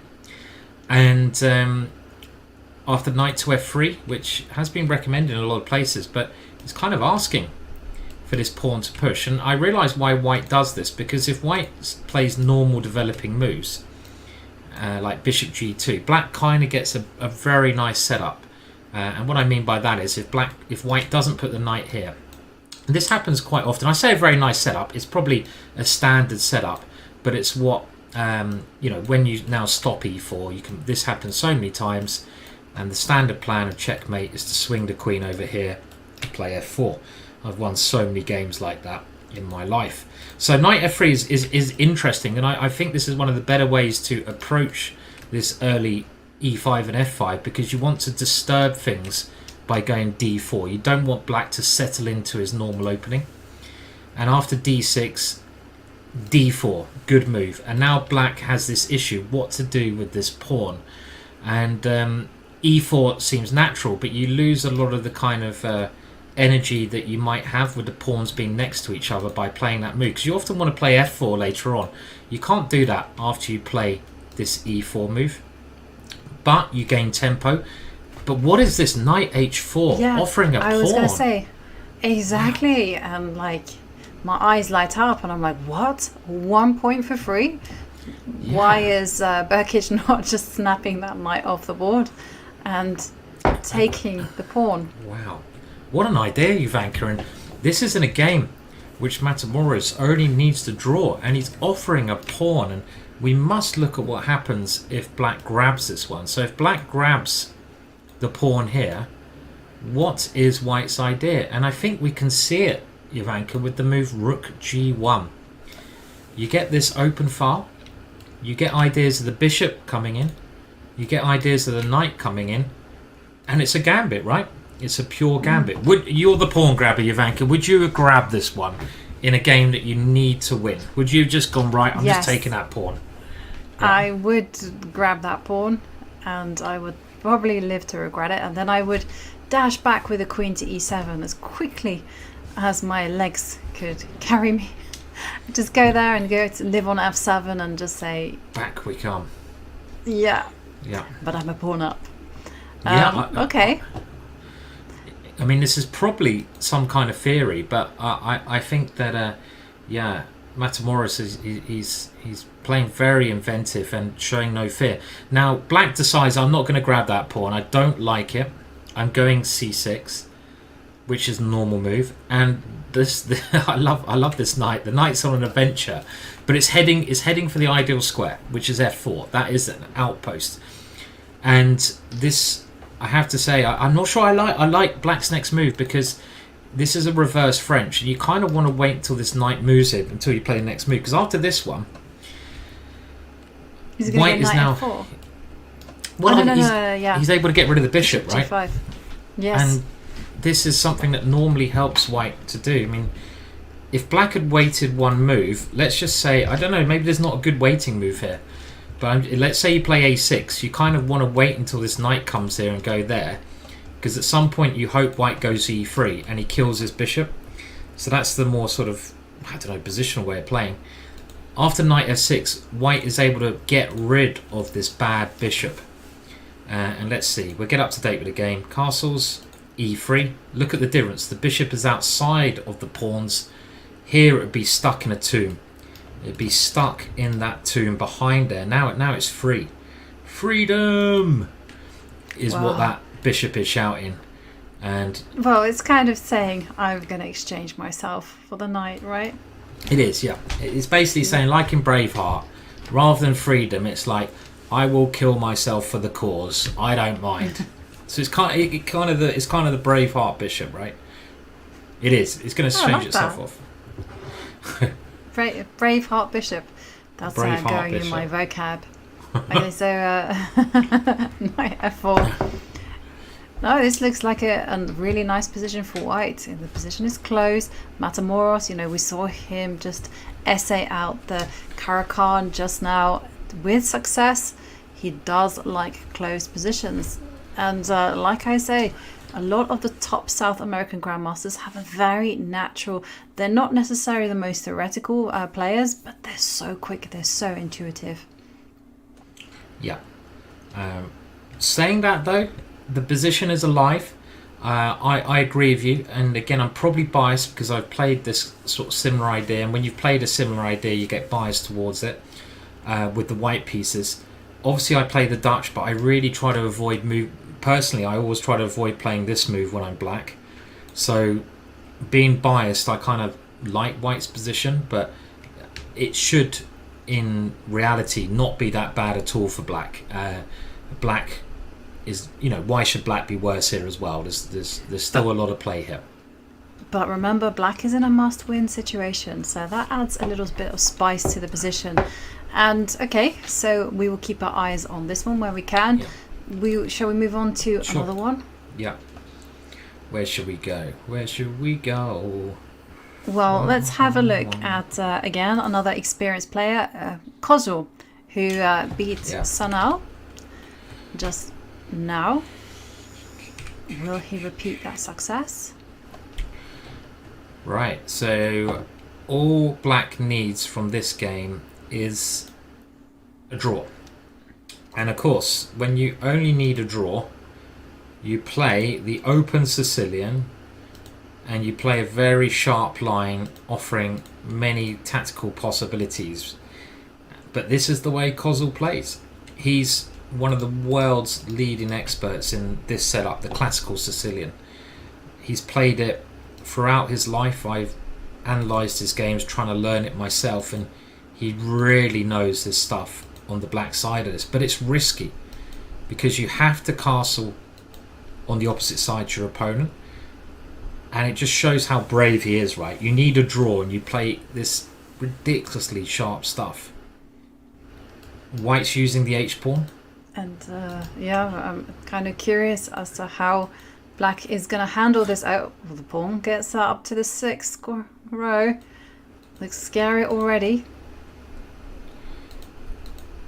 And we're annoyed the computer evaluation for the time being, but the computer really, well, I say we ignore it, then I was about to talk about it, so I'm not really ignoring it. I'll ignore it in a minute after I say the computer loves white's position, but we know the computer loves shoving Harry as far as he can up the board, right? I mean, the computers just love this H pawn push. It's amazing how much they suggest it. That's actually a really good point, because I remember when I was analysing loads of Caro-Kann positions in the main line, and it was really bizarre. You know, I'd get the black pawn up to a3, and the position and the computer would be like, "Oh my god, black is so much better." And then I was like, "But you know, look, the black king is in danger there on the king side." And I was like, "No, it's fine. Look at that pawn on a3," and you can see that is the same thing is happening here. White has got a great pawn on h6. Yeah. And I'll have to say, I'm going to agree with the computer. It looks good. You know, it does look good. Black's going to be worried about all the dark squares for a long, long time. Yeah, I mean, you're right. I mean, but it is also kind of bizarre how the computer loves getting the pawn to this square so much. It's like I've programmed the computer, you know. It's like I've said, if you get the pawn to h6, you're basically winning. Just trick the chess world and put like a +1 on the end of whatever evaluation it is, because it's a new finding in chess. This is something in the last 10 years which has really transformed some variations of chess, that because the computer loves this setup so much with ideas, you know, always hassling the black king, top players have started to do it. And this is exactly what White is doing here. White is harassing the black king by shoving that pawn there, always creating some threats.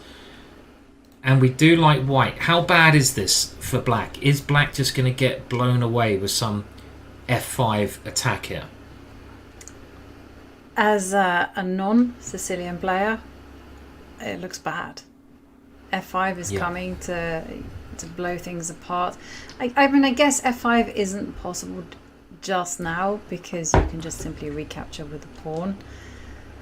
But I don't see what Black's plan is, you know, because usually in these open Sicilians, you know, Black has already got b5 in, there's some b4 happening, the Black queen is sniffing around on a5 and pieces are rocking around the White king. Here, nothing of that sort. It just seems to me that it is Black just simply withstanding White's attack, and that's not good news.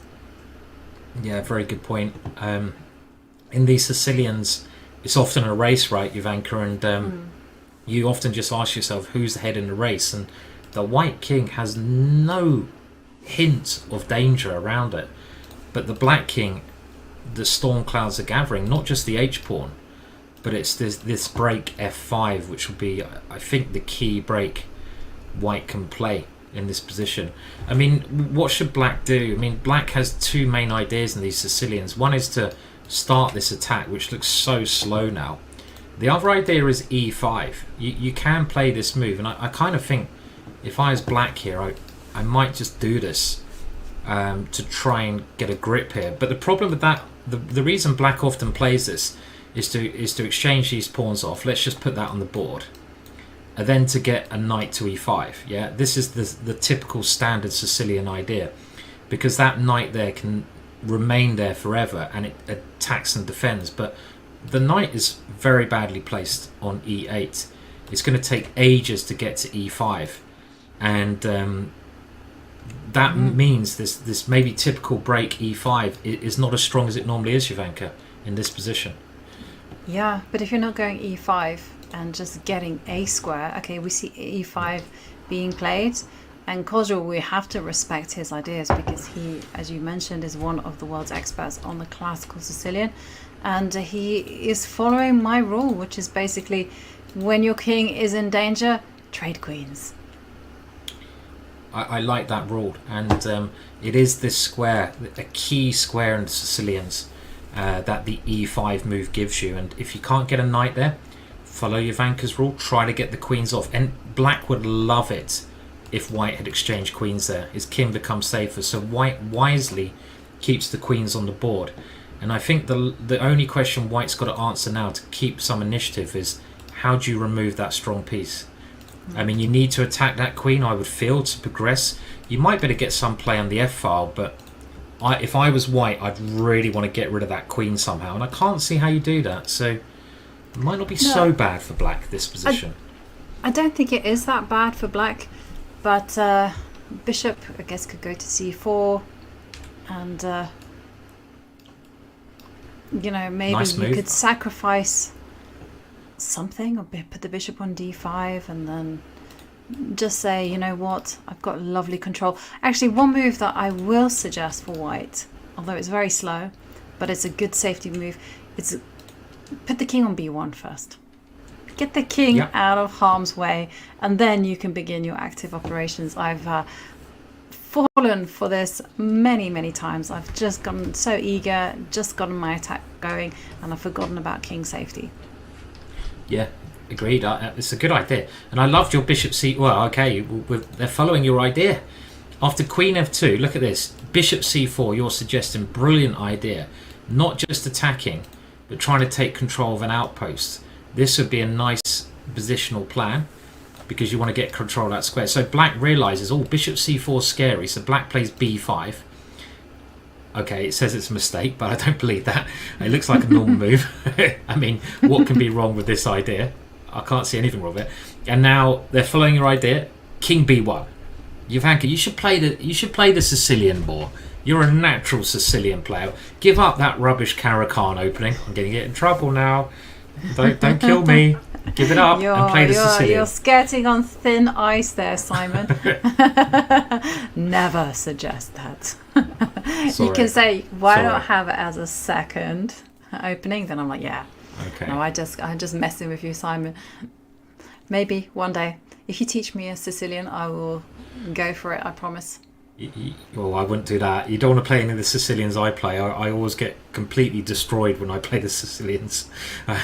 You don't like. I play the Dragadorf, which is, let's just say, risky is the right word. The dragon is risky in general, I think. Well, so, yeah. we can also say that Coswell's position is risky for him. He is skirting on the edge. White does have a big advantage there.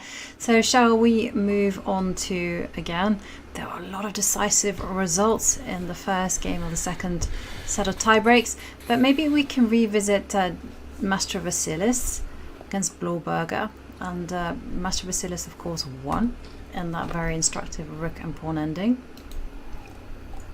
How is it looking for Blauberger? Now these two have established a unique pattern that white always wins. But here I see the evaluation bar is firmly in the middle. It is, yeah. Firmly in the middle. And white's won every game, right, so far. Every single game in this match. So the evaluation bar is in the middle, and I believe it's in the middle because it's dead symmetrical position. The only difference in pieces is that black's got two bishops against the two knights, and I'd imagine the knights might be slightly better, right, because it's a closed position, but it looks very even to me. Yeah, this is going to be hard for Felix to win this position, right, I guess. Yeah, it looks very even, you know, the pawn structure, as you mentioned, symmetrical, the pieces under there, we see a set of rook trades. Yeah, well, we'll let this one brew a little bit more, because you see the players are hovering around the 4.5 minute mark to the 4 minute mark, so excitement will happen, because bear in mind Felix is in a must-win situation. Maybe we can revisit some of the other games. Maybe we can go and see Avila against Smirin. Smirin with the white pieces is also in a must-win situation. Yes, Smirin with the white pieces has a big time advantage here. That's going to help a lot, I feel, in these games where the pressure is rising, because obviously if you're black here and you know you need a draw, it's playing on your mind, and it's quite a tactical position, I feel. Smirin just pushing on with the A pawn. The computer really likes his structure as well, and black might be relying on some tactical idea against the white king, but I don't know. Two bishops are looking good, pressure against b6, time advantage. It looks to be a case that Smirin has everything he wants here, and also this big problem with d6 as well. This knight could come around and threaten that pawn at the same time, right? So I looking love good your for knight white. f5 move. Yeah, because also knight f5 like kills the black queen. Well, at least it makes her life a little bit unpleasant. So looking good for Smirin, and maybe we can go on to a game that we haven't actually seen before. Jumabayev against Paikitsa, and in the first round encounter in the second set of tiebreaks, Jumabayev won. So Paikitsa is in a must-win situation again. Okay, I'm trying to find it. And okay, I will do it the old-fashioned way, and I'll have to go all the way up and search for it. Right, so Luca has to win this one. Is that Yep. White has to win, right? Okay, White has to win. let's do it. Oh, and I can just see the evaluation bar is telling us that White's position is not winning. No. Again, quite a mess of the position, but Black's pieces look really good, don't they, Ivanka? I mean, you've got the bishops striking across the board. This knight is actually on the edge of the board, but it's quite a nice outpost, and it can come back in. Black's rook's looking good, and these pawns can be a bit threatening towards Black if they keep going forwards, but White's pawns are targets as well. So Black seems to be holding things together here very well at the moment, right? This knight coming back into play now, and looking good for Black here. It is looking good for Jumabayev, from Grandmaster from Kazakhstan. Also, in terms of the clock situation, he has just under 3.5 minutes, whereas Paikitsa has under 1 minute and 40 seconds. And there we can see Rook A2. It doesn't say much for your winning chances if you have to make defensive moves like that. And okay, one other game in the open section is Acosta against Purin. Now Kasper Purin is a fantastic problemist. He solves chess problems. I think he's even been world champion, although I'm going to be British about this and say don't quote me on that. He has. I played. You're right. You are right. Yeah. He's Kasper was playing in Gibraltar a couple of times when we were commentating there, Ivanka, and I think he's been now at least 3 times problem-solving world chess champion. I'm going to guess that. So the player of the white pieces here, Kasper Purin, he's a very good player in his own right. Obviously, 2600 player, but he, I believe, it prefers this problem-solving chess. In England, we've got John Nunn, right, who's a problem-solving legend and chess legend, but he should be good at tactics. Yeah, he should be good. He is very good at tactics, and he will have to use all his problem-solving skills to get out of this position, because Pablo Acosta is winning. I mean, just take a look at how many pawns up he is. He is 1, 2, 3, 4, 5, 2 pawns up, and all Black has to do is just take some care about the f7 pawn and the e6 pawn. And there we see Kasper. He is banking on getting some compensation in the form of 2 pawns on the queen side. So it's still quite messy. It is a little bit messy, but with careful play, Black should definitely be winning this one. I'm just wondering, I mean, the great thing about these tournaments as well, one of the great things is that a lot of the players, for me, I haven't heard of them before. I mean, there's so many fantastic players around, and Acosta, I'm assuming he's a young player. I mean, I say only, but compared to all of the players here, he's only 24.85. Is he a young player? I guess he is, and he's really dominating here. It's a weird position. Often having the extra pause doesn't count for much when you're in a race situation, but this rook, for example, so well placed, it stops the king advancing. I quite like the knight here. The knight has great ways in, and these pawns not very mobile, because the Black's rook is not just cutting off the king, but it's behind the pawns. So you can't move them easily because the rook controls them. This is definitely a winning position for black. There's no doubt about it, but there's more chances than the evaluation bar gives. Is the one hope for fans of Casper. There's definitely more chances because you do have two connected pass pawns. It's not as bleak maybe as -5, right? I wouldn't say that black's a rook up in this position for sure. No, I wouldn't say that either. But then on the other hand, when you kind of dig deeper into the position, you do see that the bishop on c4 really wants to be on the long diagonal, but it can't get there because it's forced to defend the b3 pawn. And this slows white down, and that's why you see Casper playing rook a7 with the idea of threatening bishop takes pawn. Black should no way allow bishop takes e6, because then he would get a very crucial square, the d5 square. Yeah, maybe just something like king to f6 to get out of the pin would make sense here. And you know, black's very simple plan is push that pawn, queen to pawn. Yeah. And he has played king f6. You always want to bring your king towards the center as well. Another issue, I guess, is that black could even, you know, centralize the knight or try to exchange the knight off for the bishop. I feel white has got to try and just cause havoc with the a pawn and also push that rook away from its position, the black rook away from its position of getting behind those pawns. That's the only kind of plan I can see that white can try here. But while you're doing that, black's just going to go bang, bang, bang, bang, bang, queen. So maybe it is as bad as it looks here.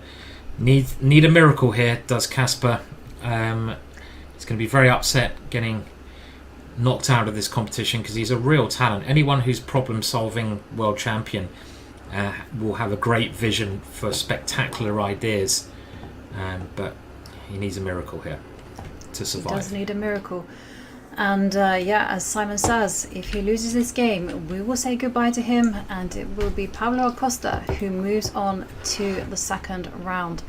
And we'll find out whether Harry was indeed unstoppable. And whoa, can we go back to that position? That looked quite interesting. The game between Matamoros against Bercic. And I'm seeing the clock times that Matamoros is going down to 11 seconds. Simon, please, just give us the live game. What is happening? It's going down. The clock is just racing down. And I'm seeing that the evaluation bar is heavily on black's favor. It is. And no matter what I was saying about white's play being really, really good and being a bit biased, black has fought so well here, and it looks now like black is going to make it in. Well, he's going to come back and there's going to be another game. It's going to go to the blitz section because white is going to lose the knight on f3, and in the end white decides to lose on time. I think there is a hopeless situation, and maybe we should just see what happened very quickly here, because we had a position like this, Jovanka, which we thought was absolutely fine for white. We kind of like white's position. But obviously from this moment in, black must have played brilliantly. Black maneuvers the bishop to a better square. And now black plays a great move before white can advance. He takes that square on b4. White, only needing a draw, lashes out with g4. That is risky stuff. Very brave play. And it might backfire. Black grabs that pawn. We have some tactics now, with white gaining a central pawn but opening lines. h6, apparently not a great move, but it looks okay. And in this position, while white misses his chance here, white goes back to g3, which looks so normal. Those white knights look good on that square, but there was a great move here. Anyone in the chat want to, or Jovanka, can you spot a great move from white here? And it's the kind of move which, when you only need a draw, you're like, I'm not playing that move, right? I'm not playing that move. But there is... I would play.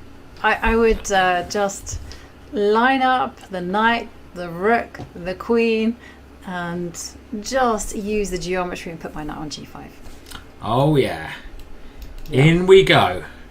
Brilliant move, Jovanka. And but you have to be willing to work out here what happens if you sacrifice the piece. And actually black should take the piece now. when there's a big threat of the queen coming in, and it becomes chaotic after g6, knight takes g6. But white should have played like this way. White would have got the initiative and most likely would have gone through to the next round, but knight g3 played instead. And still an okay position for white, but now it starts to go wrong. Those knights, they're not really going anywhere, and if anything, it opens up the white king too much. Black hitting on both sides of the board. Brilliant play from black here, and this is a great move, opening up the position more and more, or creating a good pawn. And you can see that black's pressure is increasing. White has a weak king and weaknesses on the queen side, and the game ends like that. So yeah, big stuff happening there. Well done to everyone who spotted knight g5.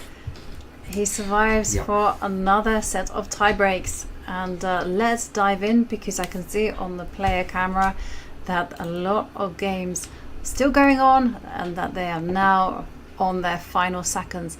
So where should we go to? Should we go to Kozul again? Let's do it. Yeah, it seems like everyone has pretty much leveled the score, Ivanka, right? Out of all the games going on who needed to win, it seems like nearly everyone has fought back. What's happened here? What's happened here? No. Okay. You can't have played that. That must have been a mistake in the let's have a look.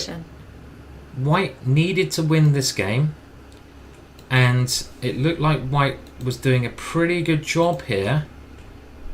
The queen comes in, ideas of a big check. Kozul's such a brave player. Queen h4, and well, he didn't play that move, did he? There's no way. I think it would have been queen takes pawn here, right? Queen takes pawn, yeah. Let's not believe the live boards here. This looks much more natural. Still a bit of a mess, but obviously white's doing well here, right? Yeah. Well, white is certainly doing well, but I agree with you. It's still messy, and it's all about whether the players will be able to maintain the tension and hold their nerve. And then you can see the players in the camera playing quickly. So we're expecting queen takes pawn, the rook will move, and something will happen. So maybe because we don't have an accurate transmission there, maybe we can move to another game. So let's have a look at Master Vasilis against Blauberger. Yeah, let's do it. And Blauberger was in a must-win situation. So one thing we do know is that we're going to get another round of tie breaks, and as we said, every round we get, the time goes down and down. It ticks down, so they have less and less time. And this is a situation where Felix, with the white pieces, needs to win. And it didn't look like it was going his way, and now black penetrates into the position with queen d1, and the simple idea is to get the queen and bishop lined up on this diagonal and try to get the queen to come round and cause problems. And this is bad news for Felix, Ivanka. It looks like it's bad news, because that plan is unstoppable, and also you can bully white with the fact that the best moves might be just to go in for those drawing lines, but white can't do that. And there you see queen to b2 and given a question mark. And I also have some news that Pauline Guichard is through to the next stage. She beat Serik Bey, a very talented player from Kazakhstan. Yeah, and I think that means that the women's section is actually over now. There's no more time breaks. And that was the only game going on there, hence why we're concentrating on. And I can see in the background that Kozul has finished. It has. What happened there? What happened in the Kozul game? Who's the body language expert on this game? And what it was? It looked like the Kozul's opponent Sanel was breathing a huge sigh of relief. Yeah, I think so as well. I think Kozul lost apparently. So that means there's another playoff. Oh my words, they're going to be so tired now. Kozul gets up there, and a relief for his opponent. Like I said, everyone who needed to get a result seems to be getting a result. It's phenomenal. Let's have a look at the game between Jumbayev against Paikitsa. And in that game, Jumbayev, he won the first game. And now Paikitsa has to win this game with the white pieces. Is it possible? To me, it doesn't look like it.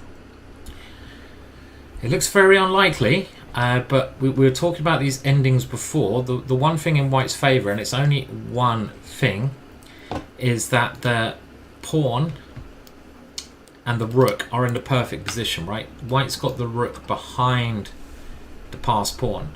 But on its own, that's not going to be enough because black has these big assets of the pawns coming through the middle. And we're seeing the moves very quickly here.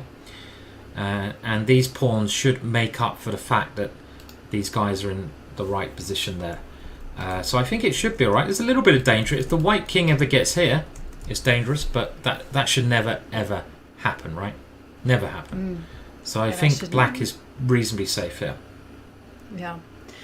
And I do have some news. So Peralta is out and Nestorov is into the second round. And we did see Puron in a losing position. Of course, he is one of the world's best problem solvers. Unfortunately, his problem solving skills could not help him. And it was the Argentinian Acosta, international master, who advanced to the second stage. Yeah, and we're also hearing that Smirin might have hit back as well, even though his position was really bad. Is that right? I mean, this position, I think black is pretty safe here. So, we have many more exchanges there. And yeah, this is obviously now a draw. Only one pawn each. Black still got slightly worse of it because the black king is in the wrong place. It's cut off from its remaining pawns, but it shouldn't matter so much here. There's many ways black can try to draw, and the easiest way is to use your rook to offer an exchange of pawns at the right moment and then bring your king across. Then you do it on the next file and the next file. Saying that, okay, what other game was I going to look at? I wanted to have a look at this game that Smirin got back into, but I'll just see if I can find it and just make sure that result is confirmed, and it is actually. So somehow in this, okay, or is this an earlier one? I'm getting confused now. Okay, we'll leave that one, but Smirin has forced another playoff there in wow. that game, so it's still going on. Is there 2 games going on, Jovanka? That's what it looks like still in this part of the playoffs. This one being one, this ending, and yeah, it should be a draw. I think I'd play Rook D7 here. I mean, what about you, Jovanka? Rook D7 should be safe enough, shouldn't it? Rook D7 was played. I mean, unfortunately, you know, white is in a must-win situation, so they have to keep trying because otherwise they're on that plane back, and it's a difficult thing to accept. All your hopes, your dreams, they will have to wait for another 2 years.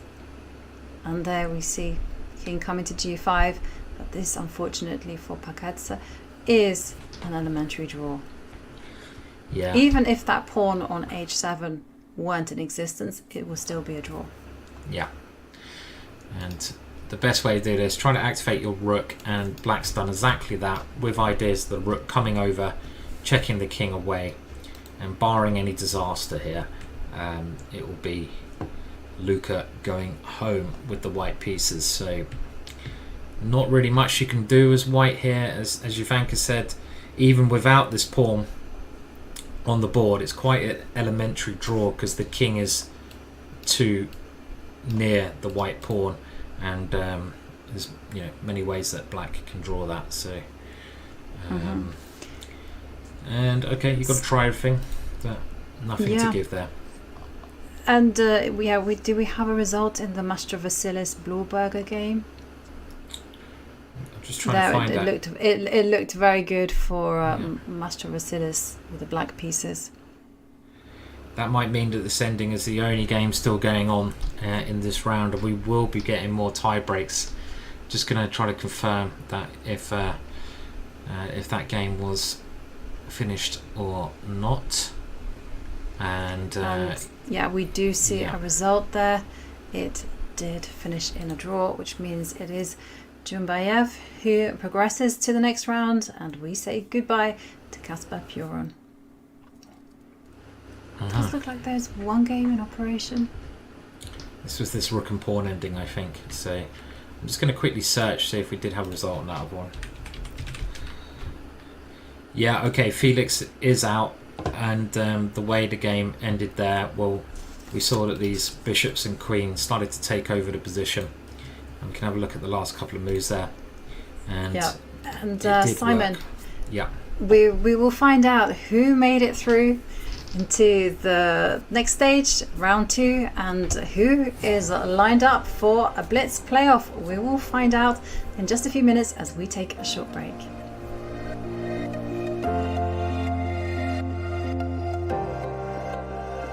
Chess grandmasters can lose 10 pounds and burn 6,000 calories just by sitting. Yeah, so I've actually been spending a lot of time getting in shape. Wow, that's great. What are you doing? Mostly like rook lifts.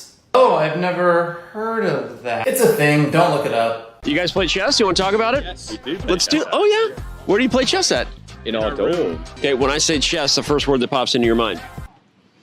Protect my queen. Hikaru. Intelligence. Strategy. Tactics. Toby Maguire. Oh my God, you saw Pawn Sacrifice? Yeah. If you're on Tinder and you're scrolling and someone has a chess player on their profile, is that swipe left or swipe right? Swipe right is good, right? Yeah. Then yeah. Instant swipe right. Okay, super into that. Right, I'm into it. Yeah. You're into chess? Yeah. Okay. Probably whatever the swipe is, not interested. You're not interested in chess players? I'm not interested in chess players who are on Tinder. Oh, I get that. In fact, that checks out. If I ask you to name one chess player in the world, can you name a chess player? Yep. No, I cannot. Anna Taylor-Joy. Capablanca. Wow, name another one. Oh, Kasparov. If you name 5 other world champions in the next 15 seconds, I'm gonna give you $50.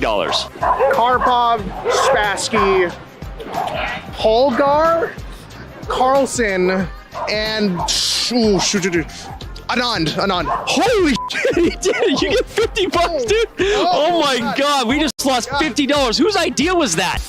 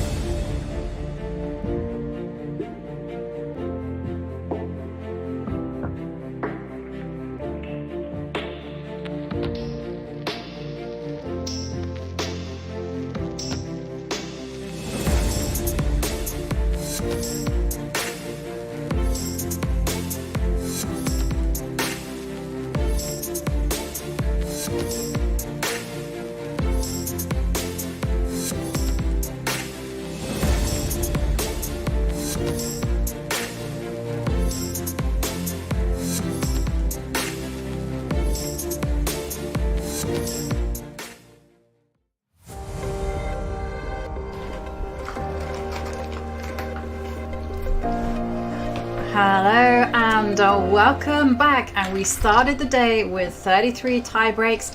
We've now whittled down to 5 tie breaks remaining, and we are now in the blitz portions. Things are going to get fast, they're going to get furious, they're going to get intense. 5 matches remaining, 10 players battling it out to find out who will progress to the second round. And one thing that we can say is that the women's section has now been completed. We do know who exactly has progressed to round 2 after Pauline Guichard beat her young opponent. And Simon, are you stocked up? Are you ready for what is about to happen? Because we are taking on tiebreak 3, which means it's a best of 2 blitz games at the time control of 5 minutes plus 3 seconds per move. And if the match is tied after these 2 games, we're going to move on to tiebreak 4, which is just 1 blitz game, 3 minutes plus 2 seconds per move. And the players will keep on playing, swapping colours until there is a decisive result. Yeah, I'm ready. I got caught out there having a little snack. Got to keep our energy levels up, and I expect the players have got to do the same as well, because it is exhausting. I mean, the people playing in this competition, they must be so tired by now. They've played loads of games already, 4 games of high intensity chess, and the time's getting shorter. So the opportunity of making a blunder is much higher now. With blitz chess. I mean, I'm always dropping pieces in blitz chess, and it seems like it could just be coming down to who can hold their nerve the better. We can see on the camera there a lot of arbiters making sure nothing bad happens, and it's I mean, what do we think of the pairings then so far? So we've still, got matches where you just can't find a difference in the players, right? I mean, where should we start, Ivanka? I don't even know now. I'm losing my mind. I'm gonna have another snack. It's a good thing to have a snack. And there we can see in the camera that Ilya Smirin, Grandmaster from Israel, very experienced Grandmaster, he is facing off against young Santiago Avila. And whilst the camera moves around and takes us on a magical tour, we are also looking at more arbiters discussing perhaps one is being reprimanded. Who knows? Arbiters have got to discuss. I mean, I don't have anything against arbiters. They just remind me too much of teachers, and I never always had a great relationship with all my teachers, just to let you in on a little secret there. But of course they do a very important job, and we love them really. But what game should we concentrate on? Because obviously now with this blitz limit, it's going to be so quick. I mean, I would say we should go with Kozul versus Sanal, because that match so far has been one we've been covering in great detail, and the chess has been very exciting. Both of these players have been giving it their all with some great tactical play. So maybe we can start there, and let's remember with this tiebreak, it's 2 games, isn't it, Ivanka? It is 2 games, 5 minutes plus 3 seconds, and remember, if the match is still even after these 2 blitz games, well then we are going to go on to the infinite game, where the players will play and carry on playing at a time control of 3 minutes plus 2 seconds until there is a decisive result. This kind of feels like the golden goal in football. And not 5 as I announced, but 4 matches are remaining, and here we'll soon be able to see who is playing. And then we can see in the corner we have Aydin Simalmu against Zhu Jingyun, and these are the 2 that haven't won a game, right? It's just been draws between them.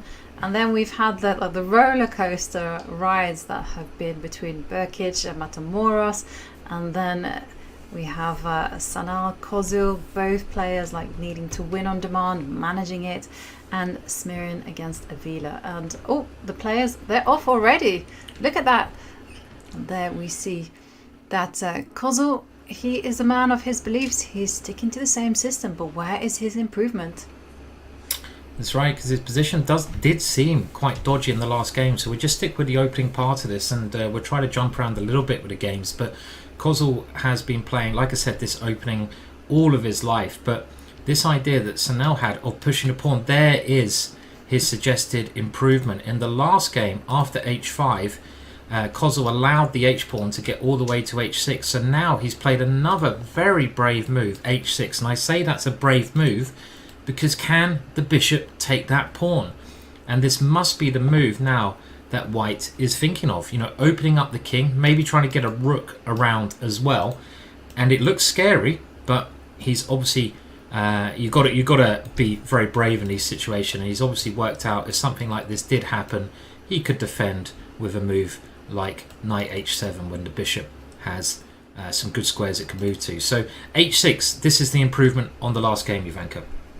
Yeah, but I'm nervous, Simon, for Kozul, because one of the things that I'm doing is I'm kind of looking at my pattern recognition, and in the Caracal main line, White gets a really dangerous attack because Black has played h6, and here he's done it voluntarily, and I'm really worried about like moves like bishop e2, move the king to b1, and then here comes the killer.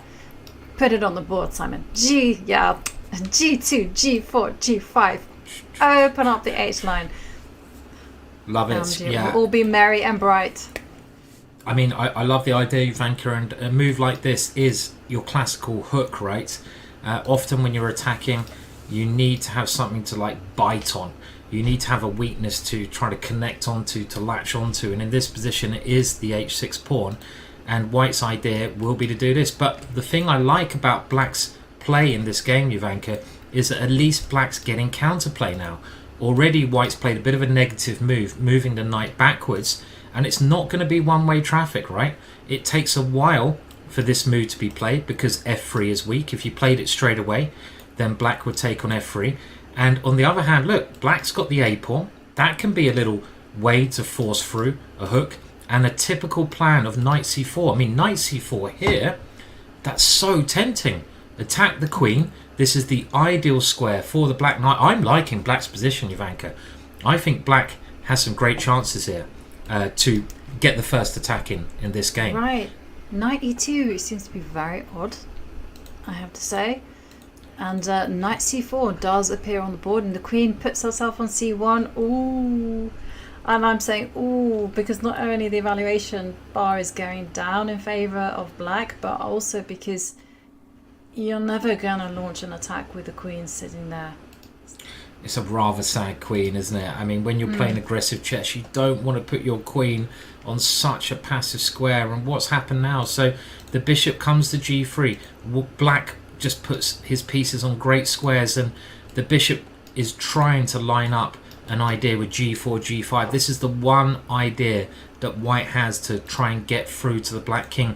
But it is often who strikes first. And as well as the idea of a5, a4, which is a great way to start building that attack, take it to the next level, you have the d5 break in a lot of positions. This move I like though. This is what Kozul has played. I've seen him win so many games just by forcing the White king to expose itself, and you should never expose yourself if you're a king. You'll get in trouble. Just imagine Charles doing that. It'd be front page news all around the world. And but he might have to expose himself here, that White king, I'm afraid. But it's good life advice, right? Just don't expose yourself. I guess so, Ivanka. Yeah, I mean, I'm with you there. Just don't expose yourself. Life advice for us all. Little chess tips that can be brought into the real world. But this looks horrible, doesn't it? Horrible position for White here at the moment. White's just too slow. It's a race, and Black is ahead. Yeah. So, yeah. And it all turned on White's just inaccurate knight e2, allowing Black to come into c4 and forcing White on the defensive. Yes. Ooh. Yeah. And there we can see the two arbiters, two very distinguished arbiters, Laurent Freyd and I think Lucia from Uruguay. I think I know what White's plan is now, Ivanka. after knight a1, let's say b4, I think white's going to go knight b1, and if b3, bishop e1, and white has got the ideal setup here, ready for the next game. The pieces are set up in a start position, and you don't need to stretch your arm to put them into their right places.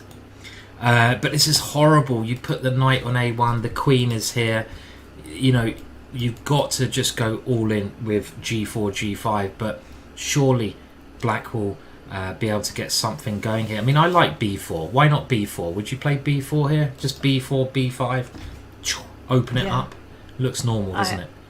I like b4, b3. I also like a3 as well.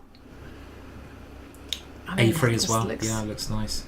Because if you played a3, I guess Ivanka, white really has to play b3, and look at these two knights. They're really, I mean, that's a joy to behold. But that knight will never come out, and that knight's kind of having a bit of fun over there. That's the party knight, isn't it?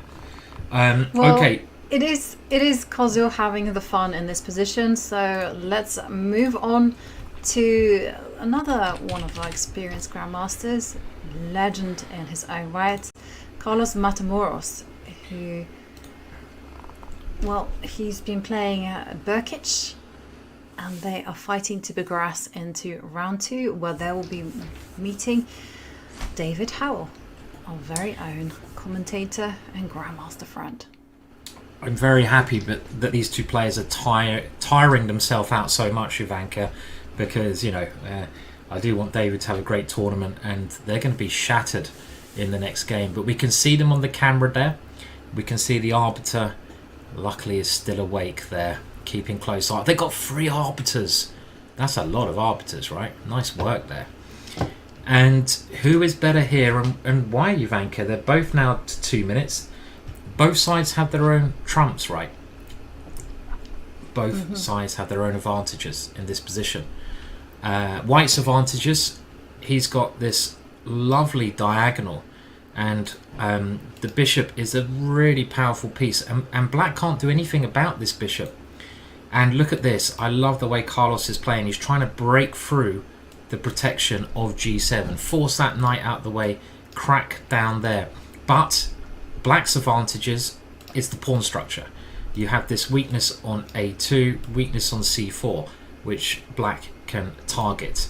So I think I'd prefer to be white though, right? Because white has the better tactical opportunities here. I mean, well, Ivanka, would you rather you pick the white side or the black side? Well, the onus is on white to do something, right? Because I'm concerned for Carlos's weak a2 pawn and c4 pawn, and also you've got to fight that instinct to do something. And we do see Matamoros play f4, which is promptly replied by f6.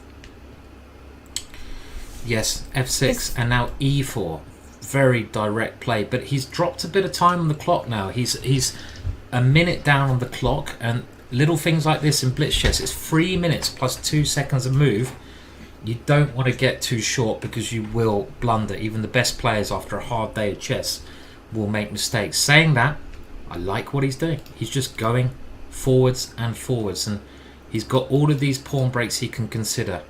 Who looks the more nervous? I mean, they both must be so nervous at the moment. Black starts a counter-attack in his position against the pawn. Got to stay focused in these situations. And, well, that's a big counter-attack as well, because you do not want to be dropping the c4 pawn. So is Matamoros going to defend it? And yes, he plays rook b4, but then white's pieces, the pawns look certainly very impressive, but the pieces, they're kind of contorting in a very special way. Bishop on a1 doesn't have a role. Bishop on g2 is just a defender of the king. And knight a6 played. Is Birkic going to force a draw by just attacking the rook? What he might do, and I think this is starting to turn a little bit in black's favour, because you don't want to lose a pawn. And I was just reading a question in the chat there, and it was, is it illegal to touch other players? And then I read pieces at the end, and I was like, yes, you can't touch your opponent, that's not right, but you're not really allowed to adjust their pieces either unless they make a glaring mistake. Back to the game, Black playing for the win. 20 seconds. Yeah, I mean, he has all right to, right? The knight from a6 is coming to b4. Also, take a look at the clock time. We see Carlos Matamoros with just 16 seconds on the clock. What happened there?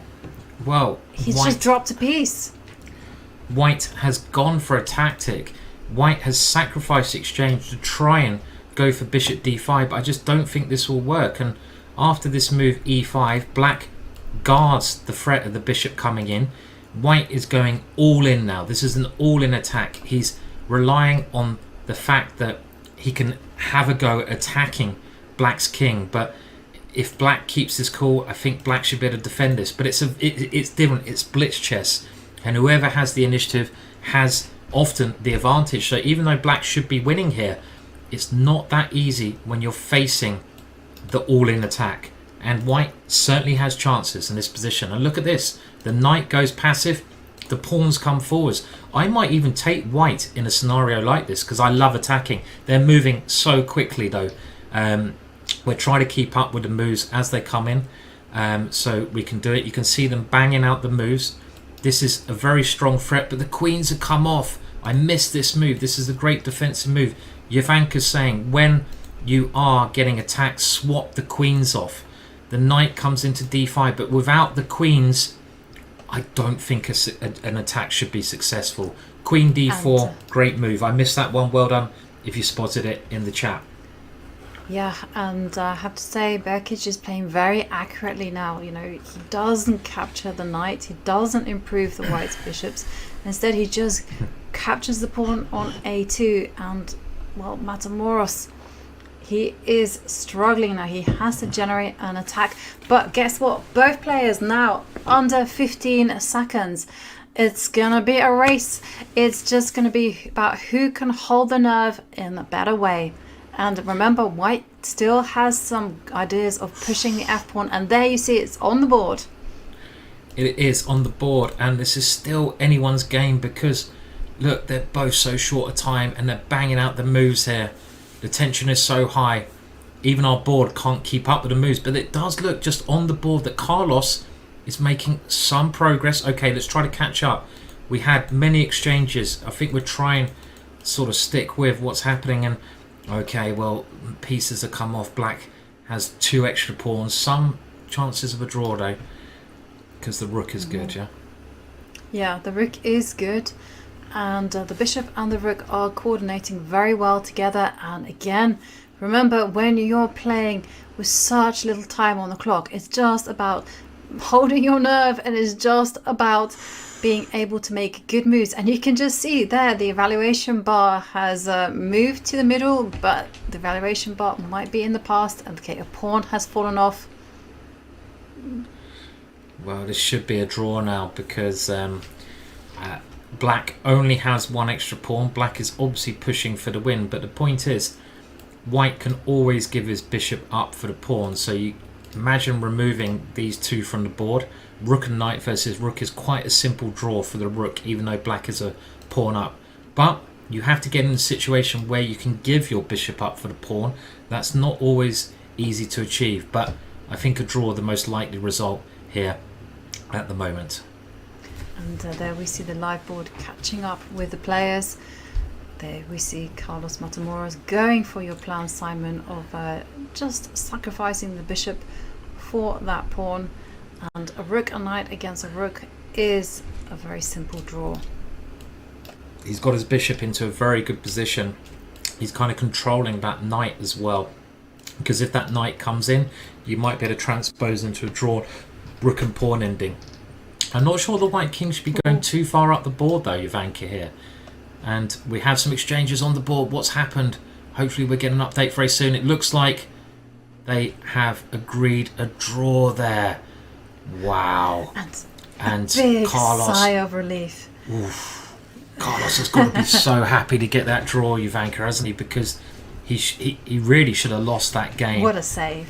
What a save. What a save from Matamoros. And for Berkic, that could have been a very important missed opportunity. Whew. And whilst we are looking at this game, do we have any results for the other matchups? Yeah, we can just see at the end of this game very quickly. We'll see how it was a draw. Rook G4. Well, hang on a minute. What happened there? So Rook G4, the computer says, is losing. Let's have a look. Rook takes, Bishop takes. And now the computer thinks this is winning for black. Yeah. Oh, wow, it is. Is this winning? In the end, it went king here. Bishop takes h3. But right at the end, with enough time, h2 was playable. Let's just have a look. White has to go here. Now king g3 was playable, and this could well be a win, because your knight is coming to g2. Let's just have a think. If the bishop stays on these squares, your knight gets around to g2, and you queen the pawn. And the other way you can play it, Ivanka, is if the bishop comes to h1 in this position, well, your knight still, I think, comes to g2, and you just move your king to g1. Yeah. Does that work? That does work completely. So, wow. And you win like this. Unbelievable. Just a critical last mistake there from Berkic. Yeah. Just instinctively picking up that king, and that spoiled the victory for him. Oof. What a game. But What amazing, a save. Ivanka. What a game. One move from the end, Ivanka.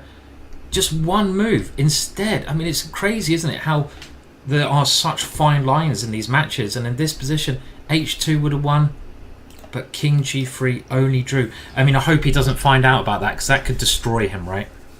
Yeah, well, he has to reset. He has to regather his thoughts. He has to do anything possible in that short break that he has. And talking about break, we are going to catch up with more of the action right after this short break. I'll see you in a few minutes.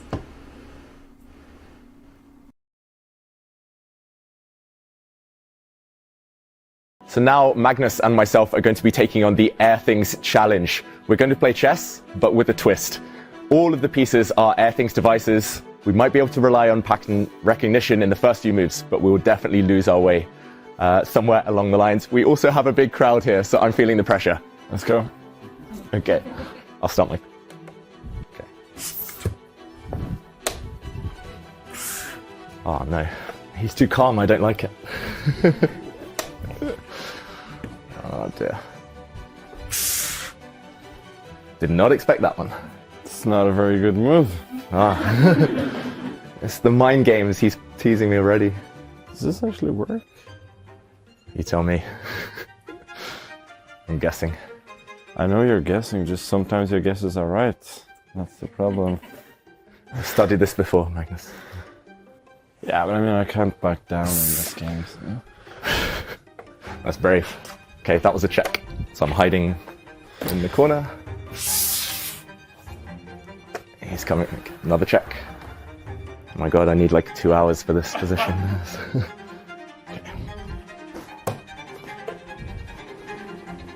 Oh, I just saw a nice way to lose the game. Okay.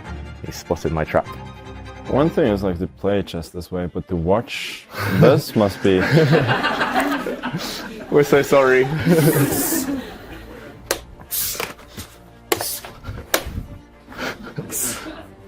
Ah! Oh my... Oh.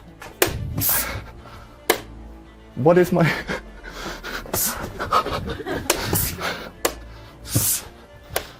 Oh, I'm losing. Damn it.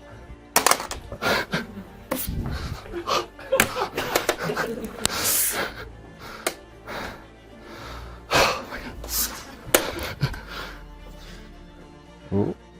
No, that's fine. Ah.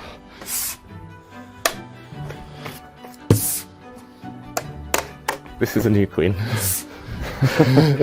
If you say so.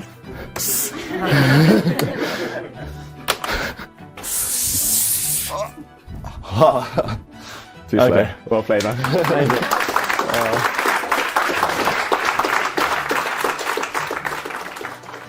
I think what helped, some pieces were exchanged early. The position was very open. I think that helped a lot. Like if we'd played a closer game, it would have been a lot harder.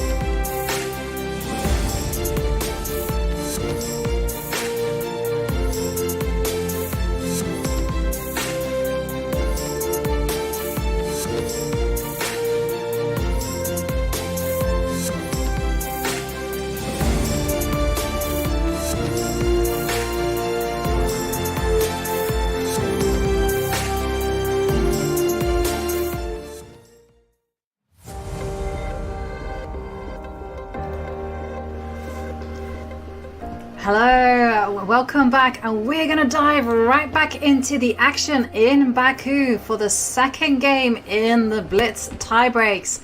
And there we can see the game between Berkic against Matamoros. Now, as we saw, it was a draw, very hectic, frantic paced draw there at the end. And also we can see on the right side in the corner there are the results of the other games that continued. So we have a draw between Aydin Suleimaniu against Zhu Jinjin, and then we also had Kozul losing the game against Sano, and Santiago Avila losing against Ilya Smirin. But for the time being, let's jump in to the action that is Berkic against Matamoros. I have no idea how Kozul lost that last game. I mean, we were talking about that. It looked like, literally he was completely winning. That must be very depressing. But yeah, this has been a match we've been following very, very closely.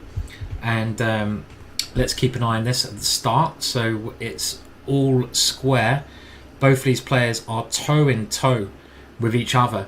And we'll just have a look at the current positions in the games now, as it's really tense. And this position seems fairly balanced to me. I would say, Ivanka. Both sides have got castle. Both sides have got their pieces out. A normal-looking game for a change, right? Which means we can take a bit of a breath, which is nice. So it is a normal-looking game for the time being, but there are some factors that both sides do have to resolve. First of all, White has to think about the knight sitting there on c3. It's in front of its pawns. Knight should not be in front of their pawns. They should be behind them, supporting. And Also, Black will have to look at how to deal with this knight sitting on e5. It's very, very nice on that square. So this is going to be a very tense, very dynamic game. Perhaps we could jump into another game. Yeah, let's have a look at another game then. So I will bring up the Kozul game. So let's dive straight there and see what's happening there. Kozul needs to win this position with the white pieces. He needs to win the position with the white pieces, and it certainly looks like he has gone on the offensive, pushing those pawns g4, h4. Now, one of the bad things about pushing pawns is that you do leave behind weak squares. And I can see that the computer is not a fan of Kozul's last move, playing rook to g1. Why is that? Is that because there is some like nasty h5 ideas? Is some kind of ideas of going g5? It does feel like white is overextending on that side of the board, and black's pieces, they're very nicely placed. The bishop is on d6 on a great diagonal, and just like that we see that Sanal did allow g4, g5, but in the end it is only black that benefits from the opening of that line. The rook now primed to come into h2. Yeah, the black rook ready to dive in, and this, to be honest, it's going to be so hard for Kozul to come back, because when you lose a game like that in the last round, it's going to be playing on your mind, and to totally forget about it and bounce back it's just going to be really rough. So big Sanel, the black pieces, massive favourite, maybe on the board as well. Whose king is going to be safer here? We have a couple more moves. So we have f4 being played, and the computer doesn't like that as well, because it seems to be opening up the king more and more. But okay, after pawn takes, it changes a little bit. I mean, I suppose the one good thing about this position is it's very, very messy, and white needs to win, right? So white has created a messy scenario. I mean, if white can get the king all the way over to a1, Jovanka, get it out of the way, white should be pretty happy, right? So then it could be anyone's game, but that's a long way to go. It's a long way from getting safe. Well, he needs to take inspiration from the fact that he himself had a fantastic position in the first game of the Blitz, and Sanal turned that one around. So if Sanal can turn a terrible position around, so can Kozul. But it's not looking great, I have to say. The king on e1 is exposed, but we are looking at white perhaps going queen d2, castle queen, and see what happens. And that's why Sanal has played b5, discouraging white from ever putting their king on that side of the board. Bishop d3. Bishop d3, hinting at ideas of capturing that knight, but black's most natural move here might even be to move that knight forwards. Instead, the knight does go a little bit passive. It goes backwards, and the computer also doesn't like that move. And now e4, another mistake according to the computer, but this is the kind of move which seems very, very natural, and I kind of feel like the last couple of moves have gone in white's favour here. b4, blunder after blunder according to the computer, but again, let's not pay too much attention to that. White can even open up the centre, or maybe even just keep this knight with potential to jump in. I don't know which one's better here, Jovanka. Very messy position, and we'll try to go through the move so you don't miss too much. The knight did go to the side, queen e2. Yeah, but it's a wild position, Simon. It is. You know, black's king is not safe, although it does have a few pieces protecting it.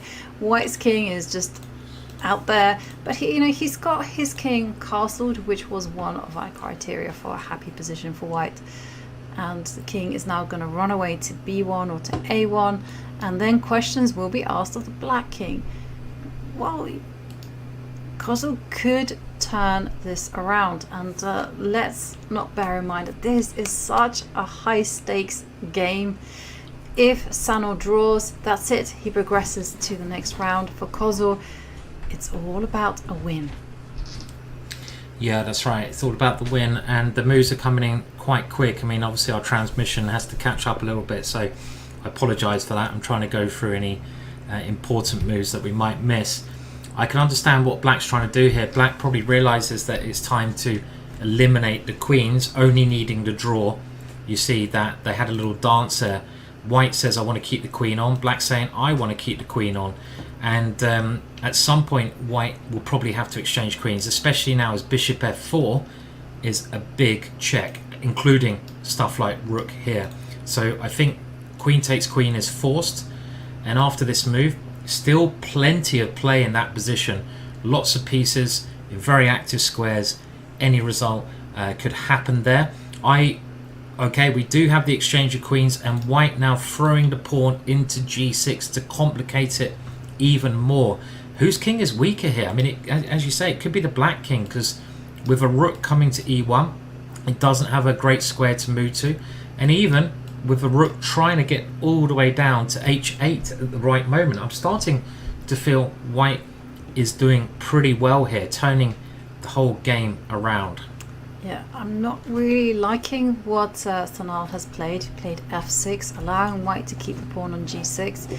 And as you mentioned, Simon, the black king is in potential trouble. And where's the king going to go to? If it goes to f8, then your rook h8 is very, very dangerous. So that's why Sanal moves his king to the middle of the board, and Kozul dives in with the knight. I'm not sure I trust the well, it's not that I don't trust the evaluation of the computer engine. I just think it's being a bit harsh on the players, because these are very natural moves. And bearing in mind that they only have less than a minute on the clock, and suddenly I just see the transmission, the knight has found its way onto e6. I agree with you. Let's not be too harsh on the moves. When they're playing blitz chess, it's in a complex situation with so much pressure on the line. We can't judge it too much, but I think this is just anyone's game. White has to win, and I kind of like the tactics that White's using. White's trying everything he can to cause confusion, and if he can okay, what happened there? We see more tactics. So the knight came into e5, a check is given, and the white king decides to stay in the middle. And the point being, if a rook exchange happens, the knight pops back. If you take the knight, I just grab your rook on h2. But saying that, the rook comes into h2, and now after knight takes d7, rook takes b2. Whose king is weaker here? It's I don't know. I really don't know. It's just wild, isn't it? Like, you can just imagine the rook on c8 swinging over to h8, and that there will be some checkmating ideas, or maybe the rook can come to c2 immediately, line up on the second rank. But then again, the white's knights are just dancing perilously close to the g7 pawn, and well, we see catching up on the game position that some more moves have been played, rooks have left the board, and the evaluation bar saying that actually now it is black's time to shine. And plenty of crazy stuff going on. Yeah, I mean, the knight's going to drop back and pick off the g6 pawn. Yeah, I mean, you could move the knight back. I mean, it does seem like black's managed to stabilize things. Also, just with the central control here, and the king does come into the middle of the board, and now black's piece is dominating, right? Rook to c2 coming in, maybe even rook to c3. What do you do with the knight here? Actually, does the knight have any good squares? If you go check, I'm coming even further. King to e4. I don't know what... Okay, the knight does go check, but look at this. The black king is causing havoc. And now knight takes d4 check is a big move. And look, we see on the camera, I think it's over. I think this could be over. Rook c2, and you can see Kozul is rather distraught there with the white pieces. I think he has resigned here, and you got to feel for him. He is a legend of chess, and he played such exciting chess.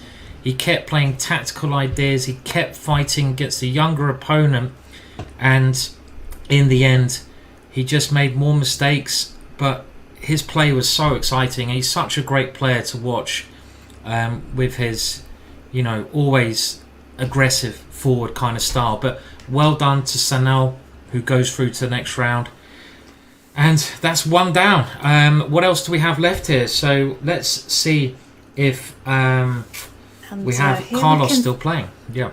Yeah, we have Carlos, and I can see in the camera that it is the game between Zhu Yinglim and Suleimani that we are watching. Maybe we can have that because there's not been a decisive game in this match at all.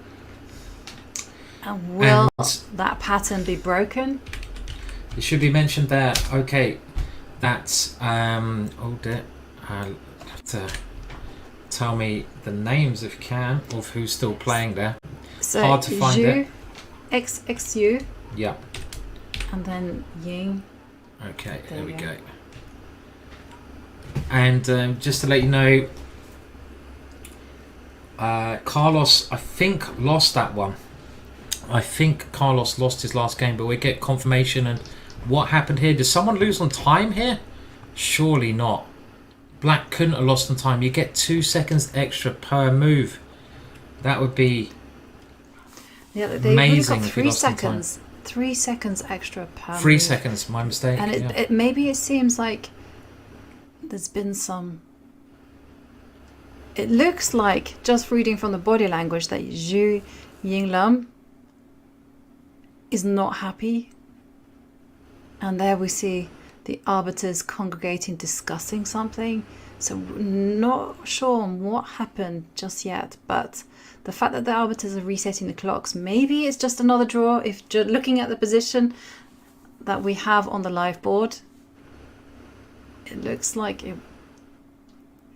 that one might go to the Blitz tiebreak 4. If you take a look, this one looks as even as you can get. The evaluation bar right in the middle.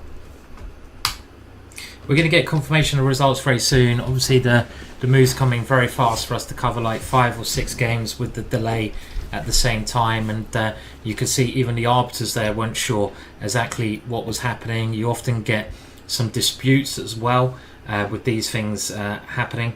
And yes, Simon, I have some confirmation that this game is now going on to the Infinite Blitz, as we like to call it, tiebreak 4, where the players will be playing until we get a decisive result. Are you saying I've got to sit here for the rest of my life commentating on Blitz? God, can I get some food, please, at some point? I can't. I need to eat, Ivanka. Infinite Blitz. Sounds on that terrifying. subject, Simon, I think it's the perfect chance for us to take a few minutes break as we await some of that Infinite Blitz tiebreak. What will happen? Well, we'll find out.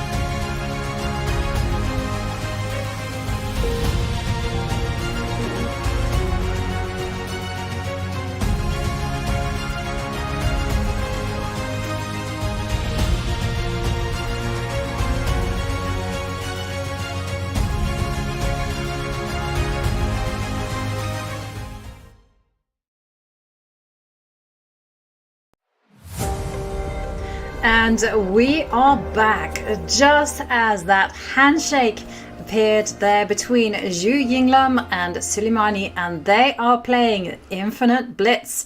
Time control is 3 minutes plus 2 seconds, and this game and the games will continue until we have a decisive result. And there we see White playing very quickly in the opening. It looks like one of these towerish positions, and now the queen coming to a4 to give a check.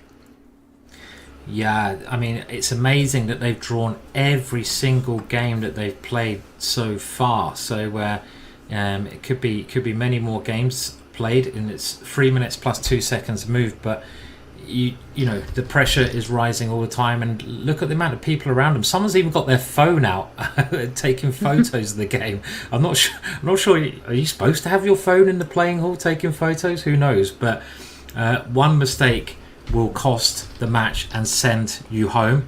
White's a little bit better in this position because the isolated pawn, well, it's a weakness. It can be a problem for Black later on. Saying that, Black has quite decent activity, and Black is now trying to get a bit of counterplay on the queen side. You don't want to allow any tactics this way. If White can get castled, I quite like playing against this pawn, Ivanka. What about you? I mean, do you like having... You love it. I love playing against the isolated pawn. I mean, I'm quite nervous at times because there's a lot of dynamic possibilities, but I have a firm belief in the long-term power of hunting down the d5 pawn, and there we see White give a check. The knight does block the check. I'm expecting White king to castle. And Simon, just to kind of like loop it all back, these two have been playing for 5.5 hours. That's insane. It's been intense.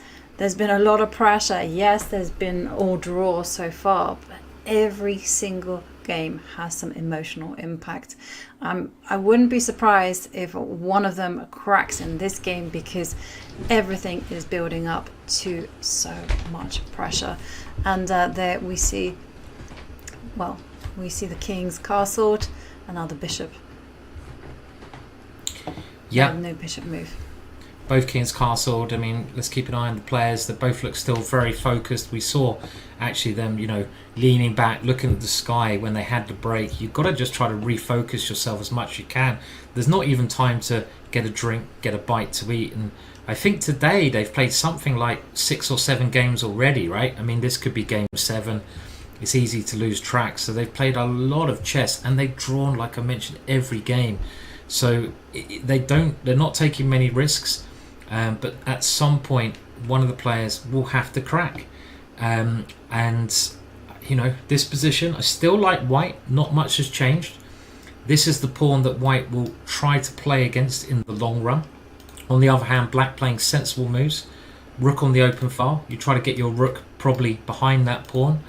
And White will maybe try to use the square in front of the isolated pawn. So you could eventually get a knight there. I might even try to get my queen out of the way and centralize my rook, something like that. These are all very normal plans for both sides. Clock gonna be very important as well.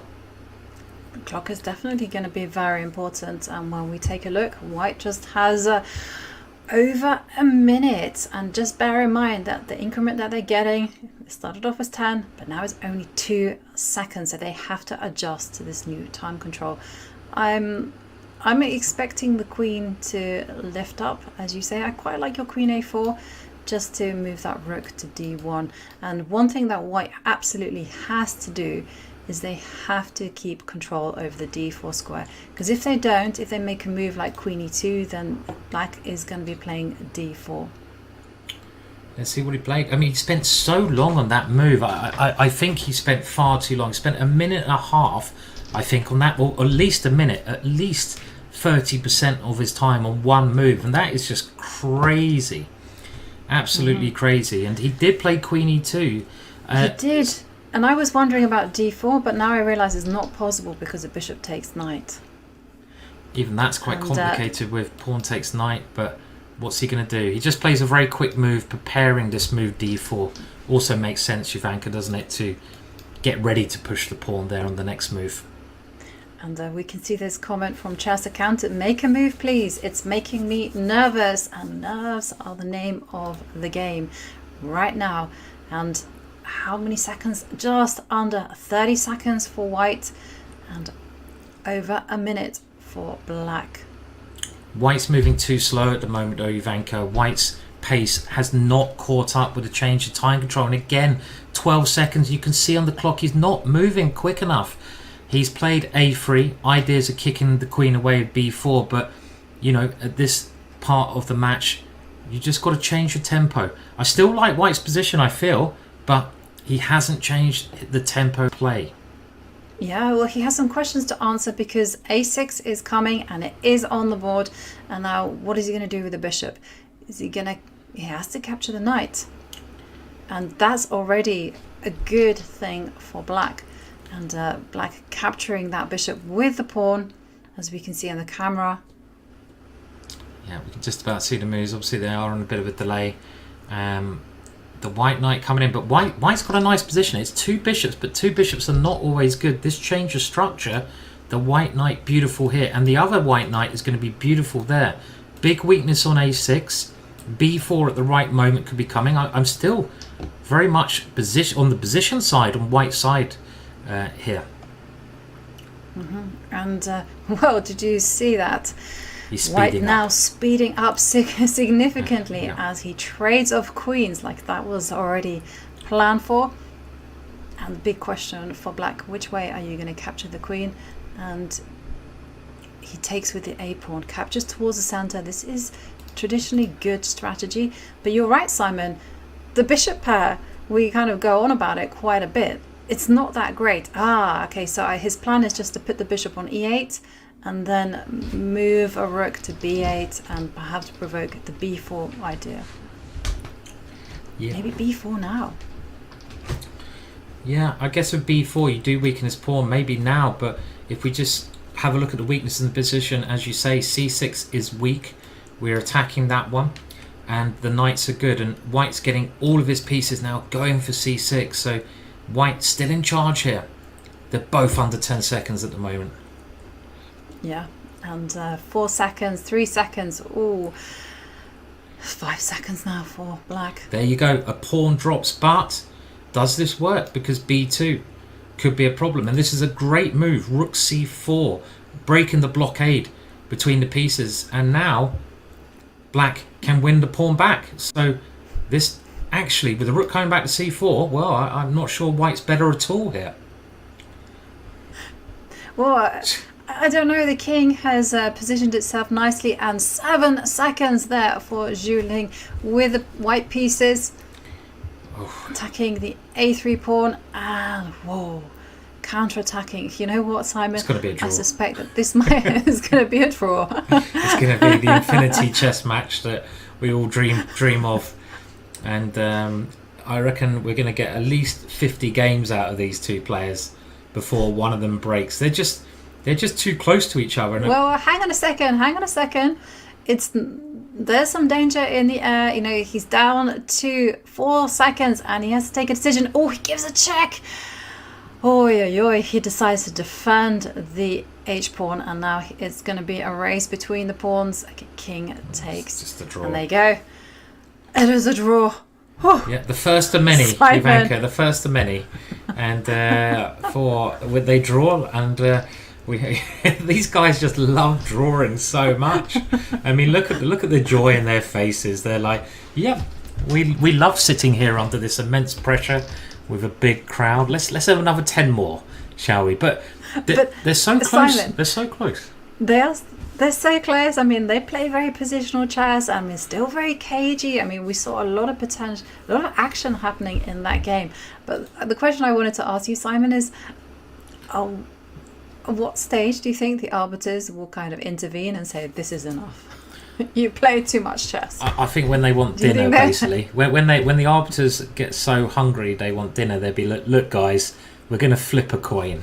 You know, whoever gets heads goes through. The other one, pack your bags, you're off. You're out of here. No, of course, they have to play on as much as they can. There seems to be a lot of people. I mean, I'd probably give them a bit more space in this, because you kind of add the pressure with such a big crowd around it. I mean, just little points, but having the white pieces, Right. it is an advantage, and the pieces now swapped over. But it does, bear in mind, they've now been playing for coming up to 6 hours of just high pressure, tense, just all the adjectives you can think of. I mean, their nerves must be all over the place, and they must be shattered. At some stage, they probably should be given like 10 minutes or 15 minutes just to have a nap, have a chance to reset. You can't keep expecting players to keep on going, right? Again, there we see Suleimani leave the board. Will this drawing pattern that the two players have, this is now game 10. They've had 9 draws. Will it be broken? Yeah. I do wonder about all these people around it though, Ivanka. Obviously you need the arbiter or a couple of arbiters, but the added pressure of having just a crowd makes it a bit more uncomfortable. I suppose it's part of the process. I think they're supposed to be getting like 5-10 minutes between each game, which makes some sense to freshen up, but also if both players agree that they just want to play on, they can. I feel a bit sorry here for Zhu, because he seems in my eyes to be, he wants to get on with it and his opponent wants to have the break, and I think it's a really clever decision to get up from the board and have a walk, try to compose yourself. I think staying there and waiting, I don't know, there's little psychological things going on here, right? I mean, I think getting up, having a little break would make a lot of sense, trying to refocus, but whatever works is important, and we will get another game very soon. Would you be having a little break now, Ivanka, or do you think just continue? Yeah, definitely. No, I definitely would be having a break, because we just saw the end of that time scramble where the players didn't have so much time. They're playing as quickly as they can. The adrenaline is just pumping. You need to have that small break in order just to reset and just get yourself ready for the job that needs to be done. And in this case of Zhu Yinglin, it's just about playing good defensive solid chess with the black pieces. I mean, you could think of different strategies you could use, and you can see Zhu kind of wants to get on with it. I think maybe what I'd do, I'd wait for my opponent to sit down, then I'd stand up and start doing like star jumps or something, get the circulation going, try to put them off. No, you can't do that. Well, there you go. And he's back, and we're ready. Suleimani is back, Grandmaster from Azerbaijan, and there we see shake hands, and they are off, and we are looking at a Moscow variation. Yeah, the Moscow on the board, and this has quite a drawish reputation, Ivanka. But I mean, we will see. White gaining the centre of the board, but black is very solid here as well. And big threat on the board of white pushing e4, e5, trapping the bishop on f6. So black can't get careless and just make a move like castles. That would be not a good idea. Yeah, you just have to imagine at some point someone will have to make a mistake, and black with the last move trying to take control of that central square. White has the nice centre, but white's pieces are not at the moment partaking. And it seems to be what both players are really trying to do at the moment is just not make a mistake, and I can totally understand that. If you blunder now and you're out by blundering, it's going to be a horrible feeling. So if you don't make a mistake, you should be okay, as long as your endurance holds up. Slightly prefer white's position here, Ivanka. Feels white with the centre is a little bit more comfortable. It is more comfortable. Let's not shy away from that. But on the other hand, black's position has a lot of flexibility. You can go d5 with your pawn, you can go e5 as well. And okay, big threat on the board, as you've indicated, bishop takes pawn, so that's the first thing to deal with. And it's not an easy threat actually, because does black want to be retreating the bishop? And no, what we see instead is that Zhu Yinglin is actually exchanging in the center first. This indicates to me that he's perhaps going to go for a d5 pawn push. Yeah, let's have a look. Oh, well, white is mixing it up. White is taking on d6 first of all, and this could get very complicated if black now takes on c3 with the idea of c2, because both bishops, and he takes on c3, e5 immediately, tactics everywhere. The rook lined up against the queen, the bishop blocked out. The evaluation bar is still staying in the middle, but chaos on the board here. It is chaos on the board, and I'm trying to look at the clock times because, yeah, Suleimanli has just under 3 minutes on the clock. So this indicates to me this is preparation. He's looked at this position before. And still quite a solid position for black. Black is playing well. I'd imagine the rook will come in, then you step out of the pin that you're in, and you maybe try to move your knight somewhere a bit more active. Black is actually very solid. I mean, my first thoughts were black's in a lot of trouble, but there's no real weaknesses. And this is a risky move because you change the pawn structure. Is this pawn going to be very strong, or could it be a weakness later on? And they still have a balanced position. Completely in the balance, as Simon. And there is one thing though, the pawn on d6, as you've highlighted, and I am slightly worried about that pawn on d6. Like if somehow or other black manages to get a knight onto d5, then that pawn doesn't have a long life, but not so much time, and so that's why Suleimanli centralizes the knight, and the queen does come out to a5. Nice quick move from white there. a3. It does seem like white has the better pace of moves, moving a bit quicker, and I think if this match goes on longer, then this at some point might make a big difference. a3 clever because you're trying to go b4 and just squeeze that queen a little bit. Maybe you can squeeze the knight as well. I also really like that move because it stops the knight getting to b4, and a knight getting to b4 would then transfer itself to d5. Yeah. And centralized knights, they're always good. It is kind of ideal. Now, wow, Zhu Yinglam is now ticking to close to 30 seconds on the clock, and he offers a trade of knights. And that's a nice move. That is a nice move because it opens up the line for the rook. Good move, but he spent a lot of time finding it. Still fairly even. The one big difference is this pawn. I think I would rather be white here. It seems like this pawn has more potential, and this move, brave move, white keeping pieces on the board. Black now has to speed up, keep an eye on the clock. Still equal, of course. How many more draws can we get out of these players? I reckon we can get at least another 5 before one of them passes out at the board. What do you reckon? We will find out. I mean, I think I saw a question go around Twitter where they were saying, how many games do you predict with this infinite blitz? And they were saying in total 12 games, they thought. So, well, we're now on game 10, so we'll find out. Could well be.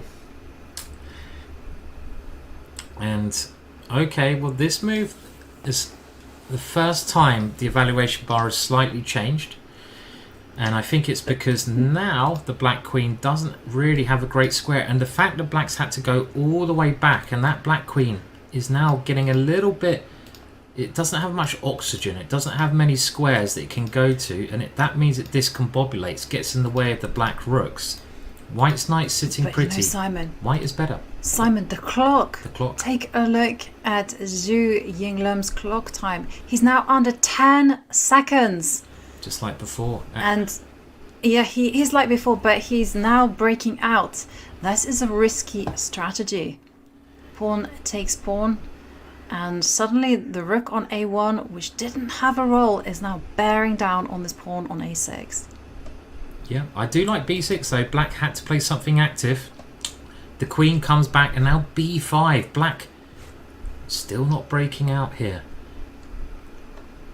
What's white H3, going through? good H3. safety first move.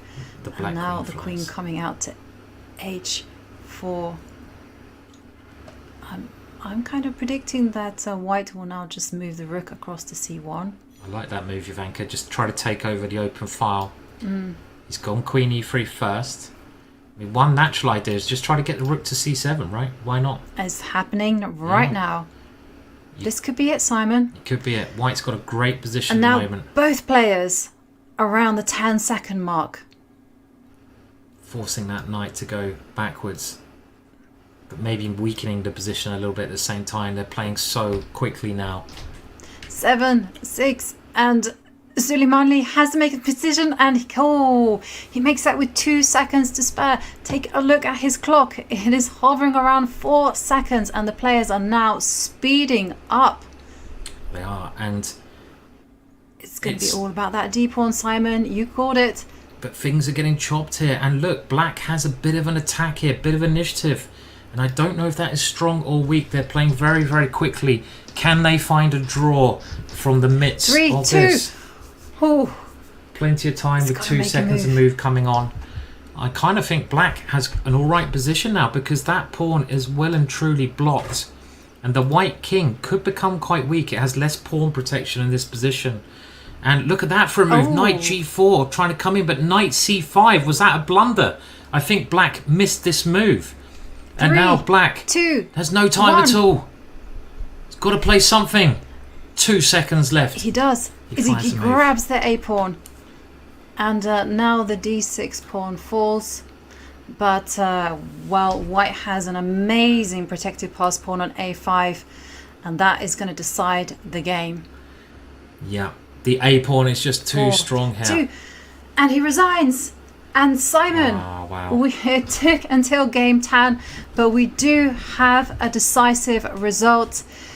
Aydin Suleimanli, he qualifies to the next round. What an epic match between these two. Yeah, just look at the mental tension they can just relieve there. I mean, again, you got to feel for the loser. It did seem that the more relaxed of the two players, the player who took that break was more focused, but they both played great chess, and it just came down to the time scramble under 10 seconds, and it was just a little small bit of percentage between the two players. And well, they should both, I don't know, go and do whatever they can to relax at this moment in time. And look at that, he's shaking his head. Obviously Zhu is going to be, upset and distraught about that, and it's going to take a while to recover from a loss along those lines. But this is what happens in the World Cup. Yeah, we're only on round 1. Let's just bear that in mind. This is the first round, and I think if I was commentating on this every day of the month, I would need rehab or something, because that was insane. And we got the whole month for this. The top players haven't even started to play, Ivanka. No, they're not even in it. They haven't. I know it's been an epic day of tiebreaks. So much action, so many thrills and spills. But Simon, you said we are in store for 1 month of chess, so let's have a look at the schedule. Because tomorrow, round 2 kicks off, and this is when the stars enter the fray. Magnus Carlsen, Zhu Wenjun, Alexandra Kosteniuk, Fabiano Caruana, Hikaru Nakamura. They are all going to be making their debuts. So who are you most looking forward to watching? I don't know anymore. I've got a day off tomorrow. That's all I care about. No, I'm most forward to watching. Of course I'm excited. I mean, in the men's section you've got Magnus, maybe the greatest player of all time. Hikaru, these two guys, you can't not be excited about them.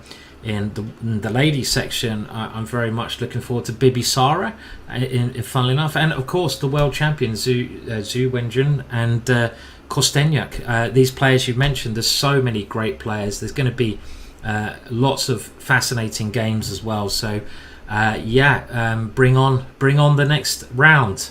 And I'll watch from afar, maybe, in the background tomorrow.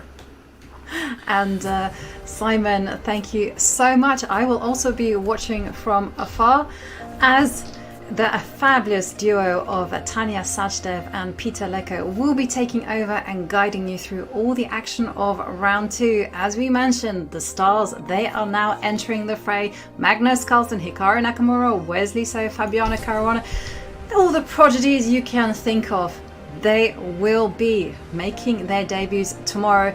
Thank you everyone for watching this absolutely awesome day of Tiebreaks. It's been full of action, it's been full of adventure, full of thrills and spills. Thank you everyone for watching, and well, you can catch all the action tomorrow at 1 p.m, same time, same place.